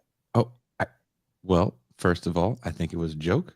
We're going to have to tell you to calm down a little bit. You can't come on here if you've been having all the caffeine. Baby. Coming in hot. Like, Jesus Christ, I don't know what's going on in the faculty lounge, but yeah. You might be 2 rails in. Yeah, exactly. No, I'm in Missouri. There's no alcohol. Faculty lounge mirror. You said there's a lot of alcohol. Oh, you're not allowed. You have to get. I think you have to get permission from the president's office to bring alcohol onto campus, which is bizarre because in England, like, I used to get hammered. They used to have wine receptions all over the University of London. You wouldn't have to buy a drink if you knew where the right departmental wine reception was. Oh, that's crazy, man. Yeah, we're not so strict. If my employer is listening, my office is not full of booze or cocaine. But yeah, I mean, I've never been told not to fill it with booze or cocaine. It's not Gene's office, is what you're saying. Exactly. Yeah. Gene, I don't think you've seen American Fiction, but Tyler, you've seen American Fiction. Yeah. That is a movie where literally characters in real life in the book are exchanged for white people. Black characters are exchanged for white people. Why don't we call that cultural appropriation? And how did you feel about American Fiction, Tyler? Yeah, I really liked American Fiction. And I think, the things that people didn't like about it, I tended to think were on purpose, like whether it was the the way the like family narrative, you know, so as you know, American Fiction kind of juxtaposes a family drama to this, you know, craziness around the publishing industry and their weird race fetishizations and so on.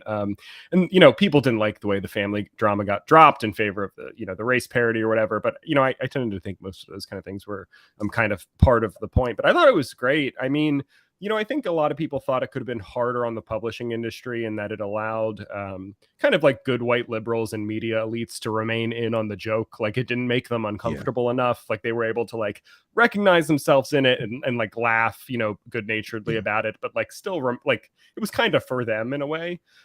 But, you know, I don't know how these people think the movie could have been made otherwise in the way that it was made. You know, like that's part of the point, is that it's like really hard to make, you know, black art or you know, do black discourse that doesn't in some way always end up like catering in one way or another to, you know, the people who are paying for the movies, which are largely not black people. And so, yeah, I mean, I thought it was great. But this movie had black producers. Yeah, no, it did. Yeah. You know, Boots Riley, I think, is a perfect example of someone that can make very interesting art with, I guess we'll call it black art. He's a black man. Yeah. And I don't really feel like he has to sacrifice much for it. They're definitely smaller films in scope, but he doesn't have the production names behind him of note, right? There's no Lee Daniels making Sorry to Bother You or I'm a Virgo. There's no Oprah Winfrey behind him. There's no Tyler Perry behind him. Yeah.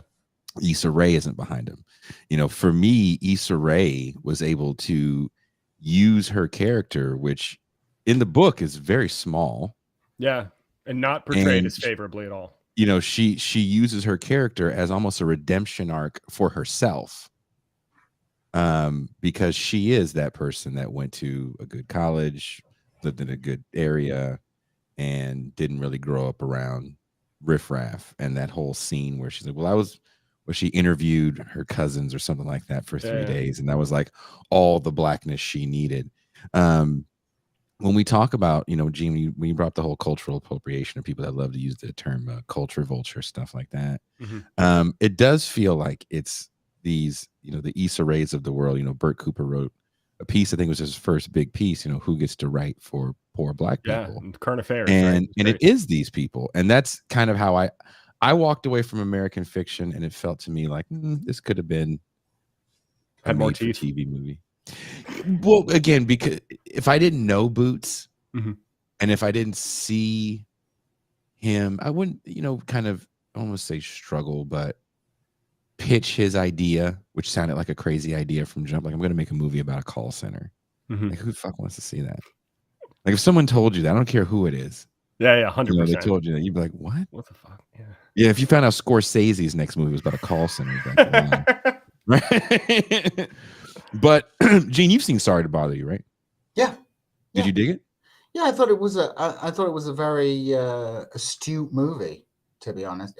I mean, I think the bit that remains with me actually from that movie the most is when he's going on the TV and he's yelling about everything, and everyone's like attaboying him and like damn right, you're on it, you know, well done, and they're just not listening to the message, and he's yelling and yelling and yelling.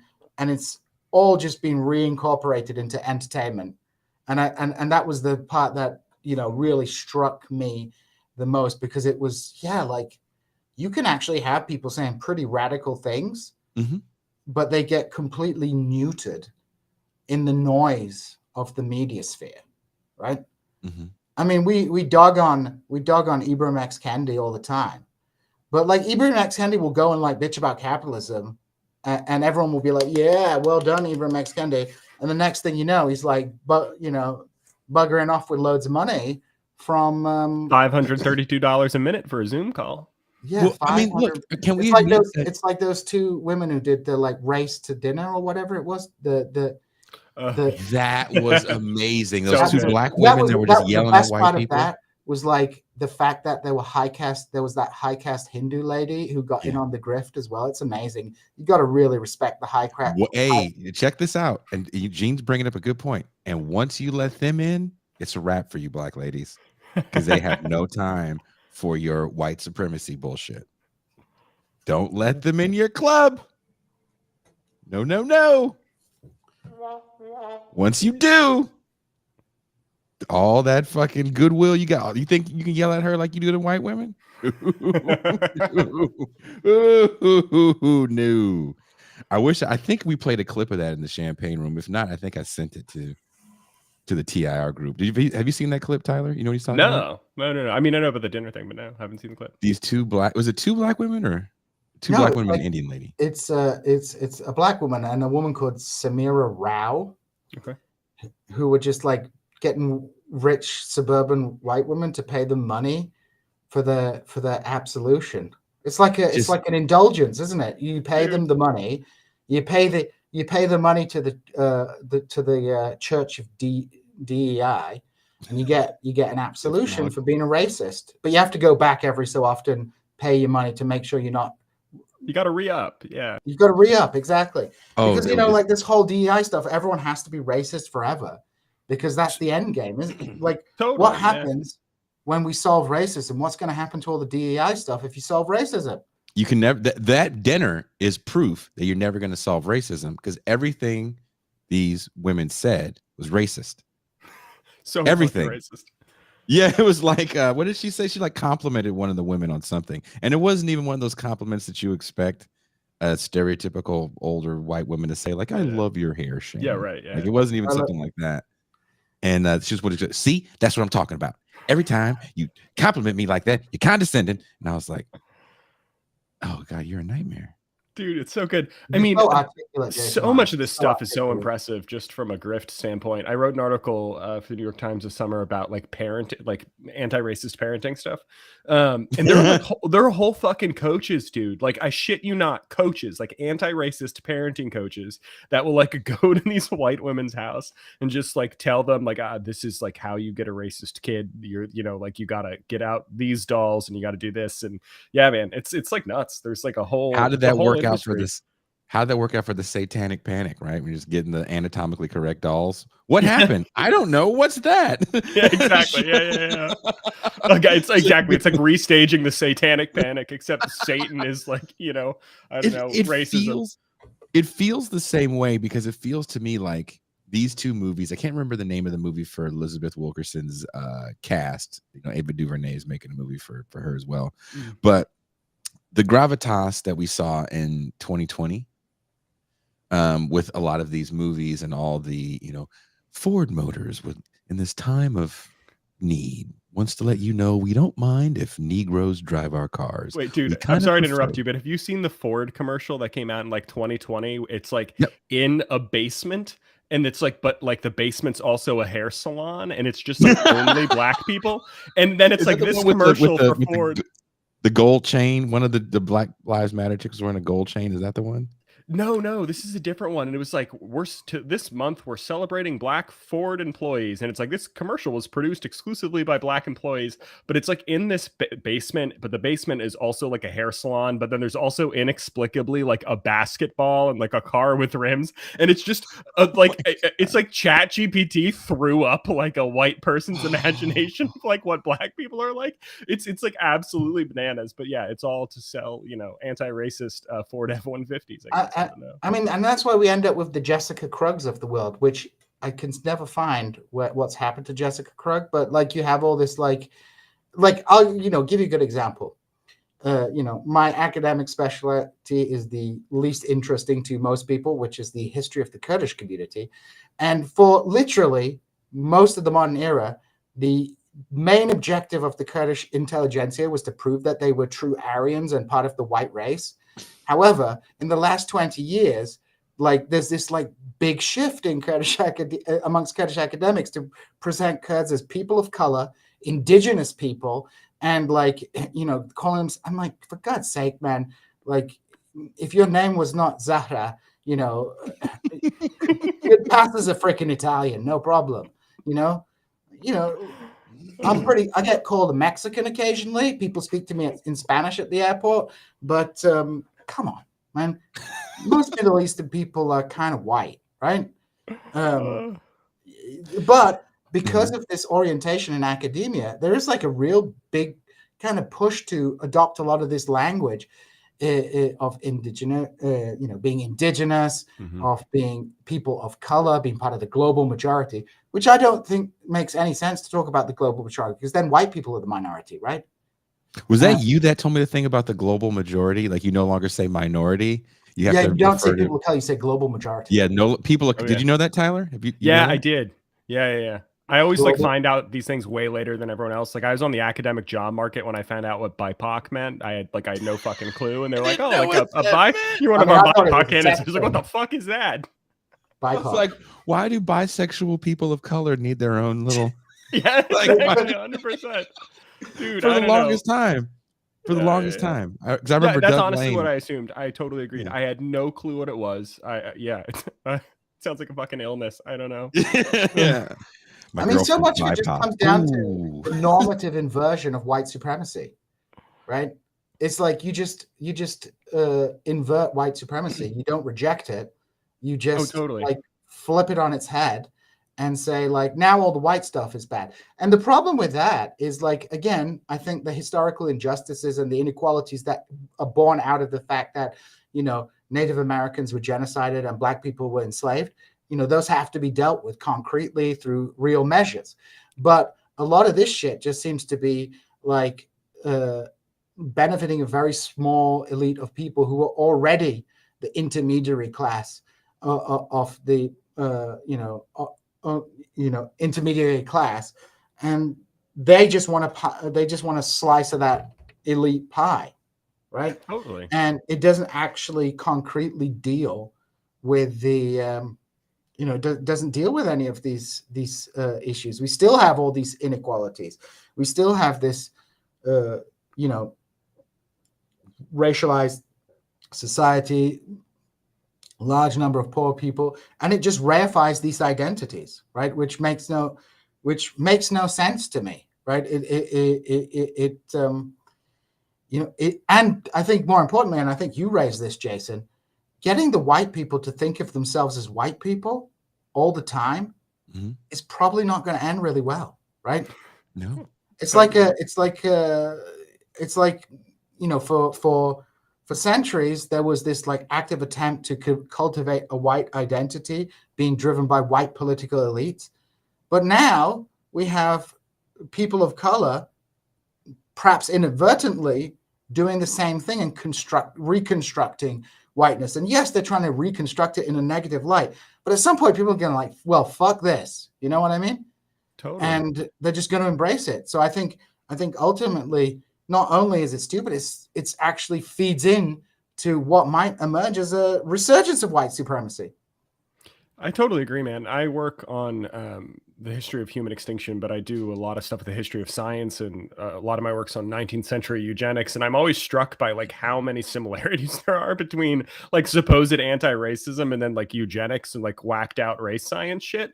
When I was writing that thing about anti-racist parenting, I was reading all these like anti-racist parenting books, and one of them, I shit you not, had this like whole color guide that was like about micro shades of brown and teaching your child to identify them. And it was like, this kind of black person is pine cone brown. This kind of person is like ruddy clay red. This kind of person is like, walnut brown. It's like, what the fuck? Like the only people who think about like skin color and these gradations in this way and obsess over them are either crazy anti-racist people or literal Nazis, and or shitty black people like me that just like to talk shit.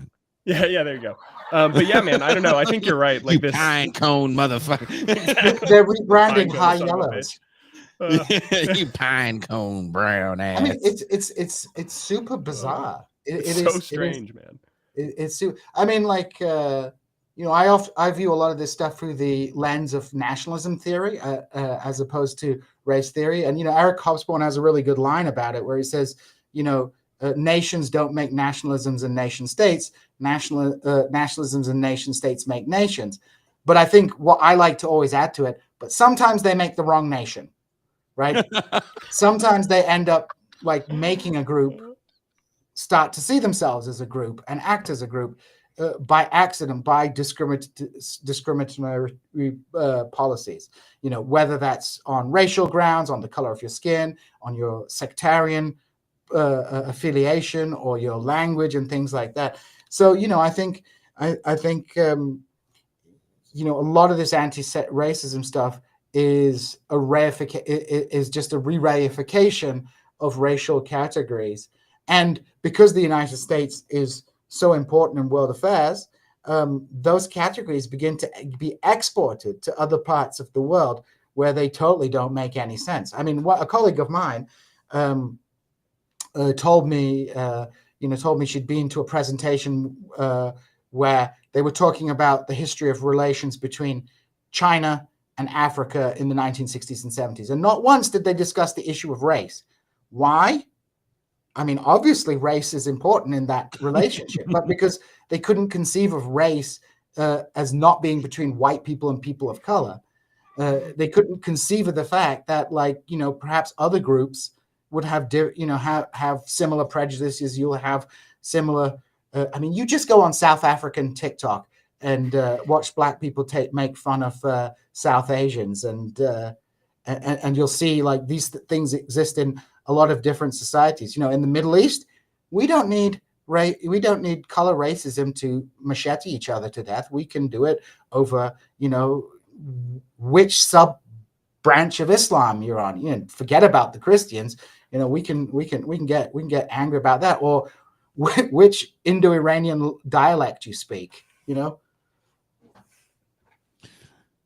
Solid point, Gene Bajlan. Tyler, do you have anything to add to that?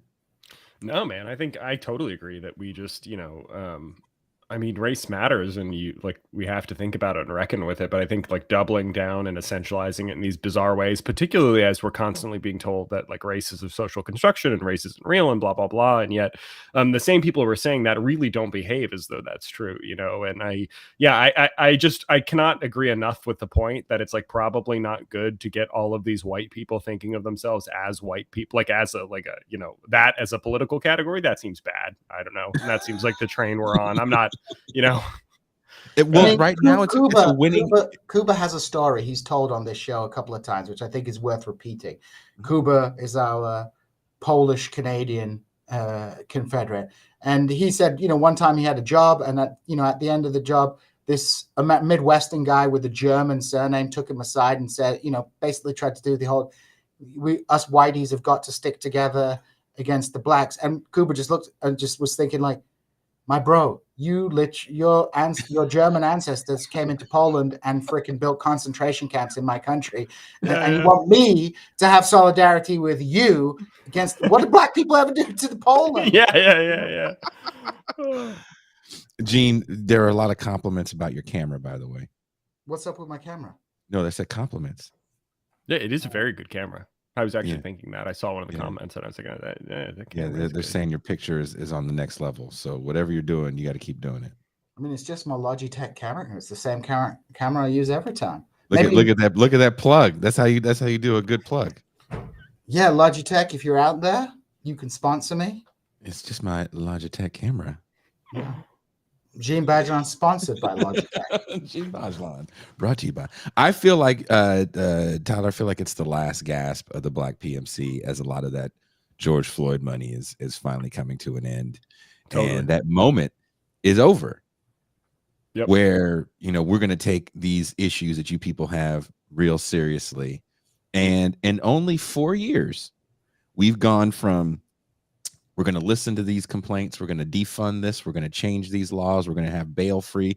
We went from in 4 years to that to, well, when you don't have enough cops, these Negroes is breaking into stores all the time. And where I'm from in the San Francisco Bay Area, the Macy's. I just saw that, dude. They shut down the Macy's. Yeah. They're shutting down the Macy's. It's been there for almost 100 years. And everyone's blaming robberies. I was in San Francisco a few months ago, and I saw no strong arm robberies. it was fine, actually. Yeah. I got my son a toy for Macy's. It was totally fine. But it was empty. But it only took 4 years for that to change. Yep. And I think there's a fear in the Black PMC that oh shit, that it's almost like they thought that waterfall of cash and relevance was forever. Yeah, totally, completely. Like it was the 90s. It's like, nah, dude. The 2020s is a whole different ball of wax, and you don't have these long decades long period, to do what you want to do. Like this isn't the 90s where you can have 10 years of underclass ideology cinema. Yeah.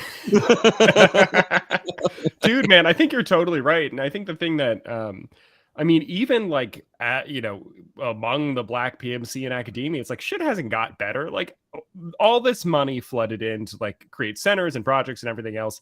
Academia is on fire. We have less tenure track faculty than ever. Everyone is employed as basically a gig laborer professor, and an adjunct without health care, and like all of the like equity money that got thrown at academia, and shit hasn't got better for anyone. It's worse. It's so much worse than in 2020, and we threw all this money at supposed justice. I don't know, man. This hits the point. When they built that, there was the journalism. There was the journalism center that they created at Howard University with what's her name? Oh, Nicole Hannah-Jones. Yeah, but I thought you were talking about the Kendi Snake Oil Center at Boston University. Not the Kendi Snake Oil, but the journalism center. Nicole Hannah-Jones? 19 project. Nicole Hannah-Jones. Nicole Hannah-Jones set up that thing. That's all great, but what if there's no jobs in journalism? What are you training these people for, right? Totally. That's the fundamental problem of the political economy of academia. Totally. The problems are structural. For example, in the discipline of history, I had a look today. There's roughly around 150 PhD programs producing like 8,000 PhDs, a year, and there aren't jobs to absorb them. And academia is talking, elite academia is talking about like, academic jobs, like this, that, and the other. It's like, no, the solution is shut down those PhD programs and redivert that funding to MA programs, which are usually you can't get funding for an MA. But that's where the need is, because we need educated social studies teachers. Yep. We need to be restructuring our entire discipline to put it in a place that's more secure. But people like to have all these PhD students to do their jobs for them, right? Dude, it's free labor. This shit kills me, labor. Right? Like, because if you didn't have the PhD students, who's going to teach the classes? I frankly think motherfuckers need to do their jobs. Dude, it's insane, man. My PhD is in comparative literature. The year I went up on, so my PhD program took like 8 to 10 people a year. The year I went up, in the whole country, there were 3 tenure track jobs in comparative literature in the whole country. My program was graduating 8 a year for 3 jobs in the country, right? And every complete PhD program was doing the same thing, right? And if you ask yourself, like, why? Well, if there aren't any jobs, why are we graduating all these people? It's basically for that reason. There's like essentially TAs and graduate students are basically wage slaves for tenure track professors, so they can teach an hour once a week and then all the TAs can do all their work. And then there are all these other structural problems in academia, like the size of your program often determines how much funding your department can get. So if you take less PhD students, they give you less money for research, and then eventually you just shrink and your budget implodes and then you're done, right? So I mean, there are all these like labor exploitation problems baked into academia, and then everyone is, we're all asked to pretend that it's this like hotbed of justice. I mean, it absolutely, just drives me insane. It's feudalism, and it's collapsing. One of my total colleagues, feudalism. Yeah. One of my colleagues made a good point about academics. Now it's like, you still, if you're a tenure track, even if you're a tenure track person, the whole system is collapsing. And you might have the social prestige of being a professor, but it's like being a samurai, but in 1840. Like, you have social prestige, but you still have to make umbrellas on the weekend to make ends meet. It's really, it really kind of sucks. I mean, a lot of the time when people come up to me and say, "Hey, I want to do a history PhD," I'm like, no, right? Don't do a history PhD. I say the same thing. Yeah. Unless you're going to go to one of the top universities and get fully funded. You might as well, it's immoral, like some universities have PhD programs when they know that their graduates are like very unlikely to get jobs. So the problem is not, DEI is not the freaking, diversity is not the problem in academia. The problem is that the whole structure is skewed to an archaic, it's made for a world that doesn't exist anymore. And, we can pretend that doesn't happen. Like the American Historical Association loves to pretend like it's all about it's like, I'm sorry, you don't need 10 years of graduate work to be a high school teacher, right? In fact, from an economic standpoint, you're probably going to retire with the same amount of pension because you've had 10 years more of putting into your pension as a high school teacher as you are at a university professor. That money, academia needs to engage more with society. And engaging with society to a lot of academics is going on MSNBC and being John Meacham, when engaging with society should really be integrating universities with the high school system, bringing in teachers so that they're, instead of us as academics looking at them as kind of inferior to us, but seeing them as colleagues that we work with to improve, create an educated public. But people don't want to do that. Like you say, it's not just administrators who want the free labor. It's the tenure track professors. And I blame, the worst ones are the Gen X academics, and I'll tell you why. Like the boomer academics were kind of assholes, but they were like real scholars back in the day. The Gen X academics, right? I see those ones really as being the ones behind this DEI stuff, and the ones who are like simultaneously pampered, like the boomers, but like don't have the academic chops of the boomers. Dude, yeah. Oh, like I am convinced. I joke with my buddy about this all the time that like the push to be like, oh well, like we're diversifying the curriculum and we're everything before 1985 is like racist, so we're getting rid of it. It's just because those motherfuckers don't want to read, right? They don't know anything, and they don't have the scholarly chops. They want to shrink the curriculum to the past 20 years. But no, man, I agree, and I think that's why DEI is so frustrating and performative and so insane, right? Like the reason it's insane is that the problems in academia can't be fixed because the problems are the financial model. So like the real equity issues and the real diversity issues are things like tuition keeps increasing because the universities are way over leveraged with the real estate holdings. And the real problems are that, universities rely on their diversity for mostly people of color from the, top 20% of the income brackets of their respective demographics and so on, right? And that's the financial model, but you can't fix that, right? The universities aren't going to lower their tuition and they're not going to give more scholarships and they're not going to touch their endowment. So if they can't fix any of the real equity issues, all they can do is like huff and puff and distract and, hold workshops about microaggressions and how to talk about one another's hair and so on, I don't know. But you're right. It's like a collapsing system and, the problems that need fixed can't be fixed because they're literally the financial model of the university.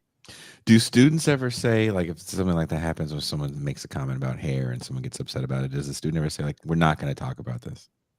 I'd be interested in what you think. My students are like, I find them so much more reasonable than people of my generation. Like if somebody gets misgendered or if there's like a comment that like comes across the wrong way, they're really, and this isn't, I don't think just my students, like other young people I encounter out in the world are also very much like this. By young, I mean like under 25, where they're like, oh, my pronouns are actually this, or, actually, I don't prefer ABC thing you just said, but like not in the kind of like hectoring, shrieking kind of Fox News caricature that we're like led to believe. I recognize that in like, I'm 32. I recognize that people in my, like that's behavior I recognize from people in my age cohort actually. But yeah, I mean, my students are not like that at all.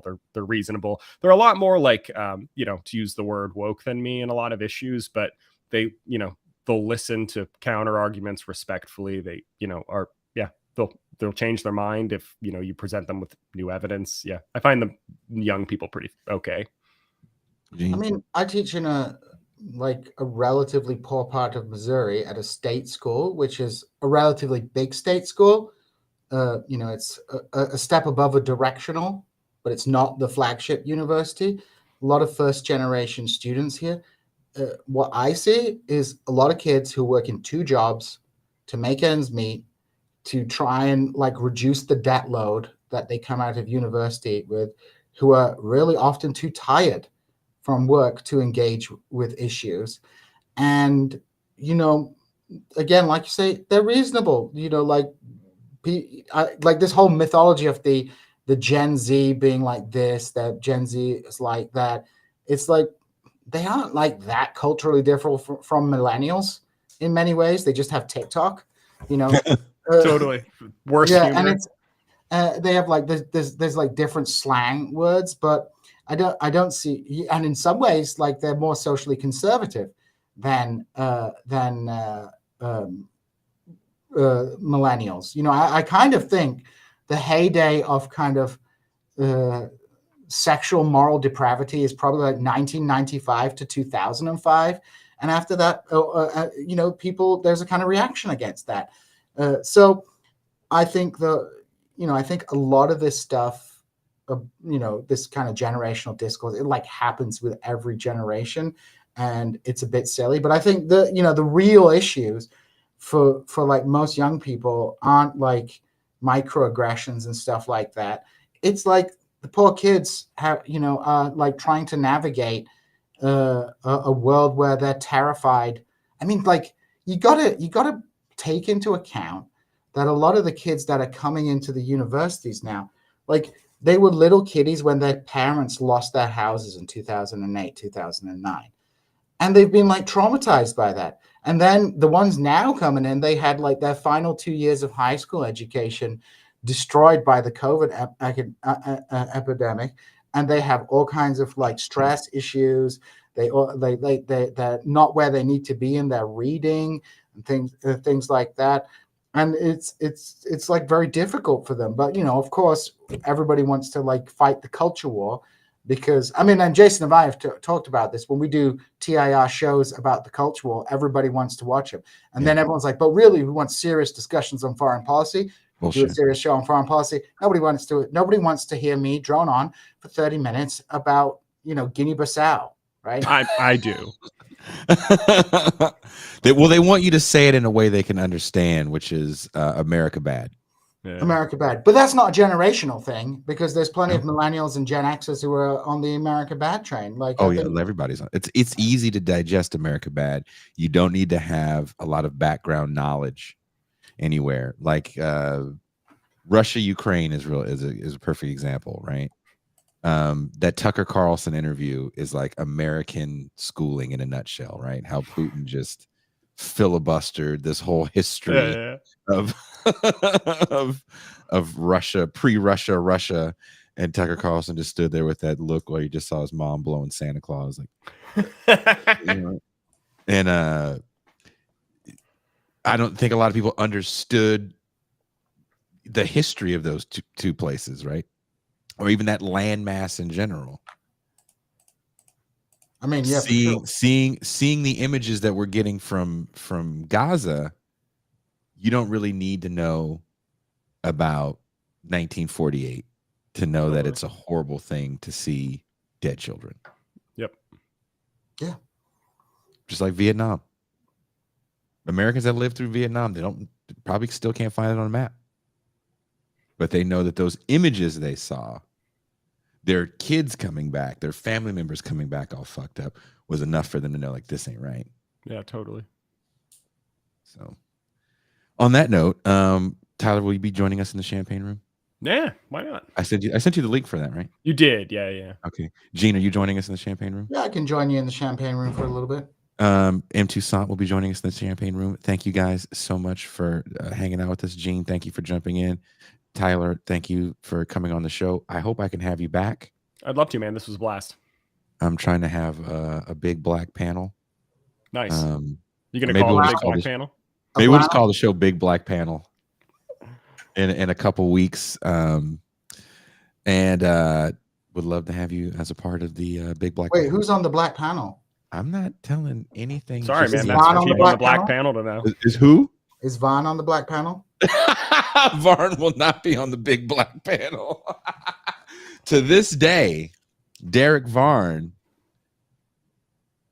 is the biggest white shit starter on the internet. And I feel comfortable saying that.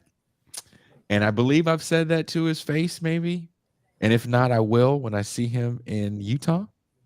Because it was him that started that whole ruckus with the late Greg Tate and me and Pascal over Afro pessimism. Varn instigated that. Do you remember that show, Gene? He was instigating. He instigated that whole thing, and Greg Tate sat wrote back that. with his Sean King haircut. That's back when you put Sean King on the thumbnail. I did, and nobody noticed. And after that show, Greg Tate wrote that goddamn article. Oh yeah, he did write that Afro pessimism. Like, It triggered him into writing an article. Was it in the Nation or something? It was. It was. I think it was in the Nation. He was very. He was very defensive. He wrote this glowing, just loving review of Afro pessimism. Really? And I was like, God, yeah. I think it was one of the last things he wrote before he passed away. Oh, yeah. And it was because of that show, and we went off on Frank Wilderson, and he said, "That's awesome." So Derek Varn started that whole thing. White people, white devils. Right? We coming for you, nigga. So thank you guys for checking this out. Please, if you're already a patron, the link is up for you guys. If you're not a patron, patreon.com/bitterlakepresents. For as little as $3 a month or $30 for the year, you can have access for the Champagne Room, join us for movie nights, and you can make sure that we can continue to bring you this show. If you're listening to us on Apple Podcasts, subscribe, and you have access to all the Champagne Rooms as well. Thank you so much, guys. We'll meet you in the Champagne Room, and we are out. I think. Hopefully.